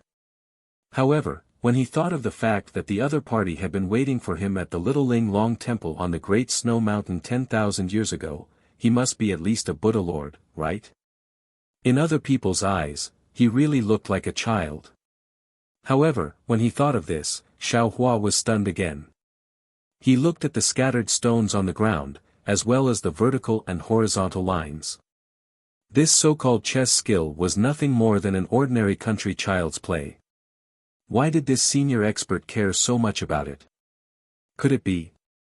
Xiao Hua suddenly thought of a possibility and hurriedly reached out to take out the black triangle from his bosom. Sweeping it with his divine sense, he unexpectedly discovered that this object was not ordinary. This is a Buddhist treasure. Xiao Hua immediately understood. This little monk was probably waiting here for this object. Immediately after, Xiao Hua used his Buddhist sense to take a look. However, he still couldn't see anything. In the end, he used his Dharma eyes to see that this black triangle hid a thumb-sized chess piece. It really is a chess piece. This senior is unfathomable. Xiao Hua closed his Dharma eyes. He was truly convinced. Immediately after, Xiao Hua bowed towards the sky. I am Bodhi. Thank you Buddha Lord for bestowing this treasure. He. Suddenly, a light laugh came from afar. Wasn't that the voice of the small monk? Xiao Hua hurriedly released his Buddhist sense and scattered it towards that direction. Oh. Why is there a child here?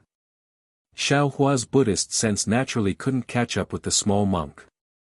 However, 100 li away from the Buddhist sense, he saw a child who wasn't even 10 years old. He was holding a charcoal pencil and sitting cross-legged in front of a flower and tree that was taller than a person. He was drawing something on the ground in front of him stroke by stroke.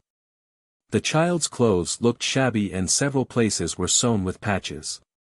He was also carrying a small embroidered bag on his back. Although this embroidered bag was sewn with needle and thread and rags, it was very clean. Just as Xiao Hua was about to withdraw his Buddhist sense, a person who looked like a servant quickly walked over from the valley not far from the child. Seeing the child, he hurriedly shouted, Wang Bianfei, why are you here? Quick, Lord Wang is looking for you. Wang Bianfei.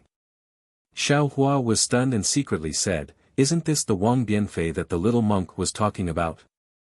Soon after, Xiao Hua's eyes turned and he leaped into the sky and flew towards the place where Wang Bianfei was. When he flew closer, Xiao Hua could already see clearly that this was a small mountain village built in the middle of several mountains.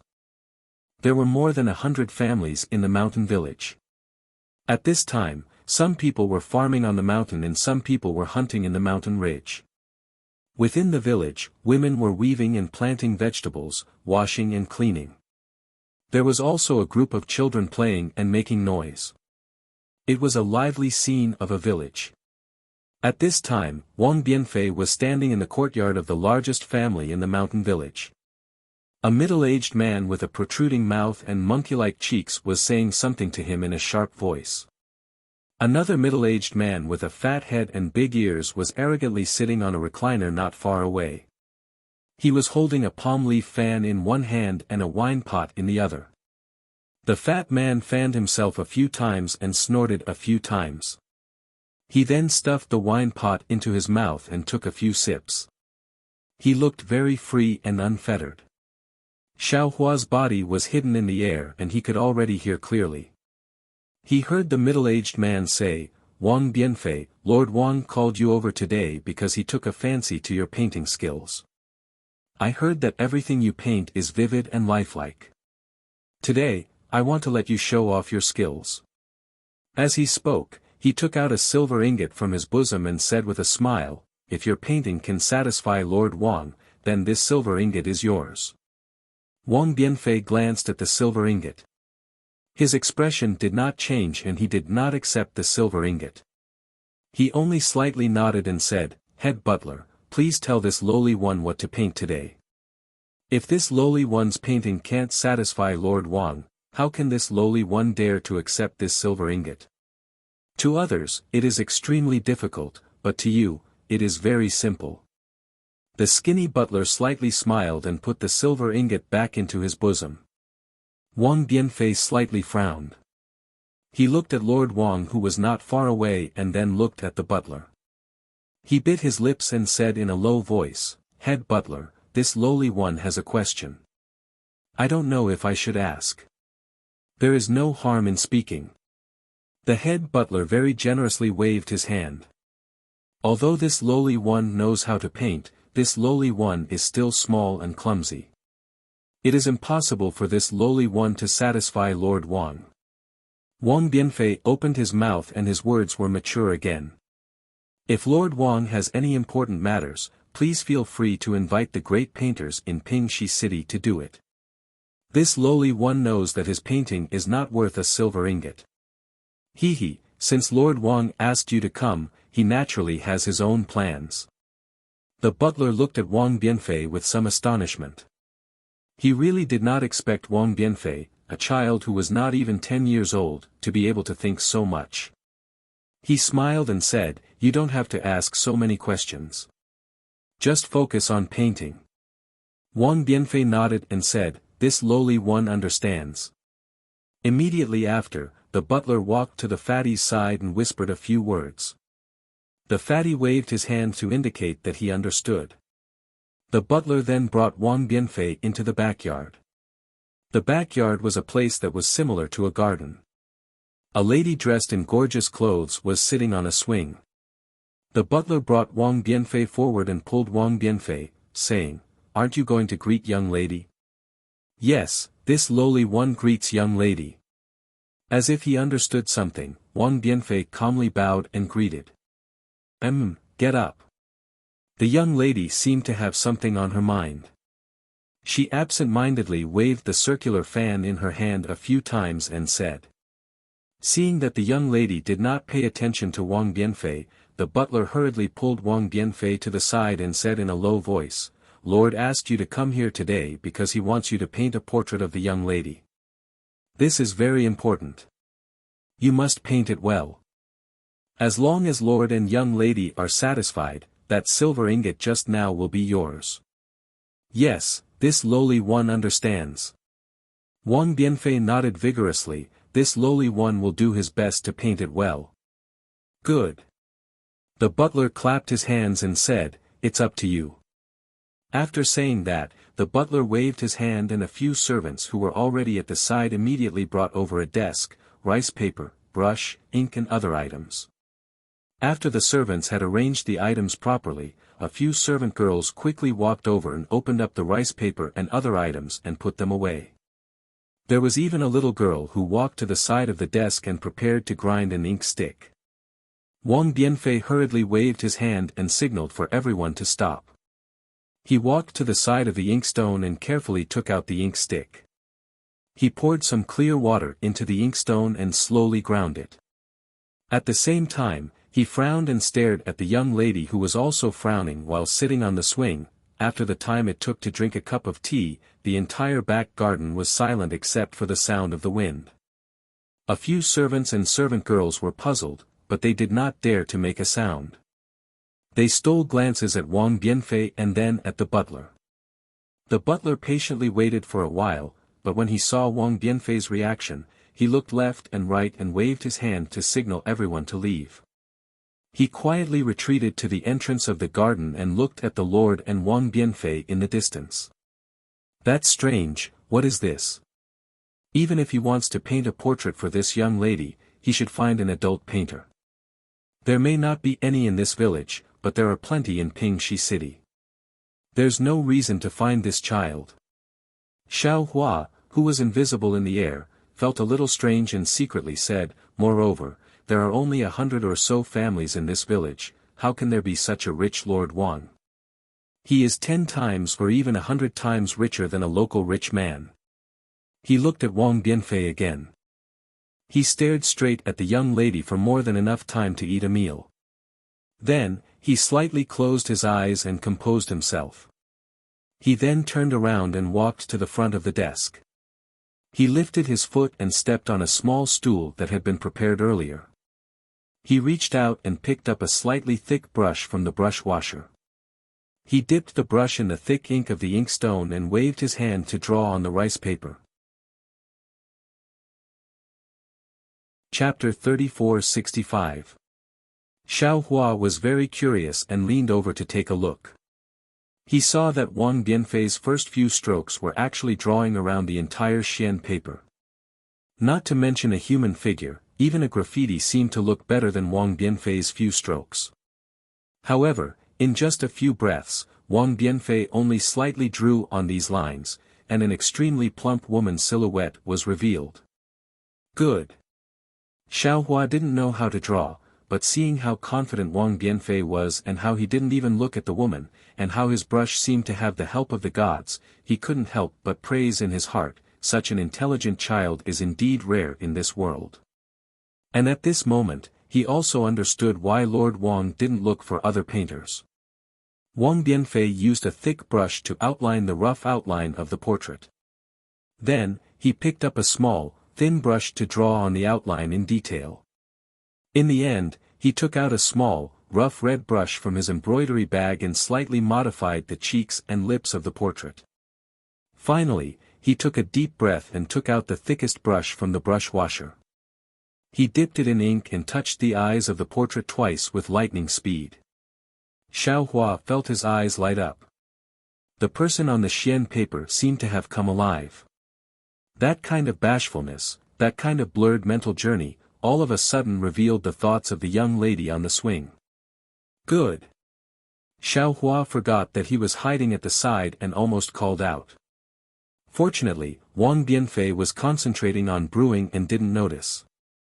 When he put away the brush, he raised his head and called out, "Housekeeper, I'm done drawing."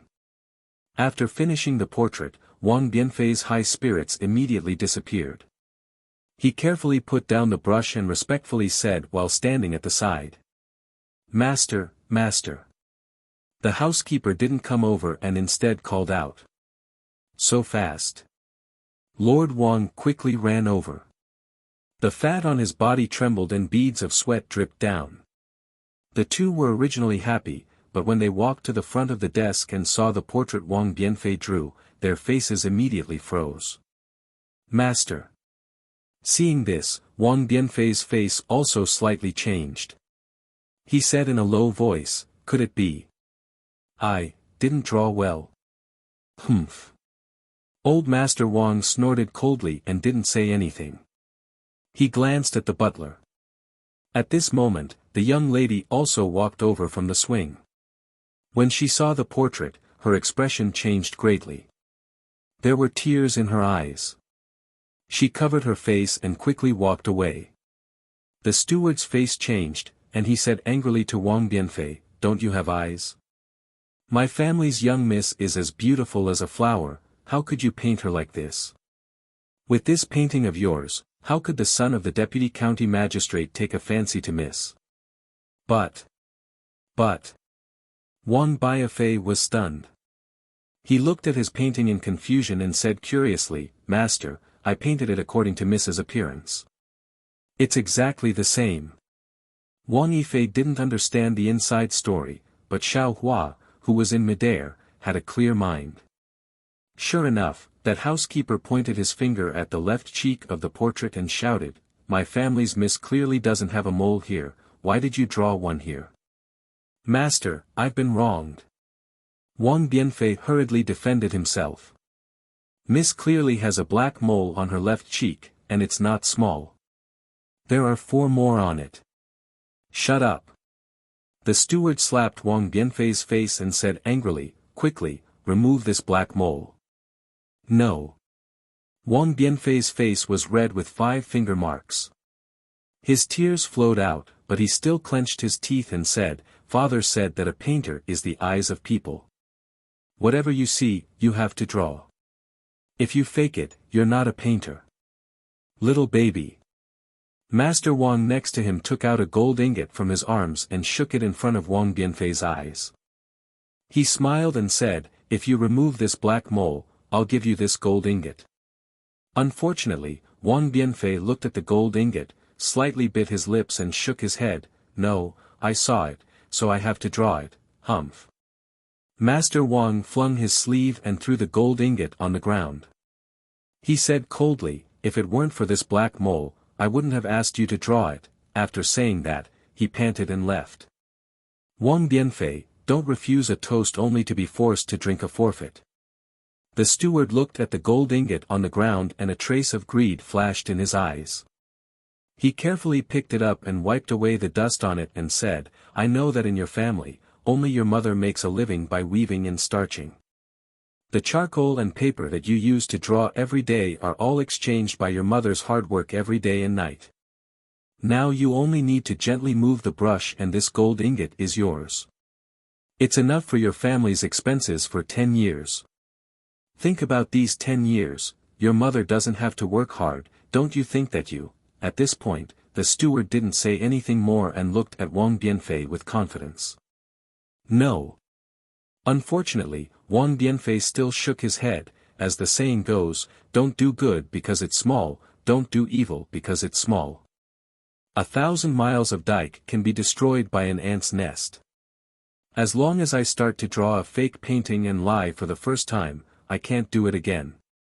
Pa. Without waiting for Wang Bianfei to finish speaking, the steward gave him another slap. The other half of Wang Bianfei's face turned red again. Xiao Hua was slightly angry and raised his hand. But just as he was about to make a move, he frowned again. He looked left and right and asked curiously, this Wang Bianfei should be that senior's friend despite the difference in age, right? With that senior's divine ability, it's impossible that he doesn't know about this matter. Why doesn't he make a move? Thinking of this, Xiao Hua also put down his hand and looked on with interest. Master. Wang Bianfei's tears fell down, feeling very wronged. Unfortunately, the steward still didn't plan to let him go. He pointed at the painting and said coldly, Wang Bianfei, look at what you've drawn. It doesn't look like my family's young miss at all. I won't let you remove the mole. This rice paper is 1 tael of silver. You can leave after you pay the money. You. Wang Bianfei turned pale with fright, where do I have 1 tael of silver? You also didn't say that I have to pay the money if I don't draw well. I don't care so much. Since your drawing doesn't look like it, you have to pay the money. I can draw whatever I see. How can my drawing not look like it? Wang Bianfei argued, how about master let the young miss compare with this painting? Humph, is the young miss someone you can see whenever you want? The steward sneered, unless you can prove that whatever you draw looks like it, otherwise, Wang Bianfei might not be able to tell that this was a small trap, but Xiao Hua understood. However, with him here, he wasn't afraid that Wang Bianfei's life would be in danger. Thus, he simply flew to the top of the wall and sat there to watch. However, after that little monk disappeared, he didn't appear again. Xiao Hua released his Buddhist awareness several times, but there was no trace of him within 100 li. Master, how do you want me to prove it? Wang Bianfei took the bait as expected. After all, he couldn't afford to pay that tael of silver. The steward's mouth revealed a trace of a sinister smile and said, this is easy. I will invite your mother from home and let her be locked together with my family's vicious dog. As long as you can draw a tiger that scares the vicious dog, it will prove that your drawing is good. If you can't, tsk, either you let the vicious dog eat your mother, or you remove the mole from this painting.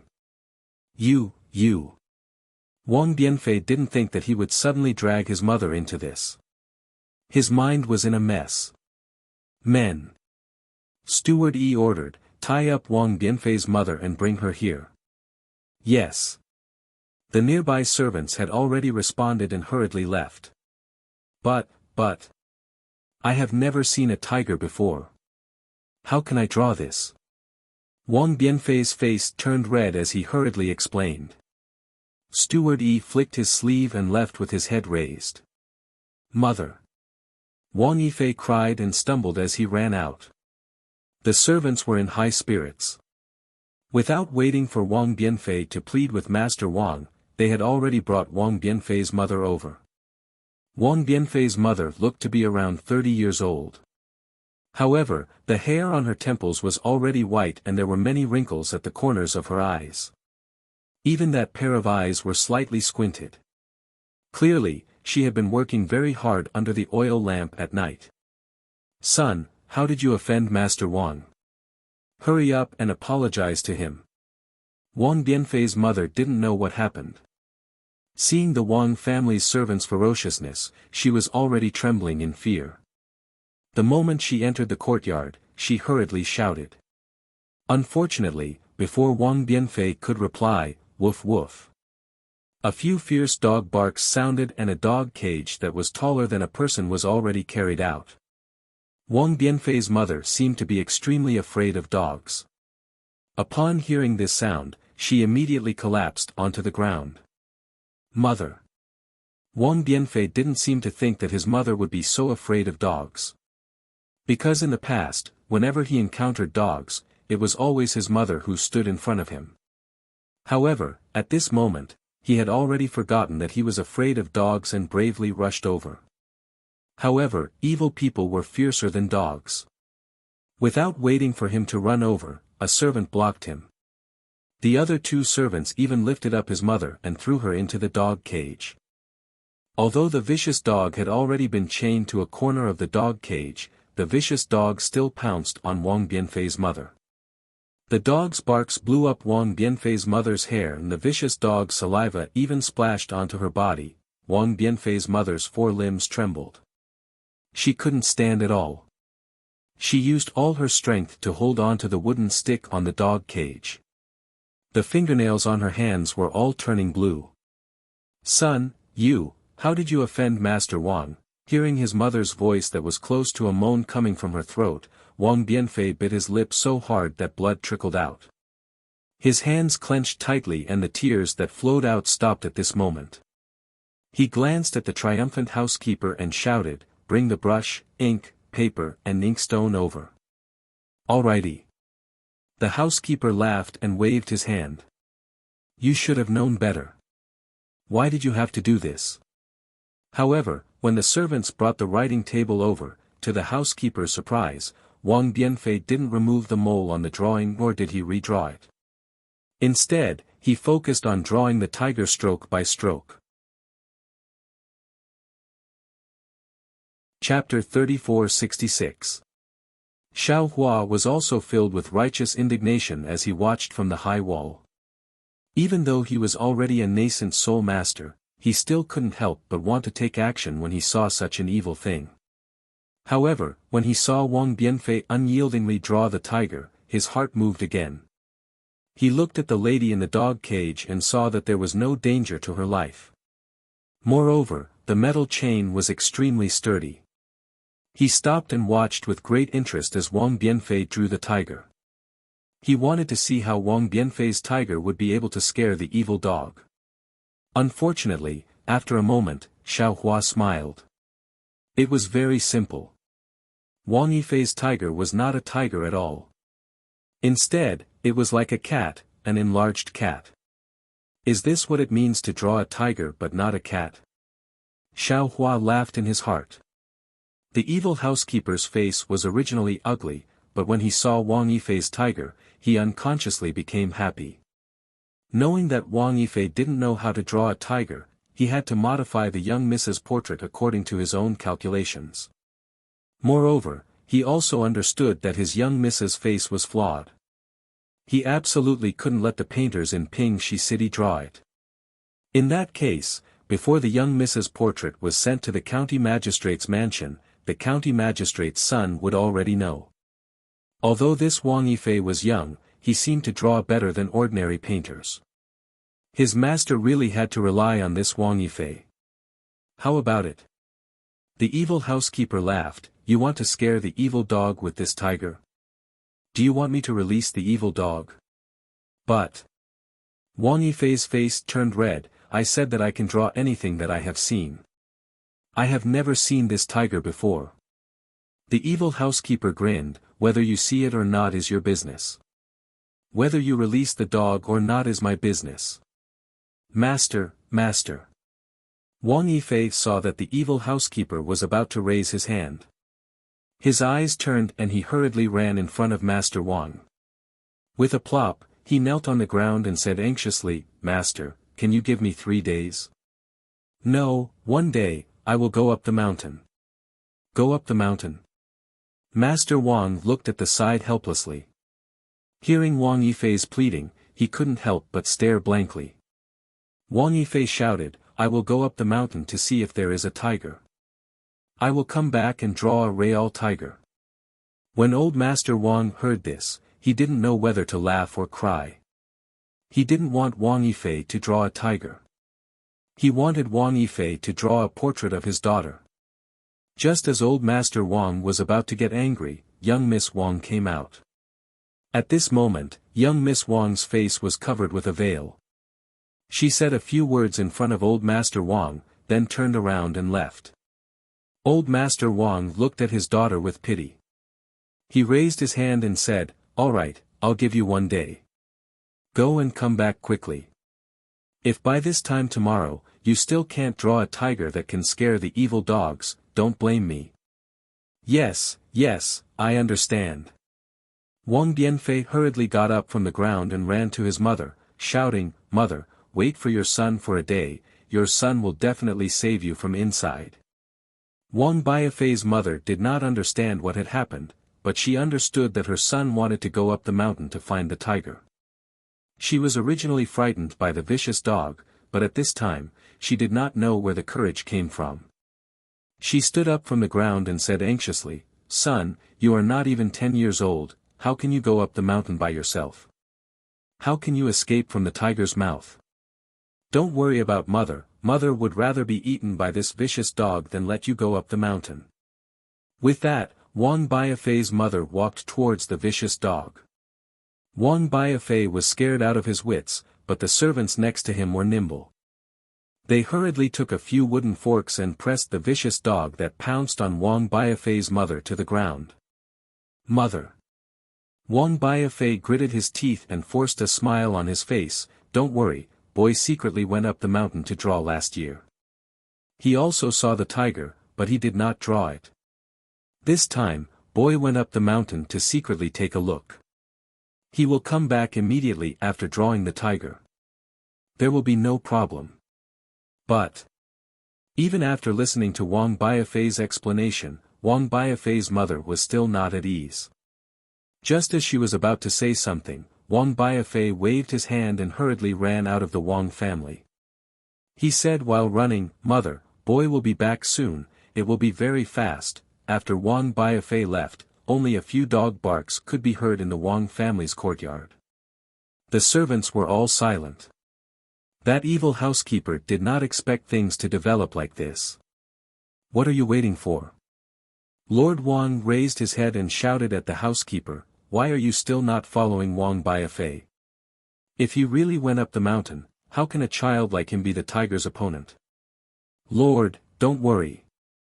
The housekeeper hurriedly smiled. Wang Biafei was just saying. "This lowly one has never gone up the mountain to see the tiger, where can he find the tiger? He probably went to the mountain and saw that he could not go up the mountain, so he naturally came back. Go quickly." Lord Wang impatiently said in anger, "This is what Miss said. You can't even do such a small thing, what a fool." "Yes, yes, this lowly one will go now." The housekeeper promised and hurriedly left with 2 servants. Not long after, a servant girl hurriedly came out from the backyard. She said a few words in front of Lord Wang and hurriedly went out. Lord Wang's face showed helplessness. He waved his hand and ordered a few servants to carry Wang Biafei's mother out of the dog cage and bring her to a firewood room at the side. "This miss is not bad." Xiao Hua stood in the air and watched, nodding slightly. Then his figure flew up again and followed Wang Biafei, who was running in the distance. Behind Wang Biafei, there were naturally the housekeeper and a few others. However, these people chased Wang Biafei out of the village and lost him. After all, the mountain village was surrounded by fields and could go up the mountain from anywhere. Wang Biafei was also small, so who knew where he went? Housekeeper. A servant looked at the road leading up the mountain and said with a smile, "Wang Biafei is only a child, how can he go up the mountain by himself? Besides, this mountain is so big, where is he going to find a tiger? Don't worry, even if he goes, he will come back in less than half a day when it's dark. You and I don't have to accompany him to run around blindly." "Humph, how can I go up the mountain?" "Go, bring the wine and meat, I will wait here for that kid to escape back." The housekeeper ordered and sat down on a stone. The other 2 servants secretly went back. Looking at the corner of the mountain village, the servant girl who came out earlier also came out of a small courtyard. Behind her was an old hunter with white hair and beard. The servant girl returned to the Wang family's courtyard and the old hunter quickly went up the mountain. Xiao Hua flew in the air while invisible, overlooking everything that happened in this small mountain village. He couldn't help but sigh inwardly, who said that the Pure Land world is a paradise? Not to mention that there are wild beasts and evil dogs here, there are also a lot of evil people and evil deeds here. It is no different from the hidden immortal continent. People, won't change their nature just because they are in a different place. Clasping his hands behind his back, Xiaohua released his Buddhist sense and followed Wang Biafei up the mountain. He didn't understand why the so-called senior led him to this small mountain village and why he met Wang Biafei. However, he was also patient. It was only a day, he wanted to see how things would end in the end. This was not out of the Wang family's servant's expectation. However, this servant only guessed half of it right. This mountain was indeed big, Wang Biafei couldn't find the tiger in a day. However, what he didn't guess was that Wang Biafei didn't hesitate at all and went up the mountain by following the vague mountain path. However, this mountain was really big. Wang Biafei went straight for nearly half a day. Seeing that the sun was about to set, he was still groping in the mountain forest and didn't even see a tiger's hair. Of course, Xiaohua knew where the tiger was. However, he didn't need to remind him. The old hunter found Wang Biafei's trace and went up the mountain from the side. He even took advantage of Wang Biafei's blind groping to catch a tiger cub from the tiger's den and went to meet Wang Biafei. This was definitely an intentional chance encounter. Wang Biafei saw the old hunter. When he saw the tiger cub in the old hunter's hand, Wang Biafei hurriedly shouted, "Grandpa Zhang, did you catch a tiger cub?" "Oh. Wang family's boy, it's so late, why are you still on the mountain?" The old hunter naturally didn't reveal any trace of his whereabouts. He was very surprised and shouted, "Quickly go down the mountain, it's already late, it's too dangerous here." "Grandpa, where did you catch this tiger? Are you going back to the village?" Wang Biafei asked somewhat anxiously. The old hunter smiled and said, "Grandpa is old, how can I catch a tiger? This tiger cub was picked up by Grandpa on the road. Now, I am going to send it back to the tiger's den." "Ah. Why do you want to send it back?" Wang Biafei didn't understand. "Little guy, if you don't go home, won't your mother look for you all over the village?"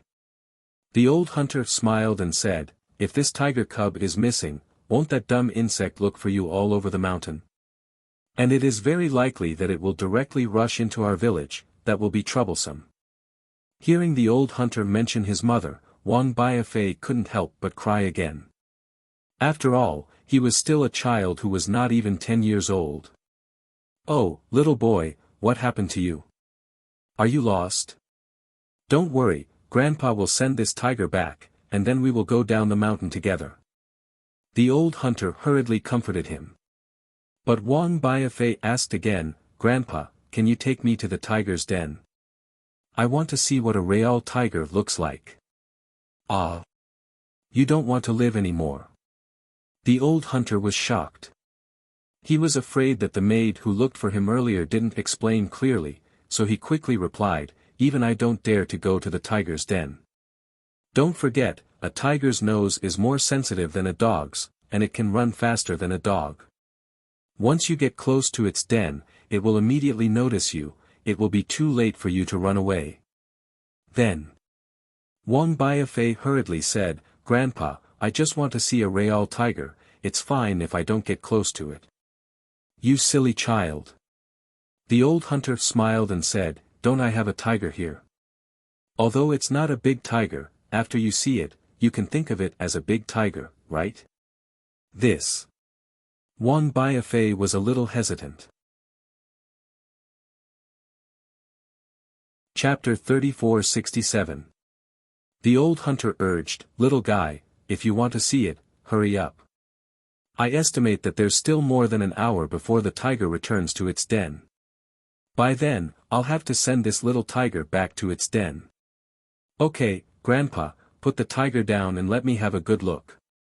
Wang Wanfei made up his mind, "I want to draw a picture of a tiger." Not bad, child, you will definitely become a great painter in our Pingxi city." Hearing this, the old hunter finally relaxed. He put the little tiger down and sat at the side to smoke his pipe. The little tiger was much bigger than a cat, but smaller than a dog. It was furry and cute. Wang Wanfei played with the little tiger for a while, then took out a charcoal pencil and started to draw. The little tiger circled around Wang Wanfei while the old hunter watched with a smile. Wang Wanfei's drawing skills were really good. He finished drawing in a moment. However, on the rough paper, the little tiger's charmingly naive look was vivid on the paper. Where was the imposing manner of an adult tiger? Wang Wanfei looked at the tiger drawing and felt like crying. "Child, didn't you draw very well?" The old hunter didn't know the whole story and asked with a smile, "Why are you unhappy?" Wang Wanfei bit his lips, his little face was gloomy like the shadow of dusk. He then asked the old hunter tentatively, "Grandpa, can you tell me where the tiger's den is? I really just want to see." Without waiting for Wang Wanfei to finish, the old hunter's face changed slightly and stood up. He knocked the pipe on the rock a few times and said unhappily, "Child, why do you have to go to the tiger's den? Even I don't dare to go to the tiger's den. Today, if it wasn't for Miss Wang." At this point, the old hunter realized that he had misspoken and hurriedly shut his mouth. Wang Wanfei was also stunned and asked, "Grandpa, did you say Miss Wang?" It was also at this moment that a gust of wind suddenly blew, and an unpleasant stench came from the foot of the mountain. "Oh no!" The old hunter saw the strong wind and immediately woke up. He jumped down from the rock and shouted, "Child, run, the tiger is coming." Ouch! The old hunter did not expect the big tiger to come so early and follow its scent to this place. He knew better than Wang Bianfei how powerful the tigers in the mountains were. How could he not panic now? As the saying goes, when one is in a hurry, one makes a mistake. The old hunter stepped on the edge of a rock and fell to the ground. "Grandpa!" Wang Bianfei turned pale with fright and hurried over to support him. Although the old hunter was old, he was quite agile and immediately jumped up from the ground. However, when he stood on the ground, the old hunter's face was ghastly pale because he had sprained his ankle and it looked very serious. His ankle was visibly swollen. "Run!" The old hunter pushed Wang Yifei and said, "I'm here, dumb insect won't chase you." "No." Wang Bianfei panicked at first, but now he calmed down and said seriously, "Grandpa came for me, so how can I abandon Grandpa and run away? Even if I die, I want to die in front of my grandfather." Roar! An angry tiger's roar shook the forest in the twilight. The birds were startled and flew away. The fierce wind rose again. The originally cheerful little tiger also raised its head and roared in a low voice. "Run!" The old hunter saw that the situation was very urgent, so he immediately pulled Wang Bianfei and ran down the mountain. The old hunter was running with a limp, and Wang Bianfei's legs were short, so the two of them couldn't run fast at all. When a huge tiger showed up from the hill, the two of them had only run a distance of several hundred feet. Seeing the big tiger, the little tiger, who was chasing after the two of them, turned around and ran towards the big tiger. The old hunter's face was pale. He grabbed Wang Bianfei's collar and ran even faster without caring about his injured leg. He hoped that the big tiger would see its child and stop chasing them. Unfortunately, the old hunter miscalculated. The big tiger roared and jumped down from the hill. It ran towards the little tiger and caught it with its mouth. Then it continued to chase after the two of them. "We're going to die," that was the only thought in the old hunter's mind. However, at that moment, the old hunter's eyes lit up. There was a crack in the mountain wall that was as tall as a person. He grabbed Wang Bianfei and ran towards it without hesitation. Fortunately, the crack was just big enough for one person to enter. The inside of the crack was not too shallow either. It was about 4 feet wide. After the old hunter threw Wang Bianfei in, he squeezed in with his body sideways. Just as the old hunter entered, the tiger pounced on the crack. It slammed its claws on the crack, and the sound of rocks breaking could be heard. It was as if the entire mountain wall was shaking. The old hunter had never been so close to a tiger before. He was so scared that he sat on the ground and crawled into the crack. However, before the old hunter could take more than a few steps, he hit the rock wall and Wang Bianfei. He could not take another step forward. Roar! The tiger pounced on the crack and let out a loud roar. The stench from its bloody mouth really hit them in the face. Then, the tiger stretched out its claws from the crack and tried to grab Wang Bianfei and the old hunter. The tiger's shining claws swayed in front of Wang Bianfei's eyes. Different from the old hunter's panic, although Wang Bianfei's little face was also pale, his eyes were filled with surprise. He clenched his little hands tightly and stared at the angry tiger without blinking. Seeing that someone actually dared to look at it, the tiger became even angrier. It crazily attacked the crack, leaving deep marks on the hard rock wall. Fortunately, the tiger was not a demon and did not think of using its tail. Otherwise, the two of them would not have survived. Xiao Hua naturally hid himself not far away. Wang Bianfei and the old hunter were not in any danger, so he did not have to do anything. He just watched quietly. The big tiger roared for a whole meal. Seeing that it had no effect, it simply lay on the ground and guarded. The little tiger was also leisurely strolling by the side. At that moment, the sky was completely dark. Inside the crack, Wang Bianfei's eyes were like stars. The tiger's madness just now was deeply imprinted in his mind. He stared at the tiger outside the crack, not daring to close his eyes, for fear that he would forget the tiger's anger. However, a child was still a child after all, especially after being frightened. In less than an hour, his eyes slowly closed. He had experienced too many things today, and only a peaceful sleep was the best place for him to go. Wang Bianfei fell asleep, but the old hunter did not dare to sleep. He exercised his ankle while paying attention to the movement outside the crevice. However, the night wind was getting colder, and it was quiet outside. He could not hear the tiger's voice at all, so the old hunter gradually fell asleep. When the sun rose and the light shone into the crack, the old hunter hurriedly opened his eyes. His feet were getting more and more swollen, and he could not touch the ground at all. However, he still leaned in front of the crack and secretly peeked outside. Roar! An angry roar, followed by another black shadow. The old hunter was so scared that he hurriedly retreated. Rip! The tiger's claws tore the old hunter's lapel. The furious tiger had actually waited for an entire night. What? What should we do? The old hunter sat on the ground, worried because his stomach was growling and his mouth was dry. If the tiger did not leave and stayed here for a day or two, even if they did not starve to death, they would die of thirst. When the tiger roared, Wang Bianfei was also startled awake. He looked around and realized his situation. Looking at the old hunter's worried face, he thought for a while and said, "Grandpa, don't worry.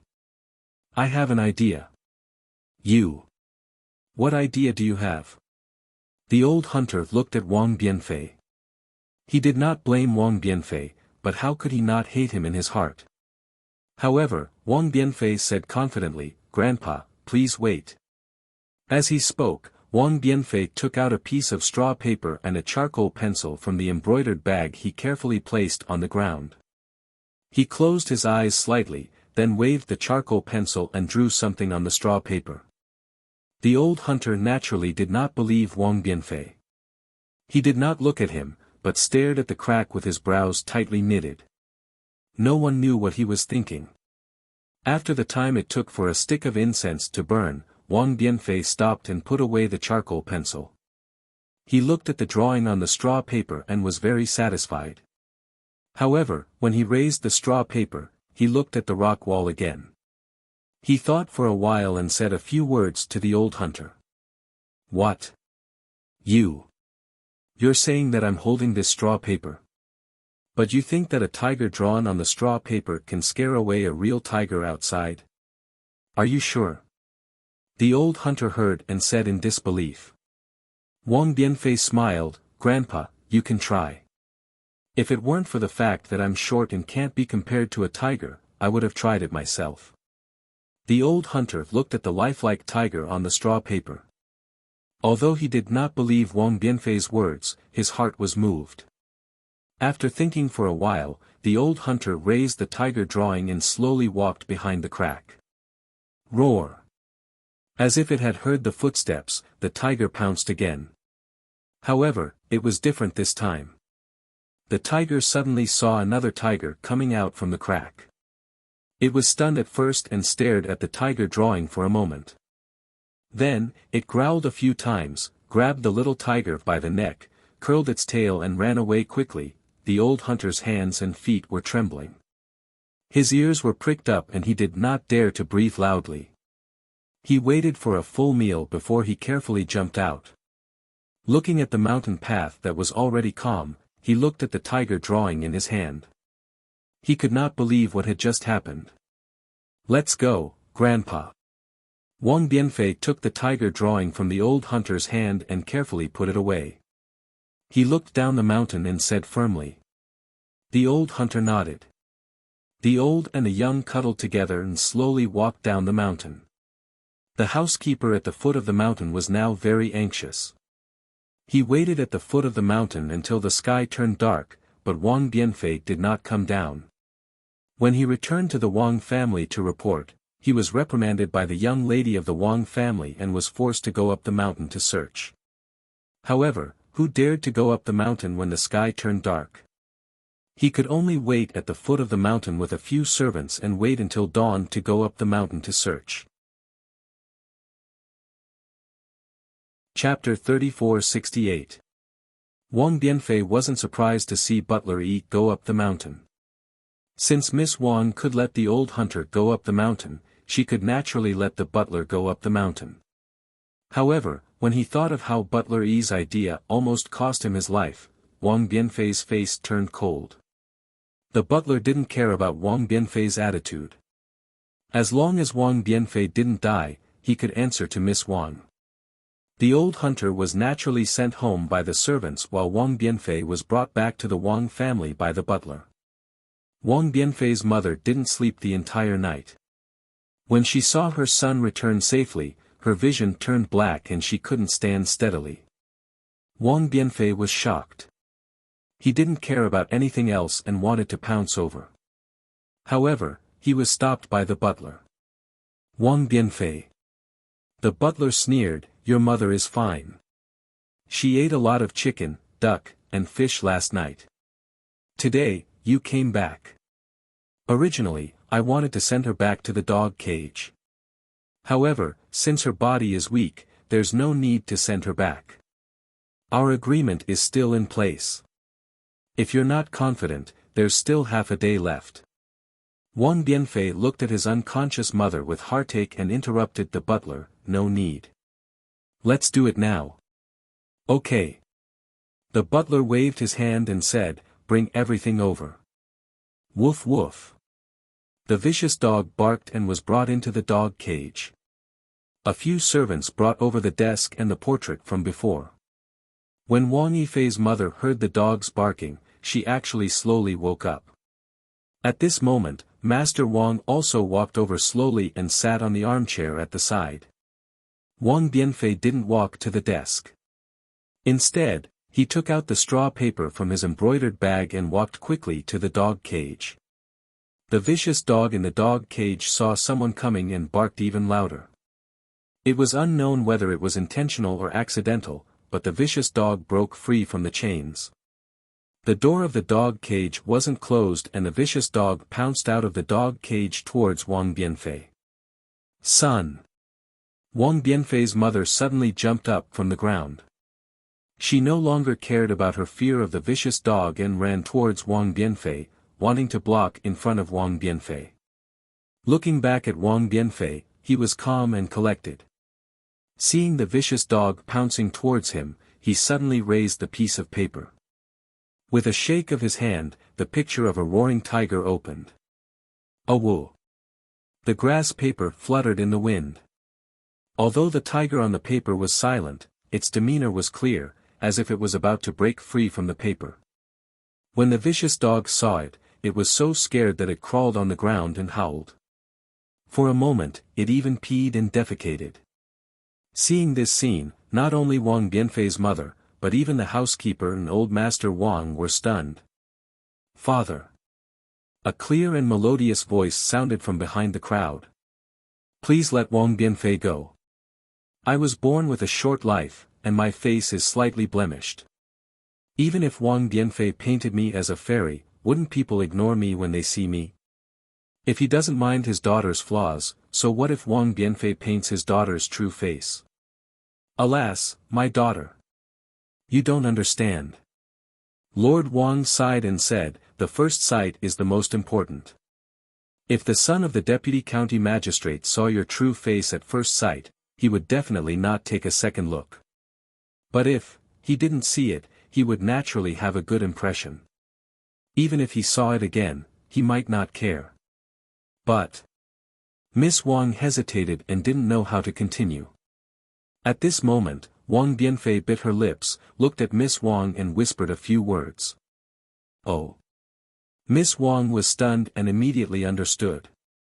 She sighed and said, "Perhaps, this is the only way." As she spoke, Miss Wang walked to the door of the backyard. She raised her hand and a round fan was raised, covering her left cheek. The morning light was bright and beautiful, and the red plum blossoms were in full bloom. Outside the moon, there was a girl holding a round fan. Her beautiful face was half exposed, and it was really moving. "Good, good, good." Seeing Wang Bianfei's painting of a beauty, old Master Wang clapped his hands excitedly. He took out a large ingot of gold and threw it into Wang Bianfei's hand. He shouted, "This is my real daughter. Wang Bianfei, if you had done this earlier, why would you do this?" Wang Bianfei lowered her head slightly. Her eyes were filled with bitterness. She reached out to receive the golden words and raised her head again. "It's all this little one's fault. I don't know the ways of the world and have caused trouble for old master. Go, go." Old Master Wang was in a good mood. He waved his hand and said, "If this marriage is successful, I'll invite you to drink wine. Yes, this little one knows. Many thanks for old master's generous gift." Wang Bianfei finished speaking and turned around to support his mother and left the Wang family.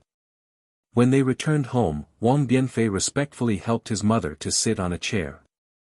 He then knelt down on the ground with a plop sound and kowtowed. Tears flowed down his face as he sobbed, "This boy is unfilial. I've let mother suffer. Son." Wang Bianfei's mother looked at her sweetheart. She didn't know what to say. Her heart was filled with mixed feelings. She touched Wang Bianfei's head and said after a long time, "Get up." "Yes, mother." Wang Bianfei obediently got up and stood beside his mother. Wang Bianfei's mother looked at her son who was half a head taller than her. Her eyes were filled with kindness. She smiled and said, "Mother didn't suffer. You don't have to worry. You can paint according to your own wishes and not be moved by old Master Wang's threats. Mother also won't say anything. Even if you know how to be flexible in the end and use the spring and autumn art to fulfill young Miss Wang's wish, you can also escape. Mother also won't say anything. As for mother being pulled into the dog cage, don't even think about it. Mother is the child's sky. Even if you want mother to die immediately, mother is willing." Mother. Wang Bianfei's face was really red. He really regretted that his persistence put his mother in danger. As she spoke, Wang Yifei's mother's smile immediately vanished and changed into a serious expression. She reprimanded, "What mother wants to punish you today is that you actually lied to mother and went up the mountain to look for a tiger without permission." Wang Bianfei didn't dare to be negligent. He hurriedly knelt down again and extended his hand.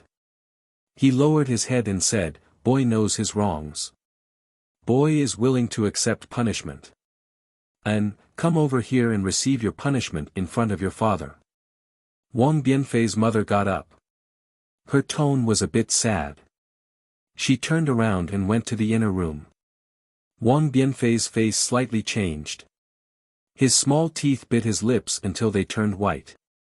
He knew that if he didn't make Mother sad, Mother definitely wouldn't let him be punished in front of Father's portrait. On the wall of the inner room, there was a portrait. The middle-aged man in the portrait was very similar to Wang Bianfei. It was Wang Bianfei's father who died early in his prime. Wang Bianfei obediently knelt in front of Father's portrait and extended his two small hands. Wang Bianfei's mother picked up a ferule from the offering table. She slightly bit her lips and raised the ferule up high. With a "pa" sound, it hit Wang Bianfei's small palm. Hiss. Wang Bianfei took a cold breath and didn't cry out in pain. Even so, how could Wang Bianfei's mother not hear it? The corner of her mouth slightly twitched and her hand unconsciously trembled. However, she gritted her teeth and raised it again. With a "pa" sound, the ferule came down again. Wang Bianfei's arm involuntarily trembled again. However, when Wang Bianfei's mother raised the ferule again, her gaze fell on Wang Bianfei's hand. On his palm, there were two dark red marks from the ruler. There were a few bloody scratches from the mountain rocks. Now, with a hit, they split open again and blood flowed out. These blood stained the rough calluses on his fingers red.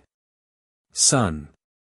Seeing this scene, how could Wang Bianfei's mother still hit him?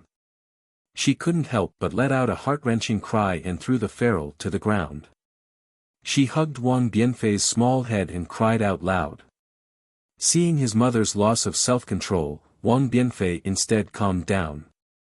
He leaned into his mother's embrace and said word by word, "Mother, don't feel sorry for this boy. Boy made a mistake and should be punished. It's this boy who is unfilial and made Mother sad." However, the more Wang Bianfei spoke like this, the more Wang Bianfei's mother's heart ached. She cried for an entire meal's worth of time before stopping. Xiao Hua, who was invisibly standing outside the room, felt his heart ache when he heard this. He used his hand to touch his chin and seemed to be thinking about something. After Wang Yifei's mother finished crying, she remembered that Wang Yifei had not eaten a drop of rice or drank a drop of water for half a day and a night. She hurriedly took her son out of the room and prepared food for him. Although the food was simple and crude, Wang Yifei sat by his mother's side and ate very happily. Wang Bianfei's mother then took out Wang Bianfei's clothes from the basket at the side and began to sew. "Son," looking at Wang Bianfei eating in big mouthfuls, Wang Bianfei's mother said as usual, "You also saw it. It's not easy for us orphans and widows to live in this world. You have to properly learn painting and become the best great painter in Pingxi City like your father. Only then can you stand out among your peers, only then can you." Speaking to this point, Wang Bianfei didn't raise his head like before and obediently agreed. Instead, he lowered his head and only ate, not replying. Wang Bianfei's mother glanced at her son and didn't pay him any attention. She only thought that her child was starving and continued, "There's Mother to take care of the family. You don't have to care too much. You can only properly learn painting. When your father was still alive, he told Mother that your talent far surpassed yours. You can definitely become the most famous great painter in Pingxi City, even, Mother." Wang Bianfei, who had been burying his head in eating, suddenly raised his head. He looked at his mother and said word by word, "Boy, doesn't want to learn painting anymore." "What?" Wang Bianfei's mother was stunned. The sewing needle suddenly pierced her finger and a bean-sized drop of blood instantly flowed out of her finger. However, she didn't seem to see it as she stared at Wang Bianfei.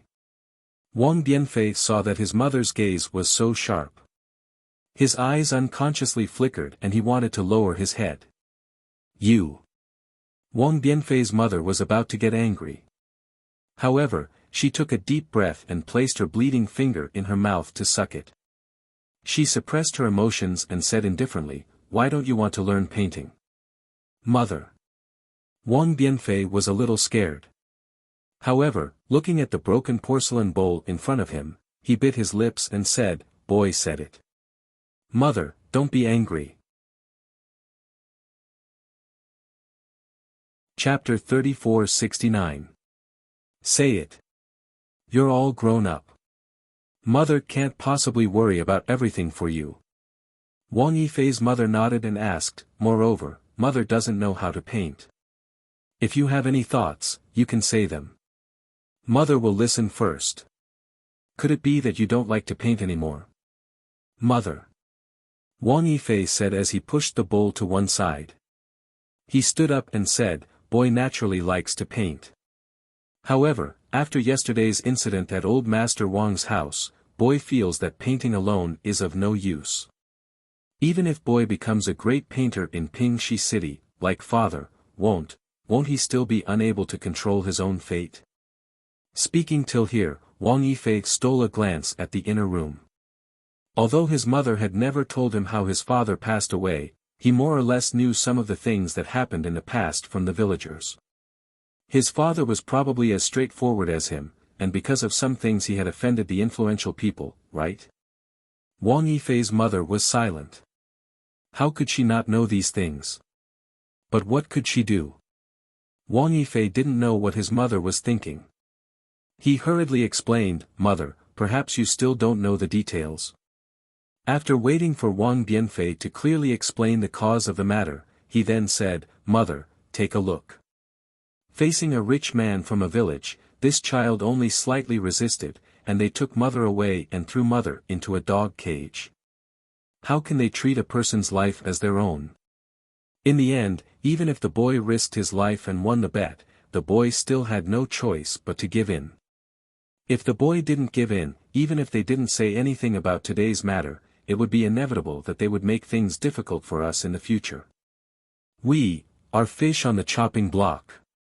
Also, yesterday's matter, if it wasn't for the kind Miss Wang, not only would the matter of the painting not be left at that, even the boy's life would be in danger. It doesn't feel good to have my life in the hands of others.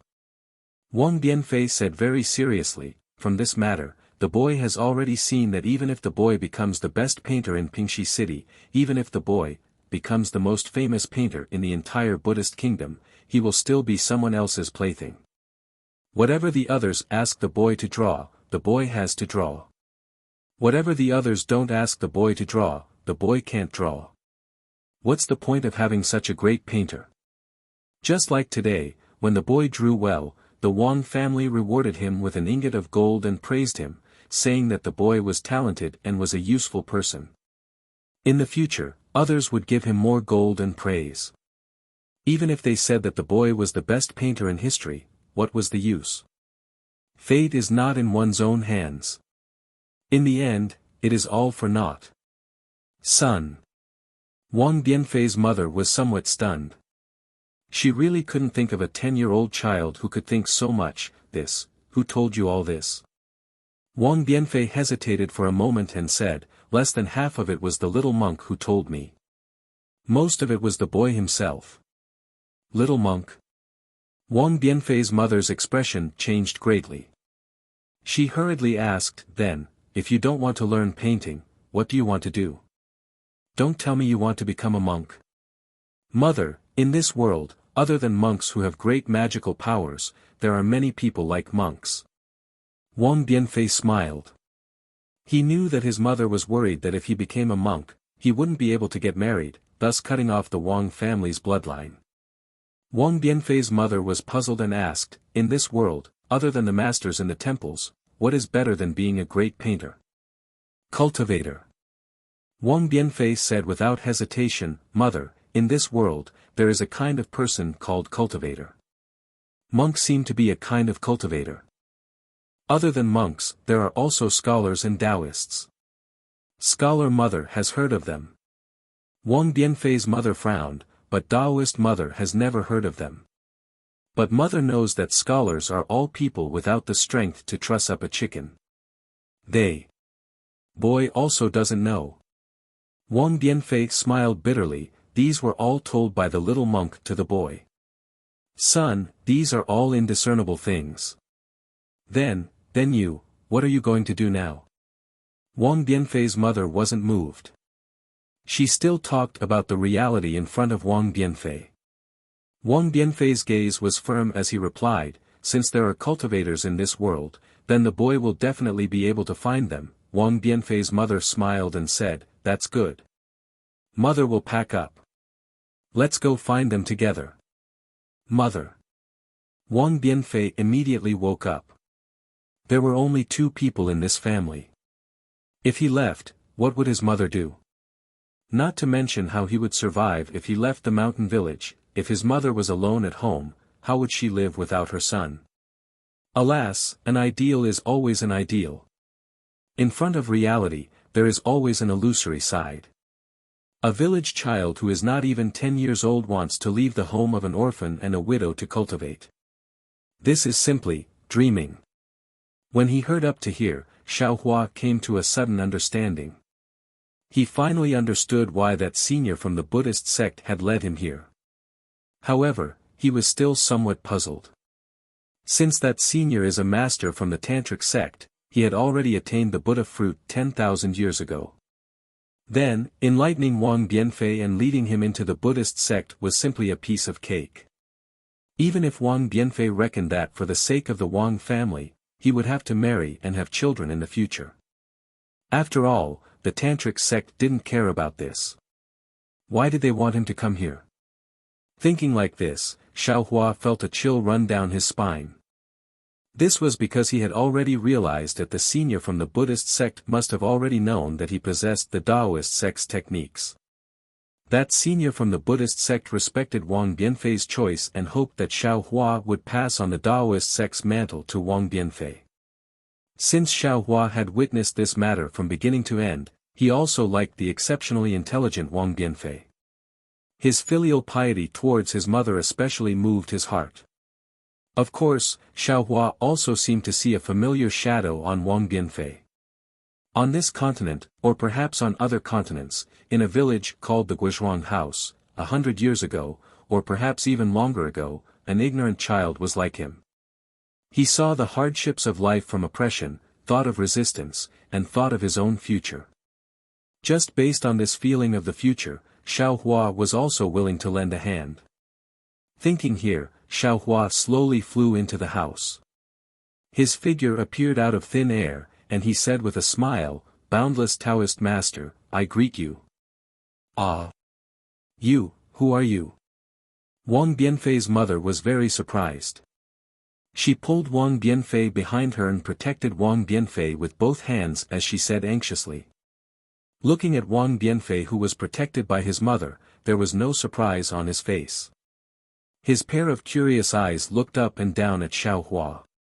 Without waiting for his mother to speak, he laughed softly, "Mother, don't be afraid.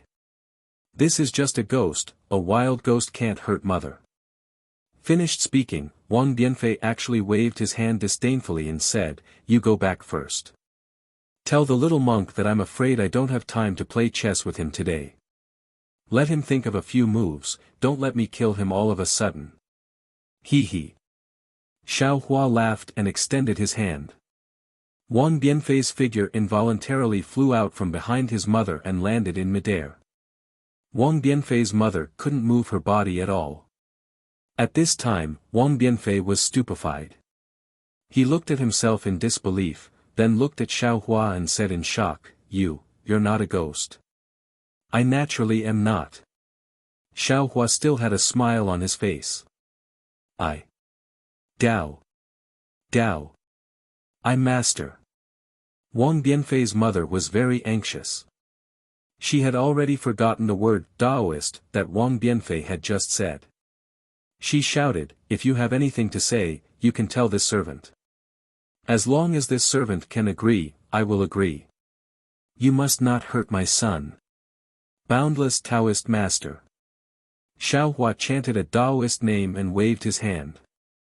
Wang Bianfei landed on the ground and Wang Bianfei's mother could also move freely. "Taoist Master. Strange, how can you touch me?" Wang Bianfei landed on the ground and didn't panic. His eyes were like stars as he looked at Xiaohua strangely. "Right, why are you looking for me?" Seeing that Wang Bianfei was actually disrespectful to Xiaohua, Wang Bianfei's mother was extremely scared. She hurriedly smiled and said, "Daoist master, please don't mind him. My son is still young, please don't lower yourself to his level." "No matter." Xiaohua said with a smile, "I's name is Xiaohua, Daoist name is Daoist Master Xiao. Yesterday, when I passed by here, I just happened to witness Wang Bianfei painting a tiger. Last night, when that hungry tiger was roaring in the mountain ridge, I was also at the side. I extremely admire Wang Bianfei's aptitude and filial piety. Just now, I heard that Wang Bianfei had the heart to pursue the Tao, so I showed myself." "Ah!" Wang Bianfei's mother was dumbfounded. She looked at Xiaohua up and down and said in a low voice, Little monk, you don't have a fever, right?" Wang Bianfei even laughed out loud. He pointed at Xiaohua and said, "Daoist Master Xiao, did you team up with this little monk to brush me off? You're really funny. You even passed by here, and you can actually look at me from the side. Why didn't I see you? Hee." Xiaohua naturally knew that someone as intelligent as Wang Bianfei wouldn't casually believe him. He said with a smile, "You've never cultivated before, so how can you see I? Come, don't be afraid. I'll let you see I's methods." After saying that, Xiaohua waved his hand and sucked in the two people. His figure turned into the wind and flew towards the sky outside the house. "How was it?" Standing in the air, Xiaohua asked with a smile. Wang Bianfei supported his mother and stood in the air. His eyes were shining as he curiously looked at everything that had shrunk below his feet. Wang Bianfei's mother's face was pale. Her hands tightly held onto her son's hand, not knowing how to answer. "Go." Xiaohua once again used the wind escape technique. He suddenly rose another 100 feet and asked again, "How was it?" Wang Bianfei bit his lips and looked at his mother who had already closed her eyes. He said, "Daoist. Daoist master, can you go any higher? What's so difficult about that?" Xiaohua laughed loudly. He brought the two of them to the edge of the heavenly fire, wind, and lightning before stopping. Chapter 3470.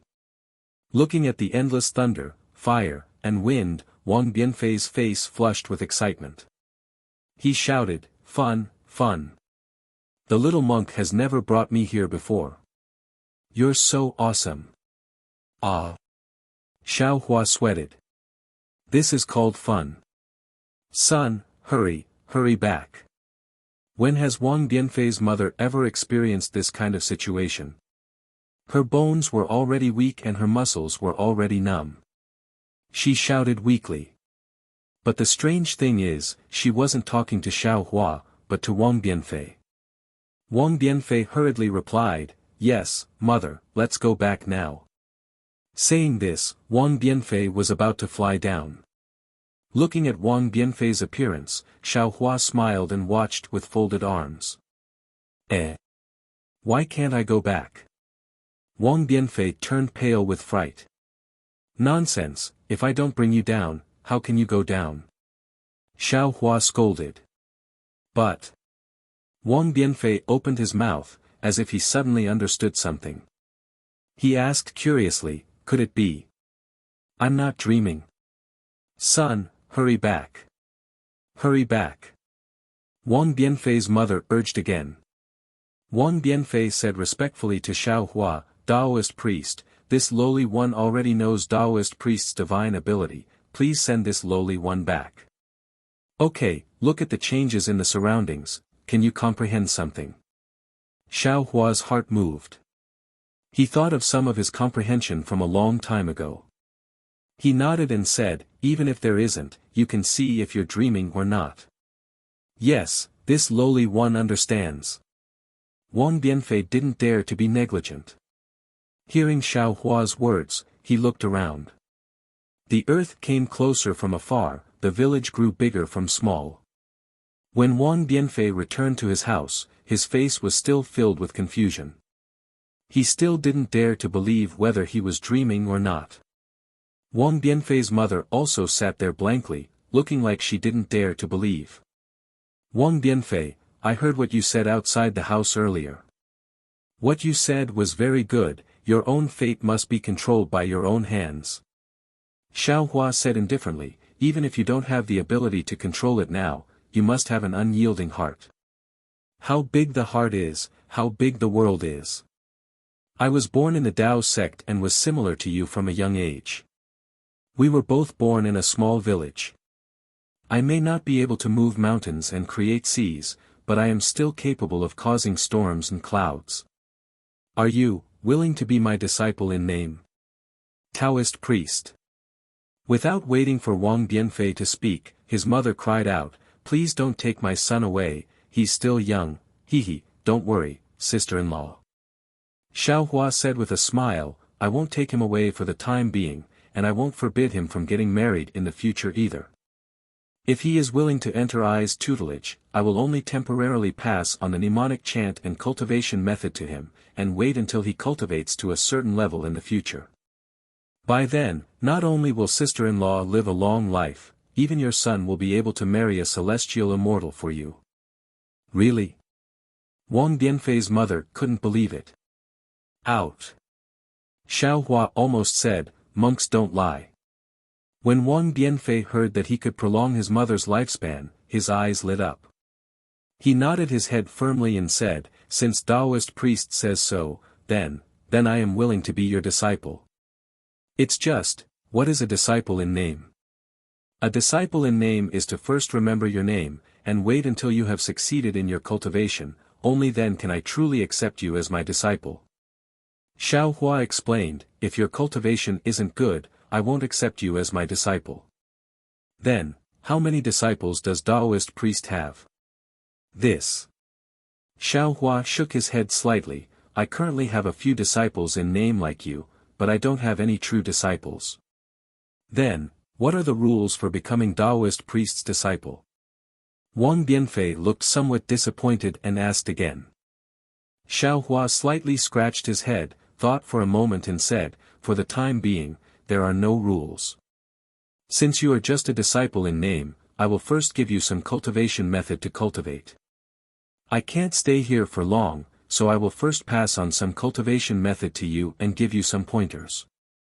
Everything can wait until later. Can't stay for long. Wang Bianfei was somewhat puzzled by Xiao Hua's words, but he didn't dare to ask more, and very cleverly claimed to be a disciple and asked, then, can disciples still paint? Why can't you? Xiao Hua said with a smile, actually, Master also knows Confucian cultivation methods. In the future, if you are willing, you can also cultivate. According to Master's knowledge, the 6 arts of Confucian cultivation are etiquette, music, archery, imperial, calligraphy, and mathematics. Calligraphy includes painting. Disciple Wang Bianfei pays respect to Master. Wang Bianfei no longer dared to neglect, kneeling on the ground and kowtowing. On the side, Wang Bianfei's mother was somewhat surprised. She didn't expect Wang Bianfei to be so decisive, and suddenly felt somewhat at a loss. Xiao Hua raised his hand and helped Wang Bianfei up, and said with a smile, since you have entered my sect, you are my disciple. With me here, I will definitely not let you be bullied. Saying this, Xiao Hua smiled at Wang Bianfei's mother and said, sister-in-law, I will borrow your child for 3 days, after 3 days, I will bring him back. These are some of my Taoist priest's spiritual dates, taste them first. Remember, you have to eat them bit by bit, don't swallow them all in one bite. Taoist priest. Wang Bianfei's mother seemed to still want to say something, but Xiao Hua had already turned into a cool breeze and fled far away. Only a few dates that looked dazzling with golden light were left on the table. When Wang Bianfei opened his eyes, he was on the mountain ridge beside the mountain village. From the top of the mountain, he could still see his family's house.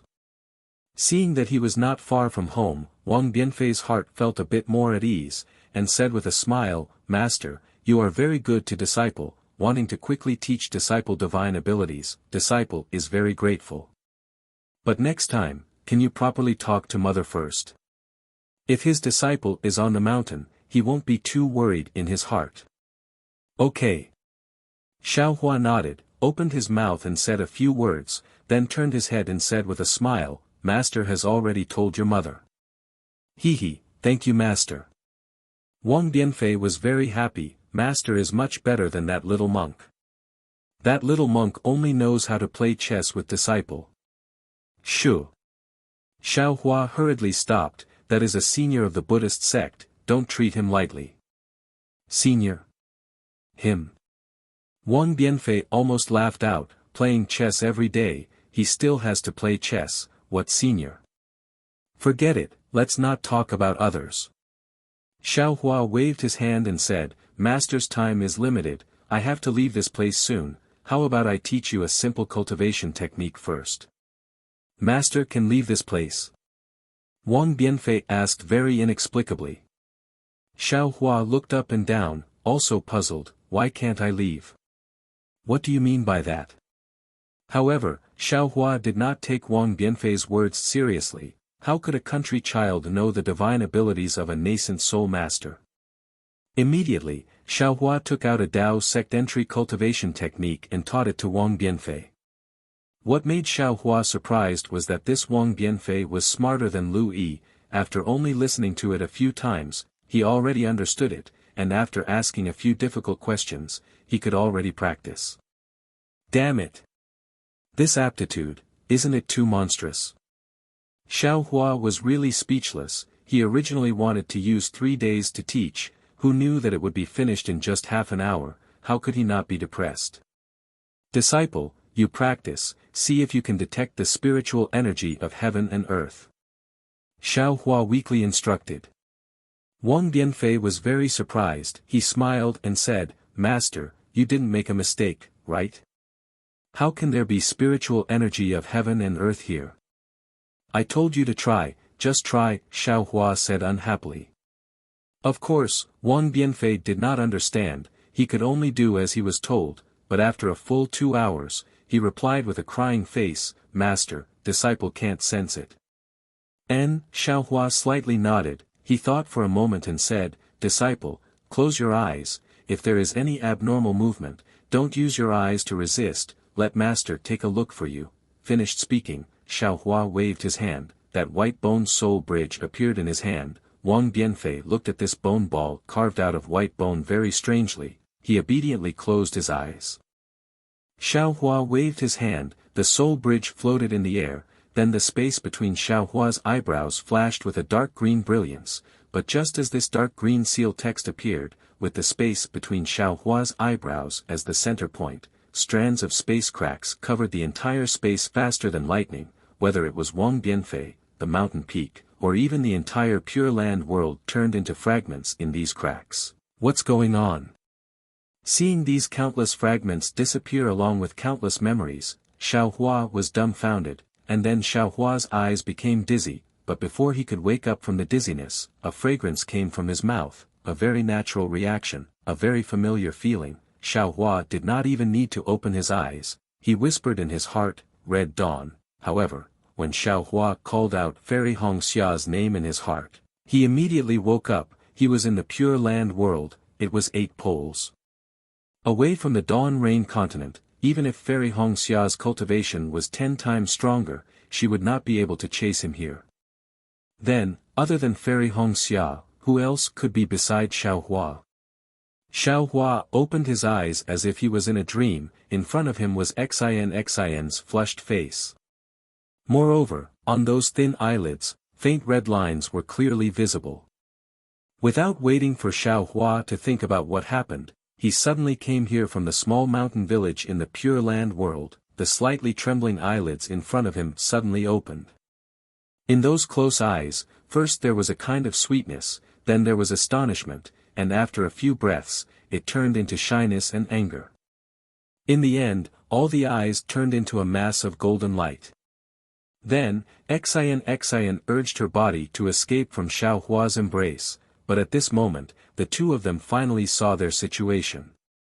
Xiaohua and Xin were intimately hugging each other, face to face. Xiaohua's forehead was against Xin's forehead, Xin's eyes were against Xiaohua's eyes. Even if the two of them tried their best to tilt their heads back, they were still tightly huddled together. Chapter 34-71. Their auras had never been so close before. Xiaohua slightly tilted his head, trying his best to avoid looking at Xin's face. He hurriedly asked, Xin, what's going on? Little monk. Xin's tone was extremely cold. She also tilted her head, as if she hated Xiaohua very much. Can't you see for yourself? How would I know what happened? While speaking, Xin also looked up and down. See. Looking around, Xiaohua unconsciously sucked in a breath of cold air. This was a space of nothingness. The entire space seemed to be boundless. In this space, there were two kinds of colors. One was the part where Xiaohua and Xin were. It was completely pitch black. The endless black gas mixed with the black flame was surging violently like the sea. The other was pure blue. It was above Xiaohua's head. This pure blue was not the sky blue of the space outside, but a kind of crystal clear blue of water. Moreover, this blue water was different from the black gas. It took the shape of a jade and flowed above the entire space like a fountain. Not only did it cover the entire sky above the black gas, even the boundless distance was filled with a kind of blue water. As for Xiaohua and Xin, they were at the intersection of this water blue and pitch black. After Xiaohua finished looking around, he hurriedly lowered his head. He saw that his entire body was bound by strands of black gas. This black gas was mixed with black flames. Wasn't this the demonic gas he was extremely familiar with? Damn it, how can there be demonic gas? Xiaohua was puzzled. What is this place? Didn't you already take your father's flying sword and leave? Why did you suddenly appear here? That's not right, you called me little monk. Suddenly, Xiaohua distinguished from the appellation. How could Xin, who had just escaped, still call him little monk? Even if she didn't call him Xiao Lang, young master was already catchy. Your father just turned into a flying sword. Xin angrily said, you're a Buddhist disciple, don't tell me you don't even know about illusion arrays. Illusion array. Xiaohua was stupefied, completely stupefied. He knew about illusion arrays, but he didn't think that illusion arrays could actually become real. Everything that had happened to him seemed to be vivid in his mind. No matter how he looked at it, it seemed to be real. Xin didn't say anything. Everything that happened in the profound water palace might have been his own wishful thinking, but what about the little monk, Wang Bianfei, and everything that happened to Wang Bianfei? Could it be that everything was what he was thinking? Xin gazed at Xiaohua, who was hugging her tightly, and she said furiously, we fell into an illusion formation as soon as we entered the dark water palace. If my guess is correct, then this is an illusory formation created by the demon Qi. Everything that has happened since we entered the profound water palace is an illusory formation. Xiaohua frowned slightly, and asked curiously, how can you be so sure? Why don't you say that this is the illusory array? Or perhaps, you and I haven't escaped from the illusion array yet? When Xin heard this, she didn't refute and said, that's right. I can't deny that what we're seeing right now is also an illusion. Then what should we do? Xiaohua was hugging Xin with both hands. He couldn't pinch his thigh even if he wanted to. He even felt that even if this was an illusion array, pinching his thigh would definitely hurt because this wasn't a dream. However, he could vaguely confirm that everything in front of him was probably real because the injuries to his internal organs had appeared again. Let's break free first.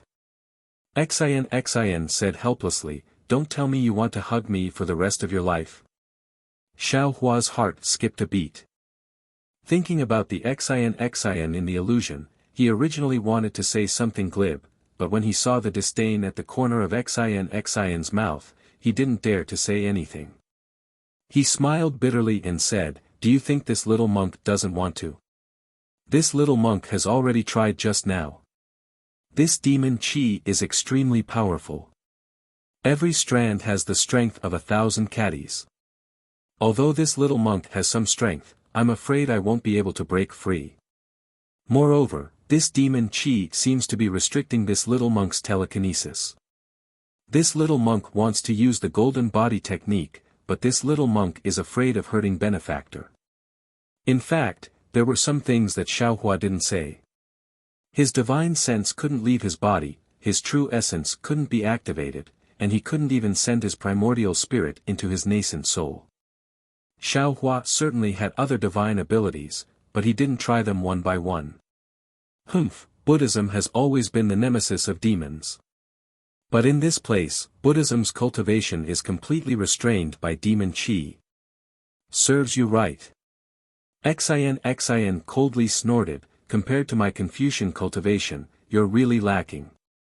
As she spoke, Xian waved her hand and took out the golden hairpin from her hair. She opened her mouth and spat out a mouthful of golden chi on it. "Benefactor, isn't your imperial equipment only able to be used 3 times? Xiaohua suddenly thought of something and hurriedly reminded her.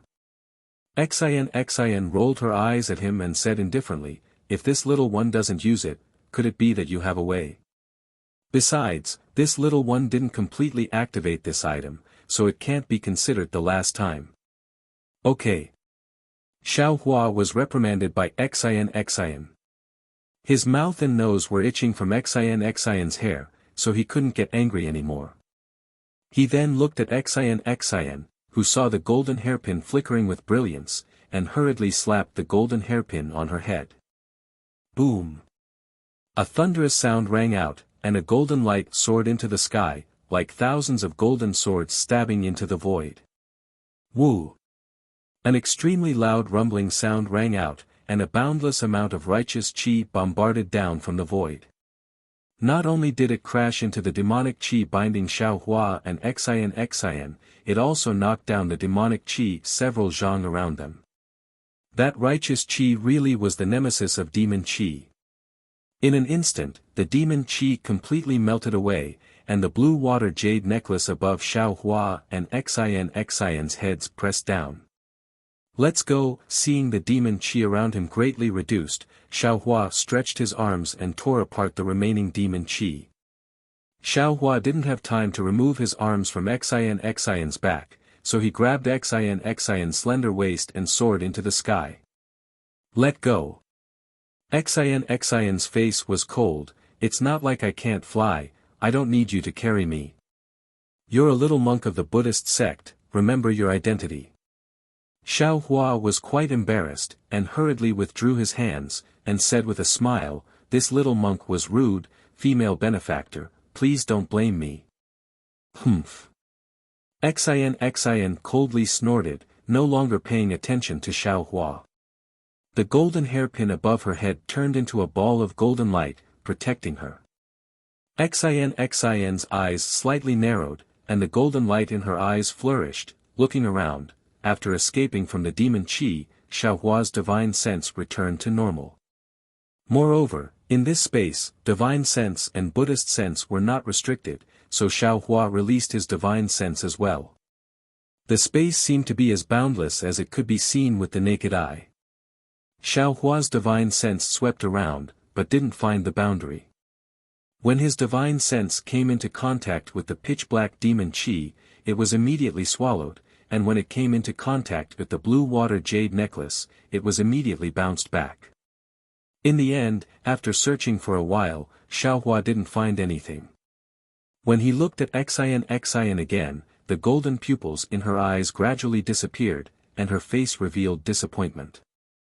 Xiaohua's heart moved, and he asked, "Female benefactor, the person you're looking for isn't here?" That person isn't here." Xian slightly nodded, "Seems like this time I came in vain.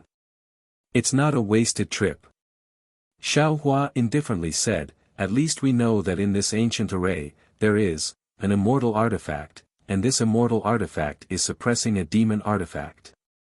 At this point, Xiaohua asked again, but this immortal artifact, this little monk feels that it doesn't live up to its name, why doesn't it have the aura of an immortal artifact? Oh.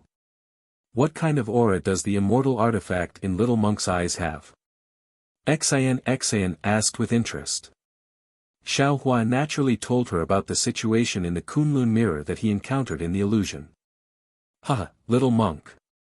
Xian laughed, in the eyes of ordinary people, you're an immortal. Don't tell me that you usually release your aura when you have nothing to do. You bully ordinary people for no reason. Perhaps Xiaohua somewhat understood Xian's meaning, but this is an immortal artifact, something that shouldn't exist in the ultimate land of bliss. Xian looked at the blue water above her head, and then looked at the pitch black under her feet, as if taking advantage of this time to rest. She suppressed her temper and explained, since it's not something from the ultimate land of bliss, when it comes to the ultimate land of bliss, it will be suppressed by the ultimate land of bliss. Not to mention an immortal artifact, even if an immortal came, it would also be the same. This immortal artifact has not been activated, so it should be similar to an ordinary imperial artifact. Also, didn't you see? This immortal artifact has been suppressing a demon artifact for who knows how many years. Although the immortal artifact has the ancient array to provide vitality, it must be consumed. Now, whether it's an immortal artifact or a demon artifact, I'm afraid that it has reached the point of exhaustion. At this point, does female benefactor know what this immortal artifact is? Xiaohua reminded, especially, does female benefactor know how to get out of here? If this one knew, would this one still stand here and talk nonsense with you? Xian said with a bitter smile, if we get out, even watching the sunset on the banks of the Sage River would be more interesting than here, right? Xiaohua's face was bitter. He raised his head to look at the blue jade, then lowered his head to look at the vast demon qi. He sighed and said, then what should we do? Rumble. Right at this moment, in a place high up in the sky, where Xiaohua's gaze and divine sense could not reach, a series of rumbling sounds suddenly came. Following that rumbling sound, the jade above the two people's heads rapidly shrank. At the same time, the demon qi under their feet rose like a rising tide. Speaking of Gu Zhen, his figure easily passed through the blue halo. His eyes were filled with brilliance, and he unconsciously closed them. When he opened his eyes and saw the scene in front of him, he was shocked. Because in front of him was a blue space. In this space, there were tens of thousands of jade, one set on another, one connected to another. The entire jade seemed to be one, but if one looked carefully, each strand of blue was a jade. Gu Zhen released his Buddhist sense. With his Buddhist sense in the Lotus realm, he could not see the true appearance of the jade. Even when his Buddhist sense reached its limit, he could not see the end of this space. Moreover, when he turned back to look at the arch bridge he came from, there was already no trace of it. He was just standing in the void. Chapter 3472. Gu Zhen thought for a bit and then took out a jade bead from his robe. The jade bead was like a drop of water and had the same color as the jade. Gu Zhen opened his mouth and sucked the bead into his mouth. Then, he reached into his Qiankuan pouch and took out a shining golden staff. This staff was different from Xiaohua's 9-dragon staff. It was as thick as a bowl and very smooth. There was no dragon shape at all. At the top of the staff, there was a bump the size of a cucumber. It was very similar to the demon subduing pestle. Amitabha. Gu Zhen chanted the name of Buddha and Buddha light flashed around him. The golden Buddha statue appeared again. As the Buddha light flowed around Gu Zhen's skin like dragons and snakes, the golden Buddha statue grew to over 300 feet tall. Gu Zhen was overjoyed. He knew that he had recovered with the help of the heavenly dragon. He chanted the scripture he got from the jade bead. He threw the staff in his hand and began to form seals. Gu Zhen's hands were very clumsy. The light of Buddha was like mercury, orderly but difficult to condense into the mudra that Guzhen formed. Guzhen had long been a bodhisattva. He did not know how many mudras he had made in his life, but he had never felt that it was as difficult as it was today. Every time he moved, the light of Buddha flowed. Every inch of the light of Buddha flowed, he felt that something was being extracted from him. Was it karma, merit, or something else? Guzhen did not know.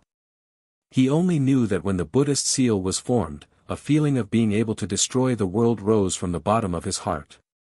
A desire to roam freely filled his mind. Go. Guzhen flipped his hand and the Buddhist seal turned into a mantra condensed from Buddhist light and landed on the staff. The staff let out a rumbling sound and at the same time, it shone brightly. Roar. An extremely loud dragon roar came from the staff. The staff rapidly expanded and turned into a 1,000 feet long heavenly dragon. It danced in the air for a moment before landing in Guzhen's hand. The heavenly dragon's aura suddenly appeared. Guzhen was very proud. He raised the dragon with his hand and smashed it towards the thousands of blue pearls in front of him. When the Buddhist light was produced, the countless jade talismans had already rushed towards Guzhen. At this time, the heavenly dragon dance attacked. It was like a huge wave splashing into the sky. The jade talismans danced in the air like clouds and dandelions. Let's go. Guzhen waved his hand when he saw Ing Luo soaring into the sky. The sky dragon transformed from his monk staff left his hand and plunged into the space where Ing Luo splashed. Guzhen jumped on the dragon's body and rushed into the bottom of the blue water like an arhat subduing dragons and tigers. After 10 minutes, the jade beads became even denser and an indescribable pressure came from the heavenly dragon. Guzhen narrowed his eyes and knew the beads were close. Amitba. Guzhen let out a roar and jumped up from the heavenly dragon. Then he formed a seal and hit the heavenly dragon. The Buddha light around the heavenly dragon shone brightly and it let out a roar before charging down. Guzhen's Buddha light disappeared and he stopped in the air. He put his palms together and quietly looked into the distance. Guzhen's eyes stared straight ahead. He did not pay attention to his golden body. However, under the dimming of the Buddha's light, strange blood streaks could be vaguely seen. The blood streaks were as thin as a spider web and were almost invisible. Rumble. A series of earth-shattering explosions rocked the entire space around the Ing Luo. Guzhen's eyes gradually reddened as the dandelion-like Ing Luo unfurled its wings in front of him. It flew high into the sky in a bid to outdo one another, revealing a ball of dim blue radiance. Is this, the immortal treasure Xin spoke of? Guzhen frowned and urged the cloud under his feet to charge forward. You're right. You're right. You're right. You're right. You're right. Guzhen looked at Guzhen from afar. When they got closer, Guzhen could see clearly that there was a triangular flag inside the light. The flag was aqua blue, with 5 jade talismans embroidered on it. Between the talismans were faint ripples of water. A few ferocious dragons were embroidered on the edge of the flag. However, the dragons were swaying slightly, and there was no fluctuation of elemental energy. The entire small flag emitted a blue light. Every time the light flashed, many jade talismans would appear and slowly float in the air. Above the blue light, strange runes flowed. These runes were gold and silver in color. They were shaped like tadpoles and inscriptions.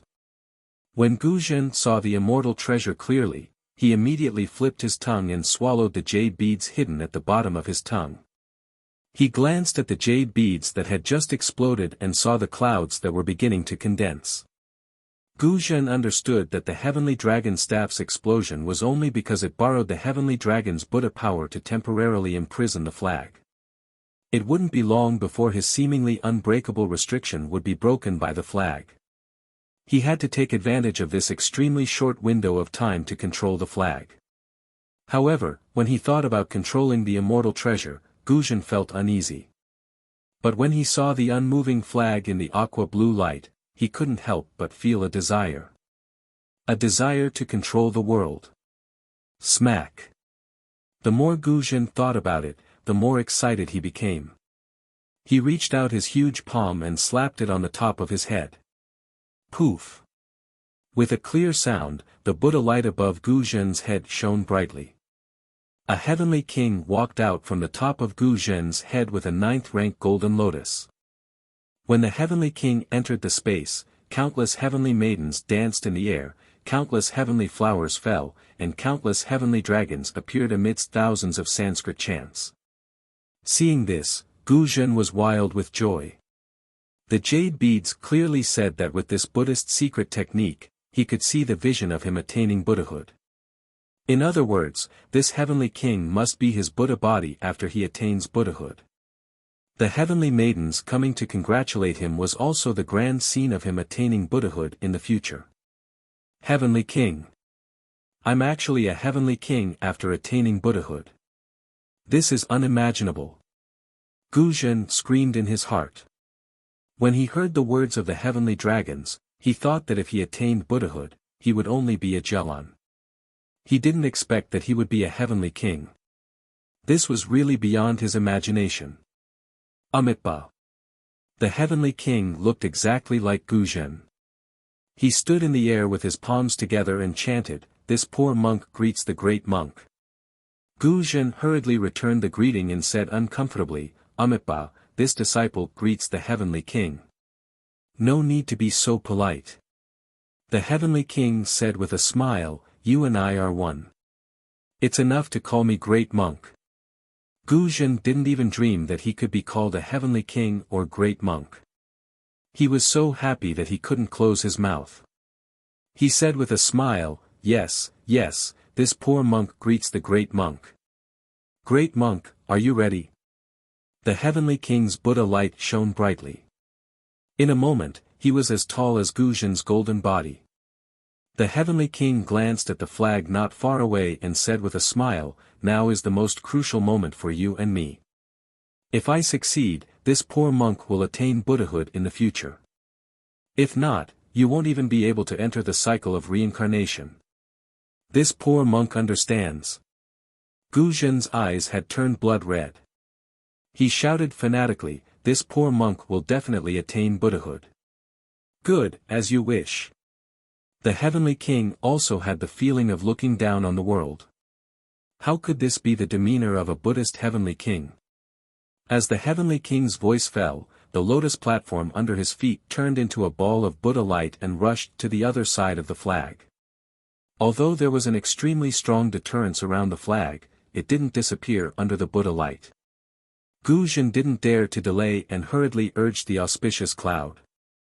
However, when he was only 20 feet away from the flag, he couldn't move forward anymore because the deterrence was like the sand in the deep sea. It drowned his mouth and nose. He couldn't fly half a step forward at all. Seeing that his heavenly king golden body easily crossed the flag and went to the same position as him, the fervor in his heart was even hotter than the scorching sun at noon. Seeing that the heavenly king was in position, he raised his hand and took out a few blood-red relics from his bosom. He opened his mouth and spat out a mouthful of Buddhist light, and those relics all went into his stomach. In an instant, a rolling red cloud rushed out of Guzhen's golden body and completely enveloped him. Within the red cloud, Guzhen's face twisted in pain. The muscles on his face trembled violently. Coupled with his blood-red eyes, he wasn't much different from a demon. "Rise." Guzhen endured the torment of karma and reached out his hand to slap the top of his head. Puff. Another cluster of Buddha's light mixed with blood red spurted out from the top of Guzhen's head and turned into a Buddha's palm the size of half an acre in the air. As the Buddha palm condensed and expanded, the golden light around Guzhen suddenly decreased. The red cloud also disappeared. However, these red clouds were entangled with the golden light and condensed into a golden-red kasaya that tightly stuck to Guzhen's body. At this moment, Guzhen's golden body seemed to have lost some of its strength and was trembling slightly. However, when Guzhen saw the heavenly king on the other side of the flag doing the same thing, he was stunned by the Buddha's palm that came out of the Heavenly King's head. This was because although the Heavenly King was surrounded by Buddha light, the Buddha palm peeking out from the top of his head was pitch black. There was even a pair of blood-red black flames lingering in the darkness. This is my demonic nature. How can there be so many and so strong? If I cultivate by myself, I'm afraid I won't be able to achieve fruition even if I cultivate for another 10,000 years. Gu Zhen's heart trembled. He thought of the records in the Jade Pearl. As a Buddhist protector, he should be one with Buddha and demon. If he wanted to subdue an immortal weapon, he must remove the demonic nature from his body. The Jade Pearl was a Buddhist weapon that Sky Dragon gave to Gu Zhen. It could temporarily extract Gu Zhen's merit and demonic nature. The merit condensed into a golden body, which had to contain the demonic nature. Then, Gu Zhen's body used a Buddhist divine ability and the golden body used the same divine ability. However, this divine ability became a pure demonic technique before the demonic nature. Under the pincer attack of the Buddha and demon, the immortal weapon could only be captured. Capture. Seeing that the time was right, Gu Zhen didn't dare to think too much. He chanted a mantra and formed a seal with his hands. The Buddha palm above his head suddenly fell down. Chapter 34-73. Gu Zhen's Buddha's palm fell, and the Heavenly King's Devil's palm also cooperated with the Buddha's palm, imprisoning an area of 1 mu on the left side of the flag. The side of the flag close to Gu Zhen was filled with Buddha's light, while the side close to the Heavenly King was filled with Devil's chi. The flag suddenly moved without wind, and countless pearls rushed out of the blue brilliance, fighting to block the Buddha's light and Devil's chi. Stab, stab, countless sounds echoed in the air. Gu Zhen looked on coldly. Although the thousands of jade talismans continued to pour out, it was obvious that the flag wouldn't attack. The jade talismans could only defend. 2 huge palms slammed down and tore the jade talismans in half. How could they block it? Boom! Just as Gu Zhen expected, the 2 giant palms fell on the brilliance of the flag, one on each side. Strangely, the giant palms in the air were half a mu in size, but they were only the size of a palm when they fell on the flag. Keep! Gu Zhen was overjoyed. With a roar, the 2 palms suddenly pulled, and the brilliance of the flag suddenly dimmed. Rumble. As the light of the flag dimmed, the entire space let out a series of rumbling sounds. Amidst these rumbling sounds, the jade talismans that had been blown apart by the Gu Zhen monk's staff trembled violently. With the flag as the center, they rapidly shrank. The jade talismans ignored the 2 palms and the space that had been sealed by the palms. They turned into broken fireflies and sank into the flag. In an instant, the whole flag emitted a bright blue light. Gu Zhen's expression changed slightly, because he had sensed that the brighter the brilliance, the tougher the flag under the Buddha palm became. Gradually, it was out of his control. Ha! Great monk! The Heavenly King with the brilliant Buddha light laughed. It seems that the possibility of us taking this immortal artifact is not high. How about this? Let's take this immortal artifact first and send it to Senior Heavenly Dragon first. Gu Zhen was slightly disappointed, but looking at the seemingly endless pearls, he did not dare to be negligent. He hurriedly said, "I'll listen to your orders, great monk. Rise." The Heavenly King smiled and his demonic palm left the flag. In an instant, it grew to the size of half an acre and rushed into the air. Gu Zhen's Buddha palms also rose high into the air. Woo-woo. A whimper that sounded like the wailing of ghosts and howling of wolves sounded. His 2 palms suddenly twisted in midair and grabbed at the flag in perfect coordination. As the 2 palms slowly rotated, the Buddha's light and the Devil's chi actually combined perfectly. A completely different kind of imprisonment force was born again, imprisoning the space around the flag. This sealing power was so great and so strange that the space was collapsing inch by inch. Golden threads and black flames appeared inch by inch, completely separating the flag from the incoming jade. Master! Master Guzhen! Just as Guzhen's eyes flashed red and his heart was filled with joy, an extremely shocked voice came from afar. Guzhen was taken aback. He raised his head and saw a transcendence golden body, which was more than 100 feet tall, flying over with golden light flashing around it. Beside this transcendence golden body was a woman in palace attire, riding on a golden flying sword. However, the golden light flashing around the woman was extremely dim.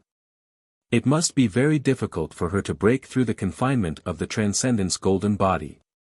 The shocked voice came from this woman. At this moment, Guzhen was no longer the Guzhen from before. He only glanced at the flag for a moment before retracting his gaze. He still urged the Buddha's palm to cooperate with the devil's palm to grab at the flag. Of course, the closer he got to the flag, the stronger the flag's resistance became. Even though the space within 1,000 feet of the flag had been twisted by the two giant palms, the flag could not even flutter. Combine! The Heavenly King roared. Guzhen's willpower surged out uncontrollably. The Buddha's palm and the devil's palm, which were originally distinct meridians, slowly merged. A wisp of Buddha's light wrapped around a wisp of devil's chi. Outside the light and devil's chi, black flames burned. A Buddha's demon's palm was about to take shape. Master Guzhen, what are you doing? Xian naturally became anxious and cried out, "This is the immortal world's mystic origin water control flag. It's the item used to suppress the demonic world. If you take it away, won't that demonic creature appear?"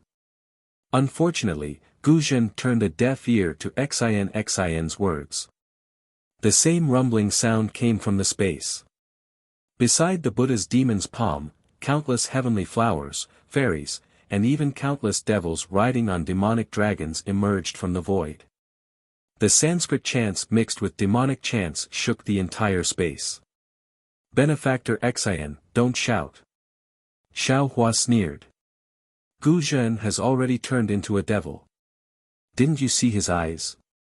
Didn't you see the blood vessels on his golden body? Also, the golden body in front of him is originally a devil god's image. However, this devil god's image is plated with a layer of Buddhist light.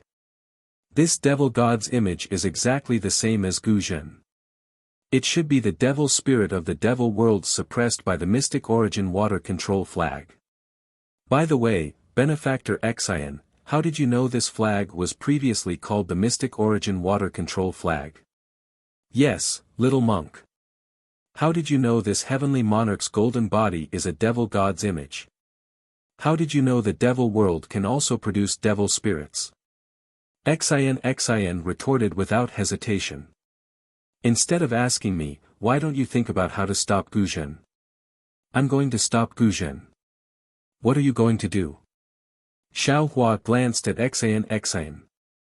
At this moment, Xian was incomparably calm. Her expression had returned to normal. She indifferently replied, I'm not going to do anything. I don't have the ability to stop Guzhen. Of course, if I had the ability, I would definitely do it. Because if I don't stop Guzhen, after he takes away the mystic origin water control flag, the devil world under you and me will be born. You and I will die. Humph. Xiao Hua coldly snorted. No need to remind me. This little monk knows what to do. Even if this little monk has to risk his life, this little monk will stop Guzhen. At the very least, this little monk will kill Guzhen right now. Kill. A cold light flashed through Xian's eyes. If Guzhen is here and Ci Hui is nowhere to be seen, then Ci Hui must have already died. If I don't kill Guzhen, I won't be able to avenge Ci Hui Wu. Without waiting for Xian to finish speaking, Xiao Hua similarly slapped his hand on the top of his head. Using the nascent soul's hand, waves of water-type heaven and earth spiritual chi surged and condensed towards Xiao Hua. Even the seemingly endless jade luo rushed over along with the gale. Roar! Xiao Hua faced the sky and roared. With a shake of his arms, the heavenly law embodiment technique, dragon transformation art, and heavenly human body bestowment technique were all activated. An extremely large amount of jade luo entered the surface of Xiao Hua's body. The golden light around Xiao Hua's body flourished with a green color. Under Xin's stupefied gaze, the golden body also expanded to a size of more than 300 feet. The nascent soul's hand on top of the golden body's head expanded to a size of more than 1 mu. It violently tore apart the restrictions around the flag and met the Buddha's demon hand with a backhand. Guzhen really didn't expect Xiao Hua's nascent soul's hand to be so familiar. It was so much faster than his Buddha's demon hand. However, a trace of disdain surfaced in Guzhen's heart. The Buddha's demon hand's power could even tear apart the defense of an immortal tool. Even if Xiao Hua's strength was at the 5th grade of origin energy, it was impossible for him to block it. Sure enough, with a loud bang, the two hands clasped together. The nascent soul's hand collapsed with a loud bang, while the Buddha's demon hand merely shook a little and dimmed a little. Humph! Guzhen coldly snorted again. The corner of his mouth revealed a trace of ferocity. His eyes once again fell on the Shenyuan water control flag. However, at this moment, a strange change occurred again. A pitch-black staff appeared in Xiao Hua's hands without him knowing when. This staff became thicker and longer in the blink of an eye. It streaked across the sky and struck the Buddha's demon hand. The staff had yet to reach the body, but the whistling wind of the staff had already destroyed the Buddha's light and demon chi in the void, as well as the fairies, heavenly flowers, and heavenly dragons. What is this thing? Guzhen was greatly shocked. He used all his strength to urge the Buddha's demon hand to fall down with a loud bang. Boom! Another loud bang no less than the previous one. Xiao Hua's wishful staff was knocked away. Xiao Hua's huge golden body also staggered and almost fell down. However, the almost unparalleled Buddha's demon hand was also smashed in half. The half-mu of demon flames and other things were swept away, and many jade pearls once again rushed over. Guzhen was furious and roared, "Damn it!" Abandoning the Shenyuan water control flag, the Buddha's demon hand grabbed at Xiao Hua's golden body. The huge Buddha's demon hand swept across the sky, and the collapsed place was quickly repaired. When it fell on the top of Xiao Hua's head, it was already as good as new. At this time, Xiao Hua had already stood firmly in midair. Looking at the Buddha's demon hand, the demon chi had taken the upper hand. He knew that the unknown demon had completely controlled Guzhen. If he did not make a prompt decision, he would really die. Thinking of this, Xiao Hua roared. His right arm exerted strength, and the wishful staff smashed down. At the same time, his left hand waved and took out the sword gourd. His left hand pinched a seal, preparing to cast the soul-punishing light. Boom! Another loud bang. This time, the Buddha's demon hand was only smashed by 2 fingers, and the wishful staff was knocked into the air. Because Xiao Hua was prepared, his golden body did not lose its balance. Quick! The moment the wishful staff was knocked away, Xiao Hua's soul-punishing light had already been activated. His left hand pinched a seal, and the green and red soul-punishing light rushed out from the sword gourd. All of a sudden, it nailed Guzhen's golden body in midair.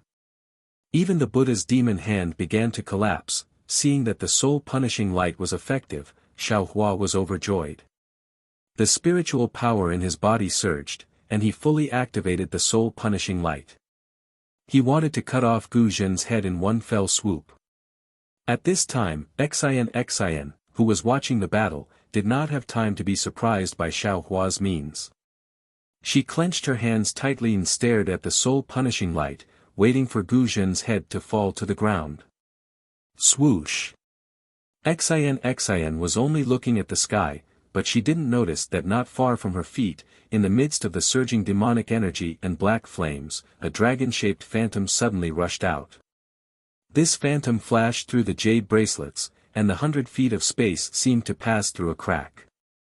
Without waiting for anyone to see, it had already cut across Xiaohua's left arm.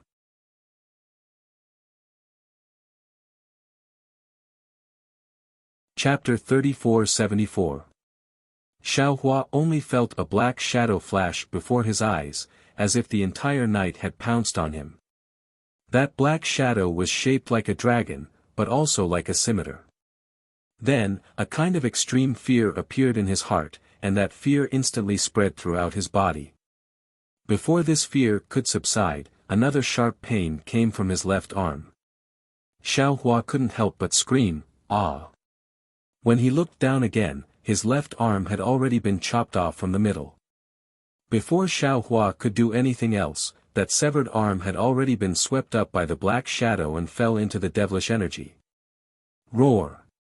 The sharp pain in his body had yet to subside, and many of Xiaohua's primordial spirits screamed in unison.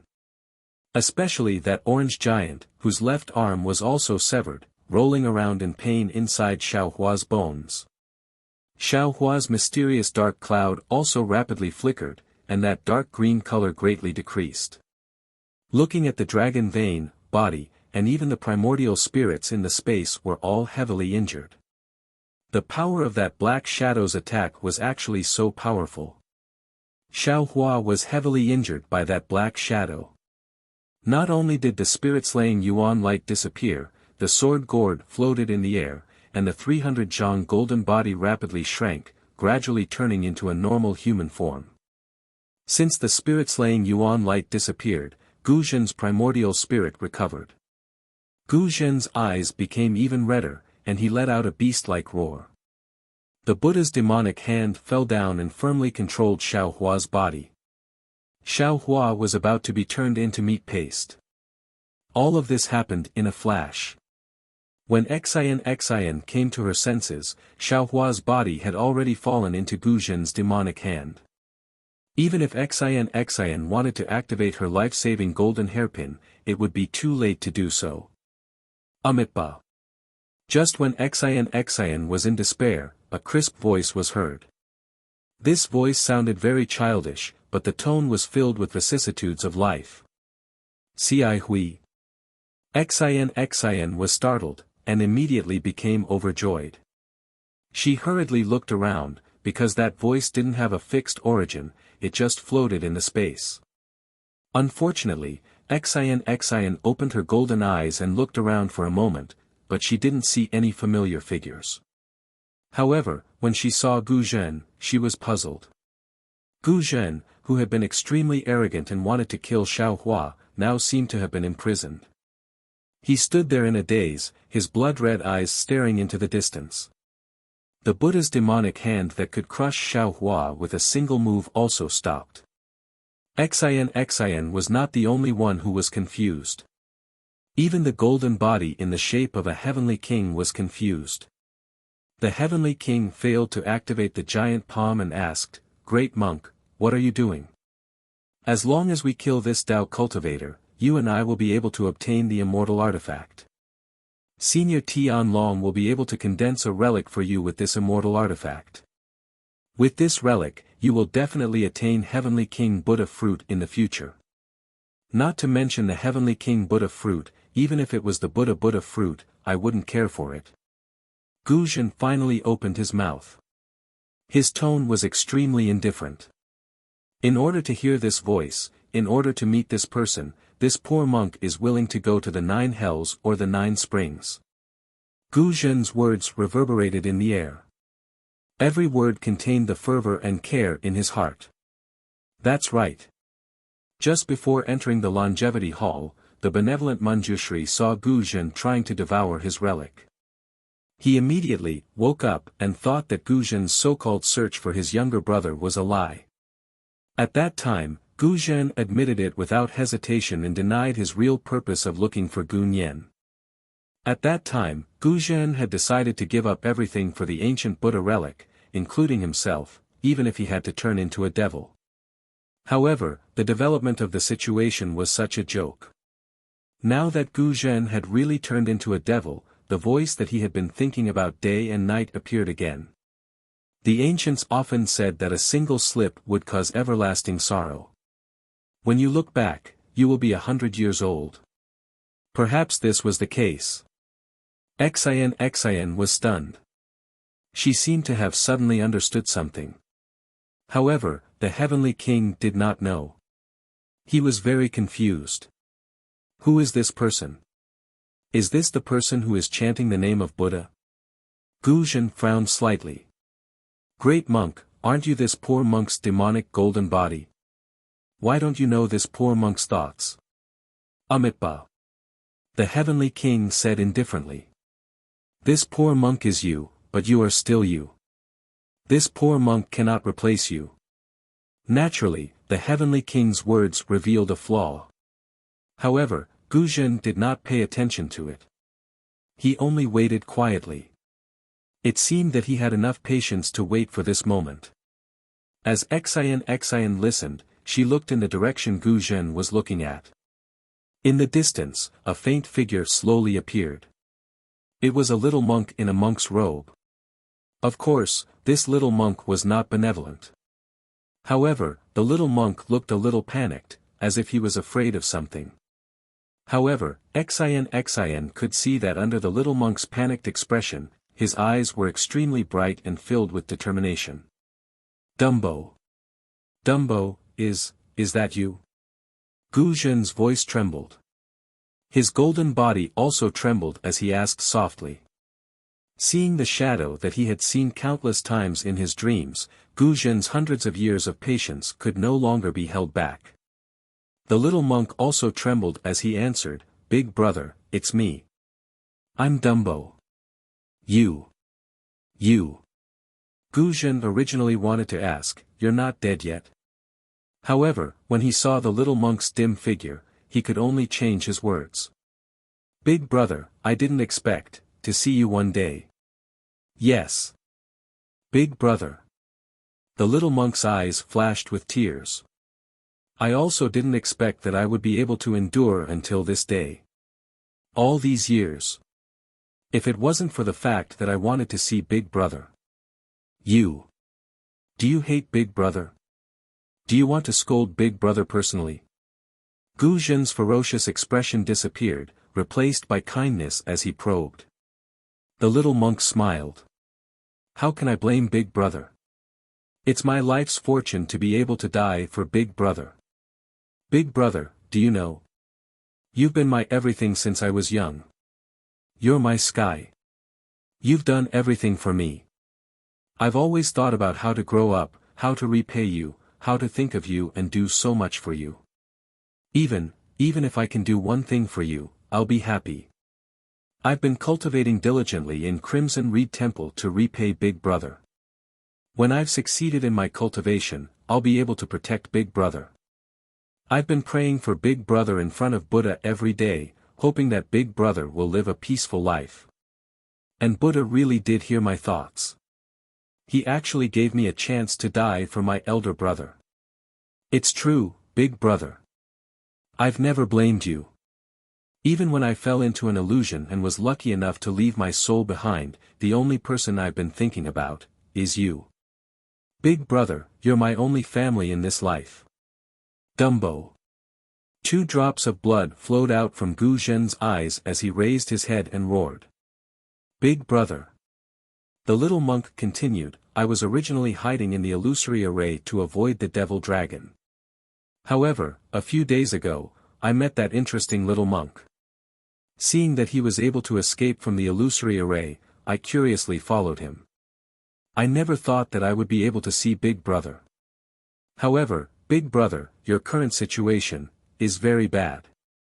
You've been invaded by the demon dragon. Look at your golden body, it's filled with demonic runes. Look at your eyes, they're blood red. Big brother, I don't know what the demon dragon promised you, but I know that you and I are Buddhist disciples. No matter what, we can't dance with demons. That's why I took the risk to come out and see Big brother. Now that I've said what I need to say, I'm willing even if the demon dragon eats me. Amitabha.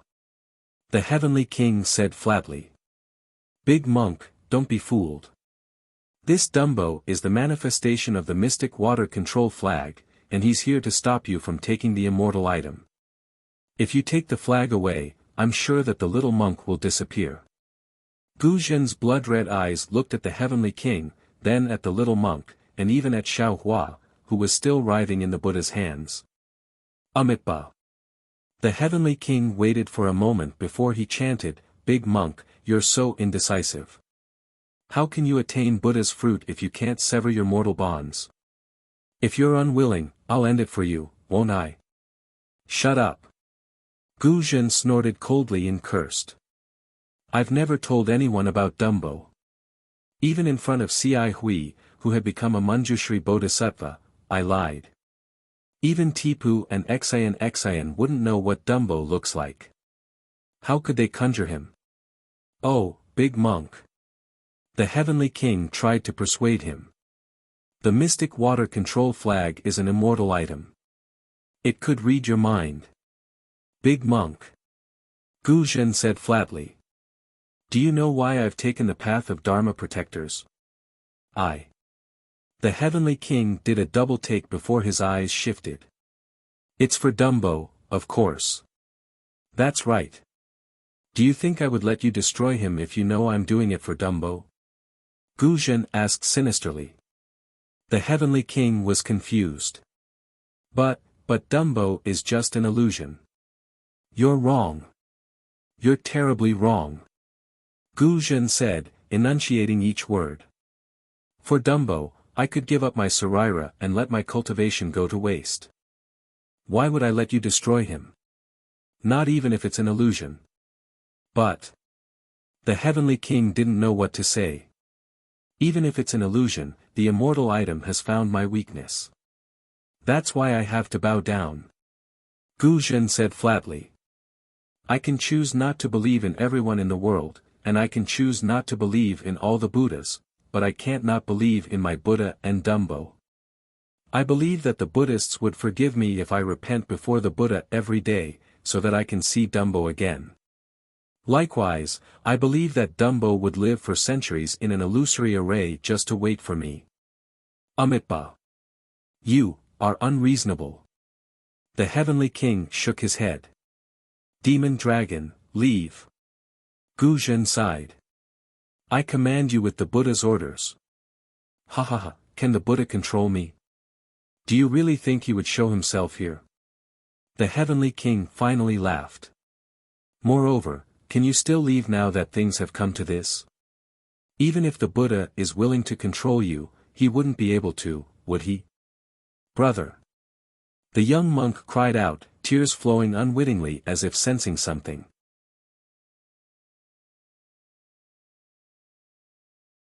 Chapter 3475. Amitabha. Gu Zhen's golden body put his palms together, bowed his head and said piously, "If I have Buddha in my heart, I see Buddha everywhere. If I have Buddha in my heart, I am Buddha.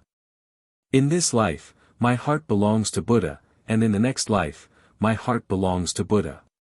Thank you, Namo Amitabha. I thank you again." Then, Gu Zhen patted the top of his head gently, and a benevolent look appeared on his face. He looked at the little monk and said, "Dumbo, I'm sorry for not being able to take good care of you. I hope I can still be your big brother in the next life. I swear. I'll take good care of you." The heavenly king was also stunned. He said anxiously, "You. What are you doing? You. How can you do this?" The heavenly king realized what Gu Zhen was going to do. He shouted in disbelief. He really couldn't understand how Gu Zhen, who was filled with endless evil, could do such a thing.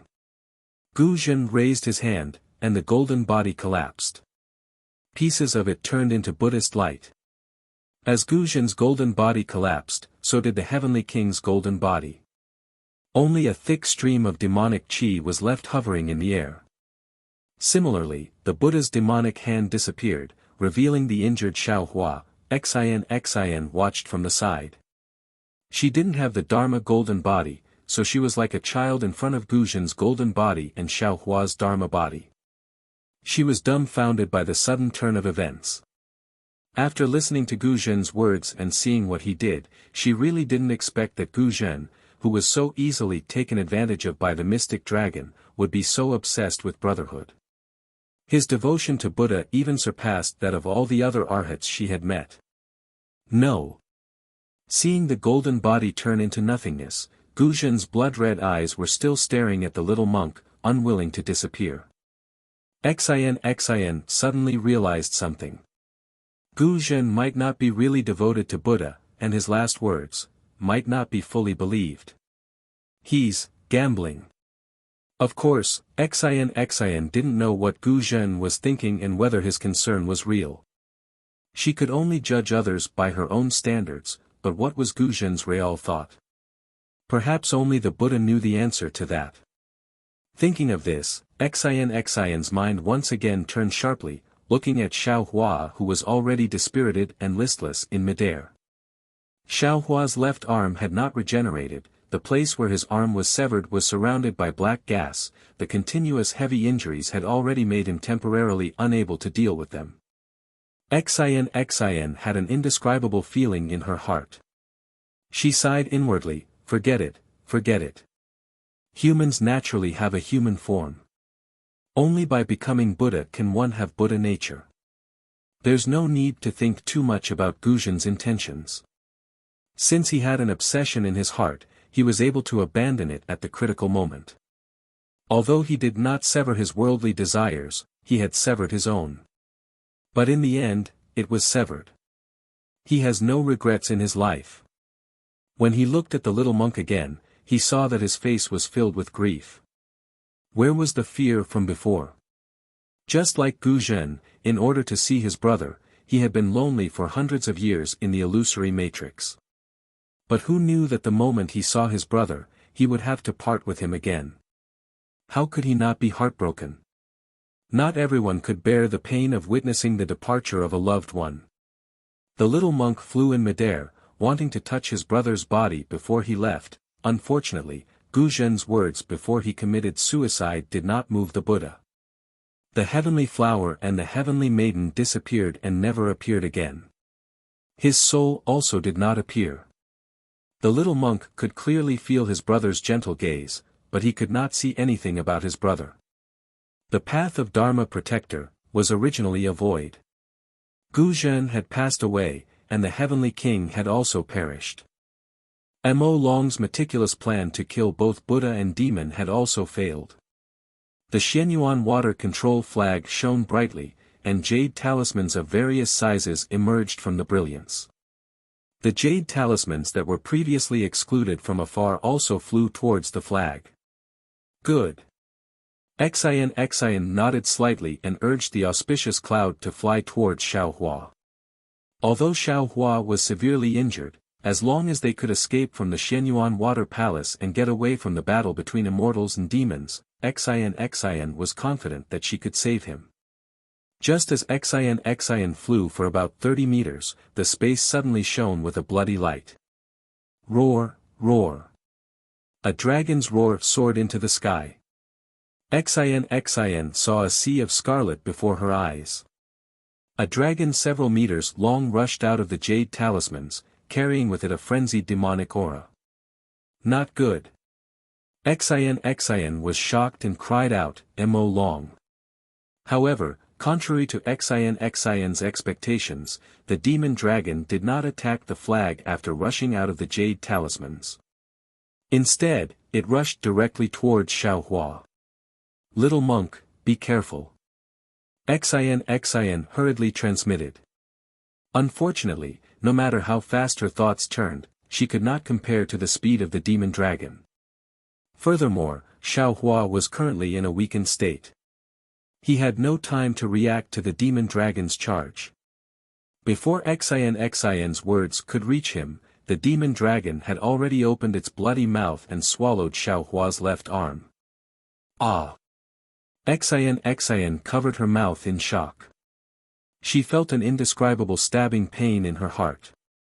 A feeling of disbelief suddenly arose in her heart. Could it be that the little monk is going to be eaten by the demon dragon? The development of the situation once again exceeded Xin's expectations. After the demon dragon swallowed Xiaohua's left arm, it did not continue to devour the rest of Xiaohua's body. Instead, it rapidly shrank. The dragon's body shrunk from several meters long to several feet long, just like before Xiaohua lost his arm. What was special was that after the dragon shrunk, the bloody light around it flashed again. The black flames within the bloody light transformed into thousands of tiny demons that roared and swam up and down. An arm that was exactly the same as Xiaohua's previous body suddenly grew out. Following the transformation of this arm, the previously dispirited and listless Xiaohua suddenly opened his eyes. The silvery white pupils in his eyes disappeared and were replaced by a bloody red. This bloody red did not contain any other emotions, only savagery. Roar! Xiaohua raised his head and roared. The demonic aura around his left arm surged and quickly spread towards the rest of Xiaohua's body. At the same time, Xiaohua's body expanded once again. Demonic aura and black flames surged out from the pores of his body at the same time. Just as Xin was dumbstruck, the demon's body that was over 100 meters long appeared in front of her eyes. Xiaohua was currently wearing a bloody armor that completely covered him. Above the armor, millions of demons roared at the same time. The bloody light of the armor was mixed with black light, illuminating the surroundings. The black light pierced through the pearls that surrounded him one by one. That light even gave birth to tiny demons that frantically devoured the pearls. Looking at the top of Xiaohua's head, the two horns on his head flashed with a faint golden light. Strands of golden light flowed along the demonic aura like flowing water, penetrating into the space between the demonic aura and the bloody light. What made Xin even more shocked was that in Xiaohua's left hand, a pitch-black demonic saber suddenly appeared. This demonic saber was only a foot long. The front part of the saber was damaged and the tip of the saber could not be seen. This demonic saber looked unremarkable, but in Xin's eyes, she could not help but feel frightened. Because this demonic saber was pitch-black and enchanting. When her gaze swept past it, her entire mind felt like it was being pulled in. Moreover, the moment her mind was slightly distracted, her eyes and mind were filled with bloody red. One after another, ferocious demons of unimaginable shapes appeared out of thin air. When she finally shifted her gaze away with great difficulty, she saw the hilt of the demonic saber. The demonic saber did not seem to have a hilt. The entire demonic saber was connected to Xiaohua's left hand. It looked like a part of the bloody armor, but also like a part of Xiaohua's left arm. In an instant, Xin understood. Previously, the demonic dragon was the demonic saber's transformation. When the demonic saber chopped off Xiaohua's left arm, it wanted to devour Xiaohua's flesh and blood, and then fuse with Xiaohua's body. But now, needless to say, the demonic saber must have already corroded and taken over Xiaohua's body.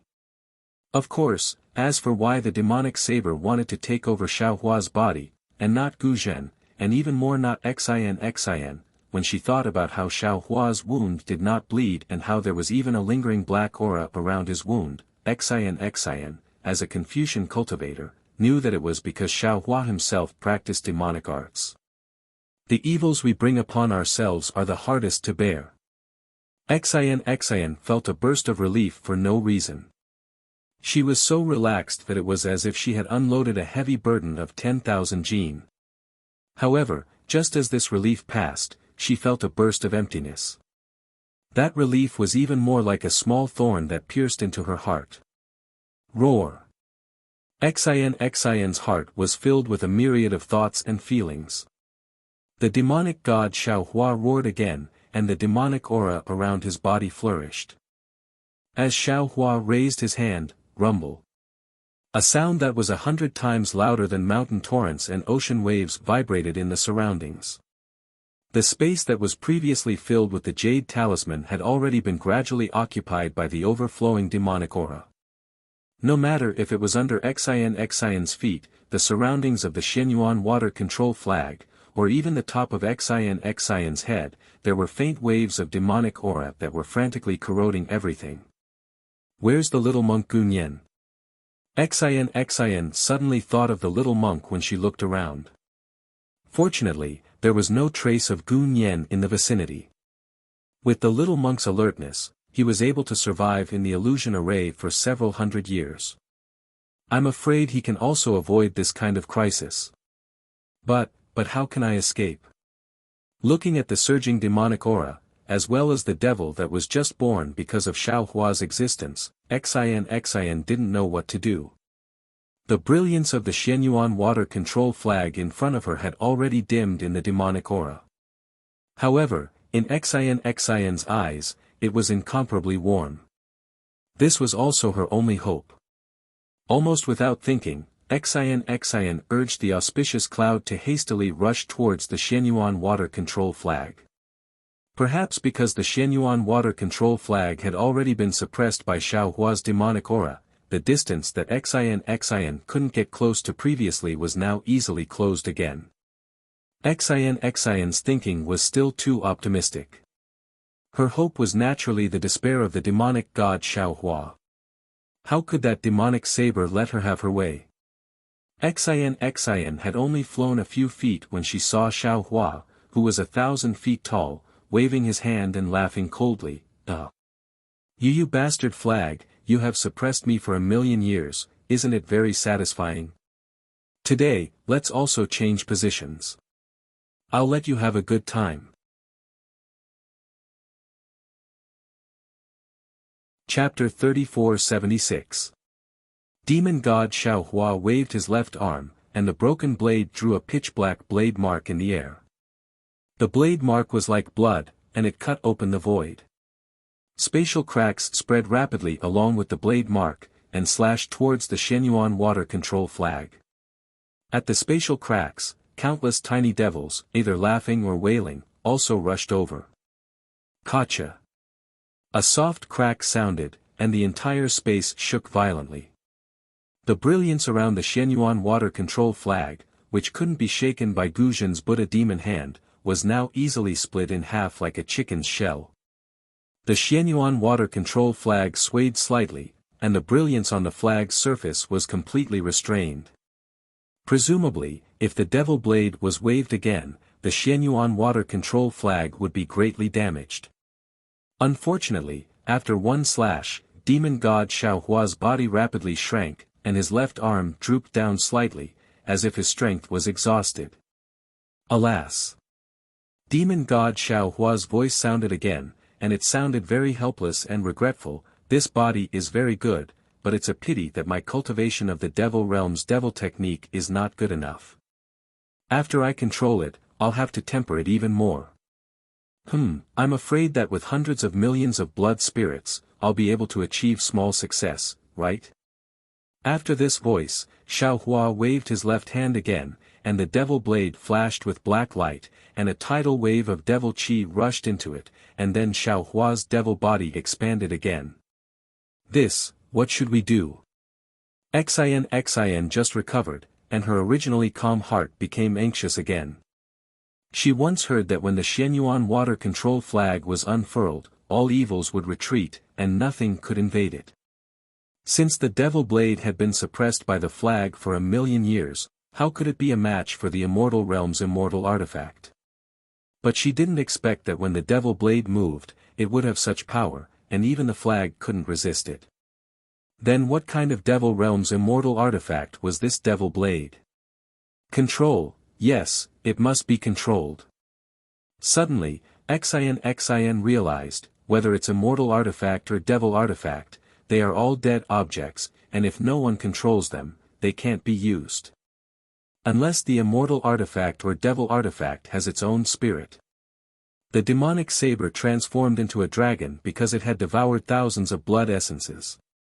It was not the true spirit of the demonic saber.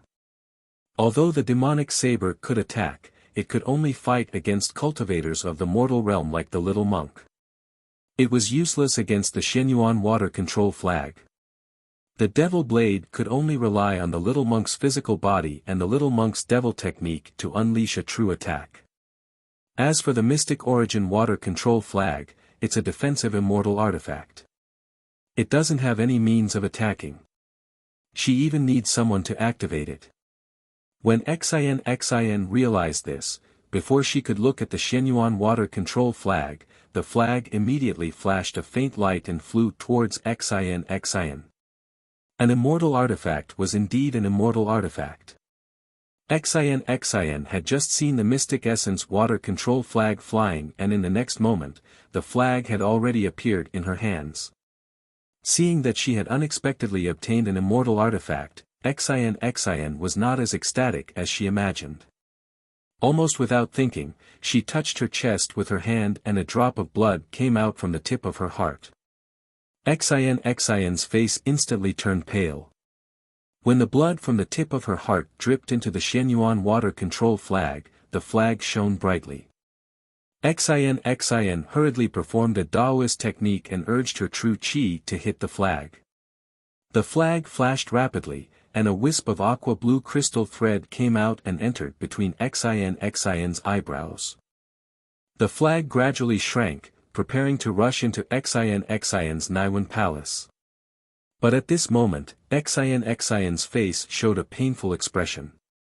The crystal thread between her eyebrows split open and dark red blood flowed out. Xin's physical body trembled at the same time. Even the golden light emitted by the palace dress could not stop it. Xin's physical body could not contain the Shenyuan Water Control Flag and showed signs of collapsing. Ha ha ha. How could it be so easy to control an immortal artifact? If you could control it, I would have found a body 1,000,000 years ago. The demon god Xiaohua, who had grown into a 300-meter-tall demon body, laughed mockingly from the side. If you're willing, you can be Laozi's servant. Laozi will teach you the Tao of dual cultivation. After 1,000,000 years, perhaps you'll have such a heaven-reaching opportunity. Swoosh! The brilliance of the Mystic Yuan Water Control Flag receded and the crystal thread was sucked into the flag. Immediately after, Xin's blood droplet appeared on the flag once again. However, this time, the blood droplet was much smaller than before. Xin's face was ashen. She opened her mouth and the essence blood flew back into her mouth. Immortal artifact. Sure enough, it was not something an ordinary person could control, even if it was someone as strong as Xin. Little flag, your good days are over. Demon god Xiaohua roared, and half of the devil blade chopped down again. Quickly return to my embrace. I will love you. Xin almost did not think at all. She urged the true qi in her body and rushed it into the Shenyuan Water Control Flag. The flag received the true qi and immediately emitted a blue brilliance. When the brilliance was born, the true qi in Xin's dantian seemed to be sucked in by a big hand and was instantly emptied. However, along with the brilliance of the flag, countless true qi of heaven and earth appeared out of thin air and poured into the flag at the same time. A sparkling and translucent jade emerged from the Shenyuan Water Control Flag and blocked the devil blade. Ka. The jade broke, the devil blade retreated, and the brilliance of the Shenyuan Water Control Flag receded again. No. Seeing this, Xin's heart was like a mirror. The battle between the Shenyuan Water Control Flag and the devil blade was a battle between her and Xiaohua. The Shenyuan Water Control Flag and the devil blade were equally matched, but she was far from Xiaohua. Xiaohua's devil technique was insufficient, but he had a corporeal body. The devil blade could block the first attack, but she could not block the second attack. As for whether the Shenyuan Water Control Flag could block the third attack, Xin was not optimistic. The devil blade still had the ability to attack, but she did not. In the end, she could only fall into a desperate situation. If she wanted to live, she could only think of other ways before the Shenyuan Water Control Flag was damaged. Take drastic measures. Xin looked at Xiaohua's shrunken body and her eyes flashed with determination. This is the only way now. As for the future, I can't explain it to others. Forget it, for today's escape, for the billions of creatures in the 3 continents, I'm afraid this is the only way. Since she had made her choice, Xian bit her lips, threw the Shenyuan water control flag in her hand, and flew towards the devil god Xiaohua. Kaka, little girl, are you ready to abandon the dark and join the light? The devil god Xiaohua's black qi was surging, and the countless devils around him were laughing wildly. This voice seemed to come from Xiaohua's mouth, but also seemed to come from the mouths of thousands of devils. Or do you have an ulterior motive? Xian only pretended not to hear, quietly took out her golden hairpin, and accelerated towards Xiaohua. At this time, Xiaohua was still several zhang tall. Seeing Xian getting closer and closer, the devil god Xiaohua waved his hand, an array of devil qi blocked in front of her. Little girl, men and women should not touch each other. You are a Confucian cultivator, don't you know? I don't have the appetite to devour you today, so don't join in the fun. Wait until I take care of the little flag, I will let you go. How could Xian listen to this kind of bewitching? She clenched her teeth, and inserted the golden hairpin into her chest. A blood-red golden brilliance was born like a sword river, and poured into the devil qi like a waterfall. Tens of thousands of devils wailed as they were killed. However, they only managed to erase the devil qi. The sword river didn't even get close to Xiaohua. Go. Xian was somewhat desperate. She pulled out the golden hairpin, and the blood-red hairpin turned into a meteor and rushed towards Xiaohua. The devil god Xiaohua sneered, and did not wave his devil blade. He only raised his right hand, and his devil palm grabbed the golden hairpin in his hand. Aoo! The devil god Xiaohua screamed, and the golden hairpin fell out of his right hand, and directly inserted into his devil armor. Once the golden hairpin was inserted, golden light shot out in all directions, and the devil qi that was pouring into his devil body suddenly stopped. Even the several zhang tall devil body also stopped. Xian did not dare to be negligent, and once again rushed towards Xiaohua's head. When she was about 1 zhang away from Xiaohua's head, with a pu sound, the golden hairpin flew out, and Xiaohua's devil body moved again. Failed on the verge of success. Xian looked at Xiaohua's malevolent face, and her heart died. At this moment, the Shenyuan water control flag moved again, as if it knew Xian's thoughts. The previously dissipated fragments of the jade luo flashed and fell around the devil god Xiaohua. Although the devil god Xiaohua did his best to resist, he still could not stop the jade luo from falling.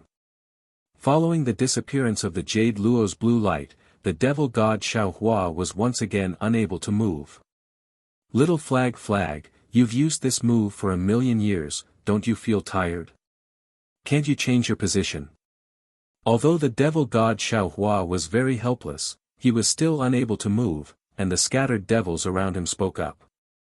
The devil god Xiaohua's words were quite human, but people did not know if it was the devil blade's idea or Xiaohua's idea. However, the current Xian could not tell at all. She only saw that the devil god Xiaohua was motionless, and was immediately overjoyed. She hurriedly flew in front of Xiaohua, and looked at his malevolent devil face, as well as the countless devils and bloody light on his devil face. She stuck out her head, and extended her mouth. Little girl. Are you in heat? The numerous devils at the side asked very strangely. Indeed, if Xian was not in heat, then what was she? They saw Xian's lips, and her soft tongue gently pried open Xiaohua's mouth. She closed her eyes, and her tongue entered. Good heavens, this guy's luck with women is not shallow. We can also feel good now. The devils laughed loudly, but their laughter was still echoing in the air. From Xian's mouth, half of the dazzling golden core entered Xiaohua's mouth. As soon as that golden core entered Xiaohua's mouth, it immediately entered Xiaohua's middle dantian.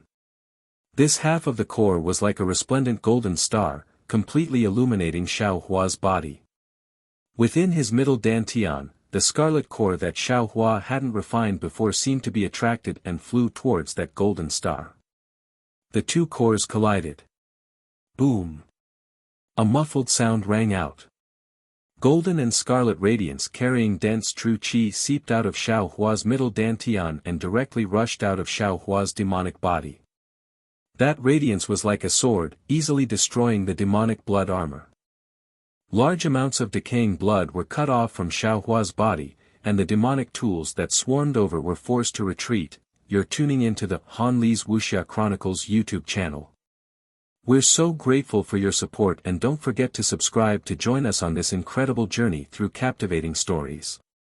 Your generosity through donations truly makes a world of difference, as it's the primary source of revenue that allows me to expand and enhance this channel for you. Thank you from the bottom of my heart for being a part of this adventure.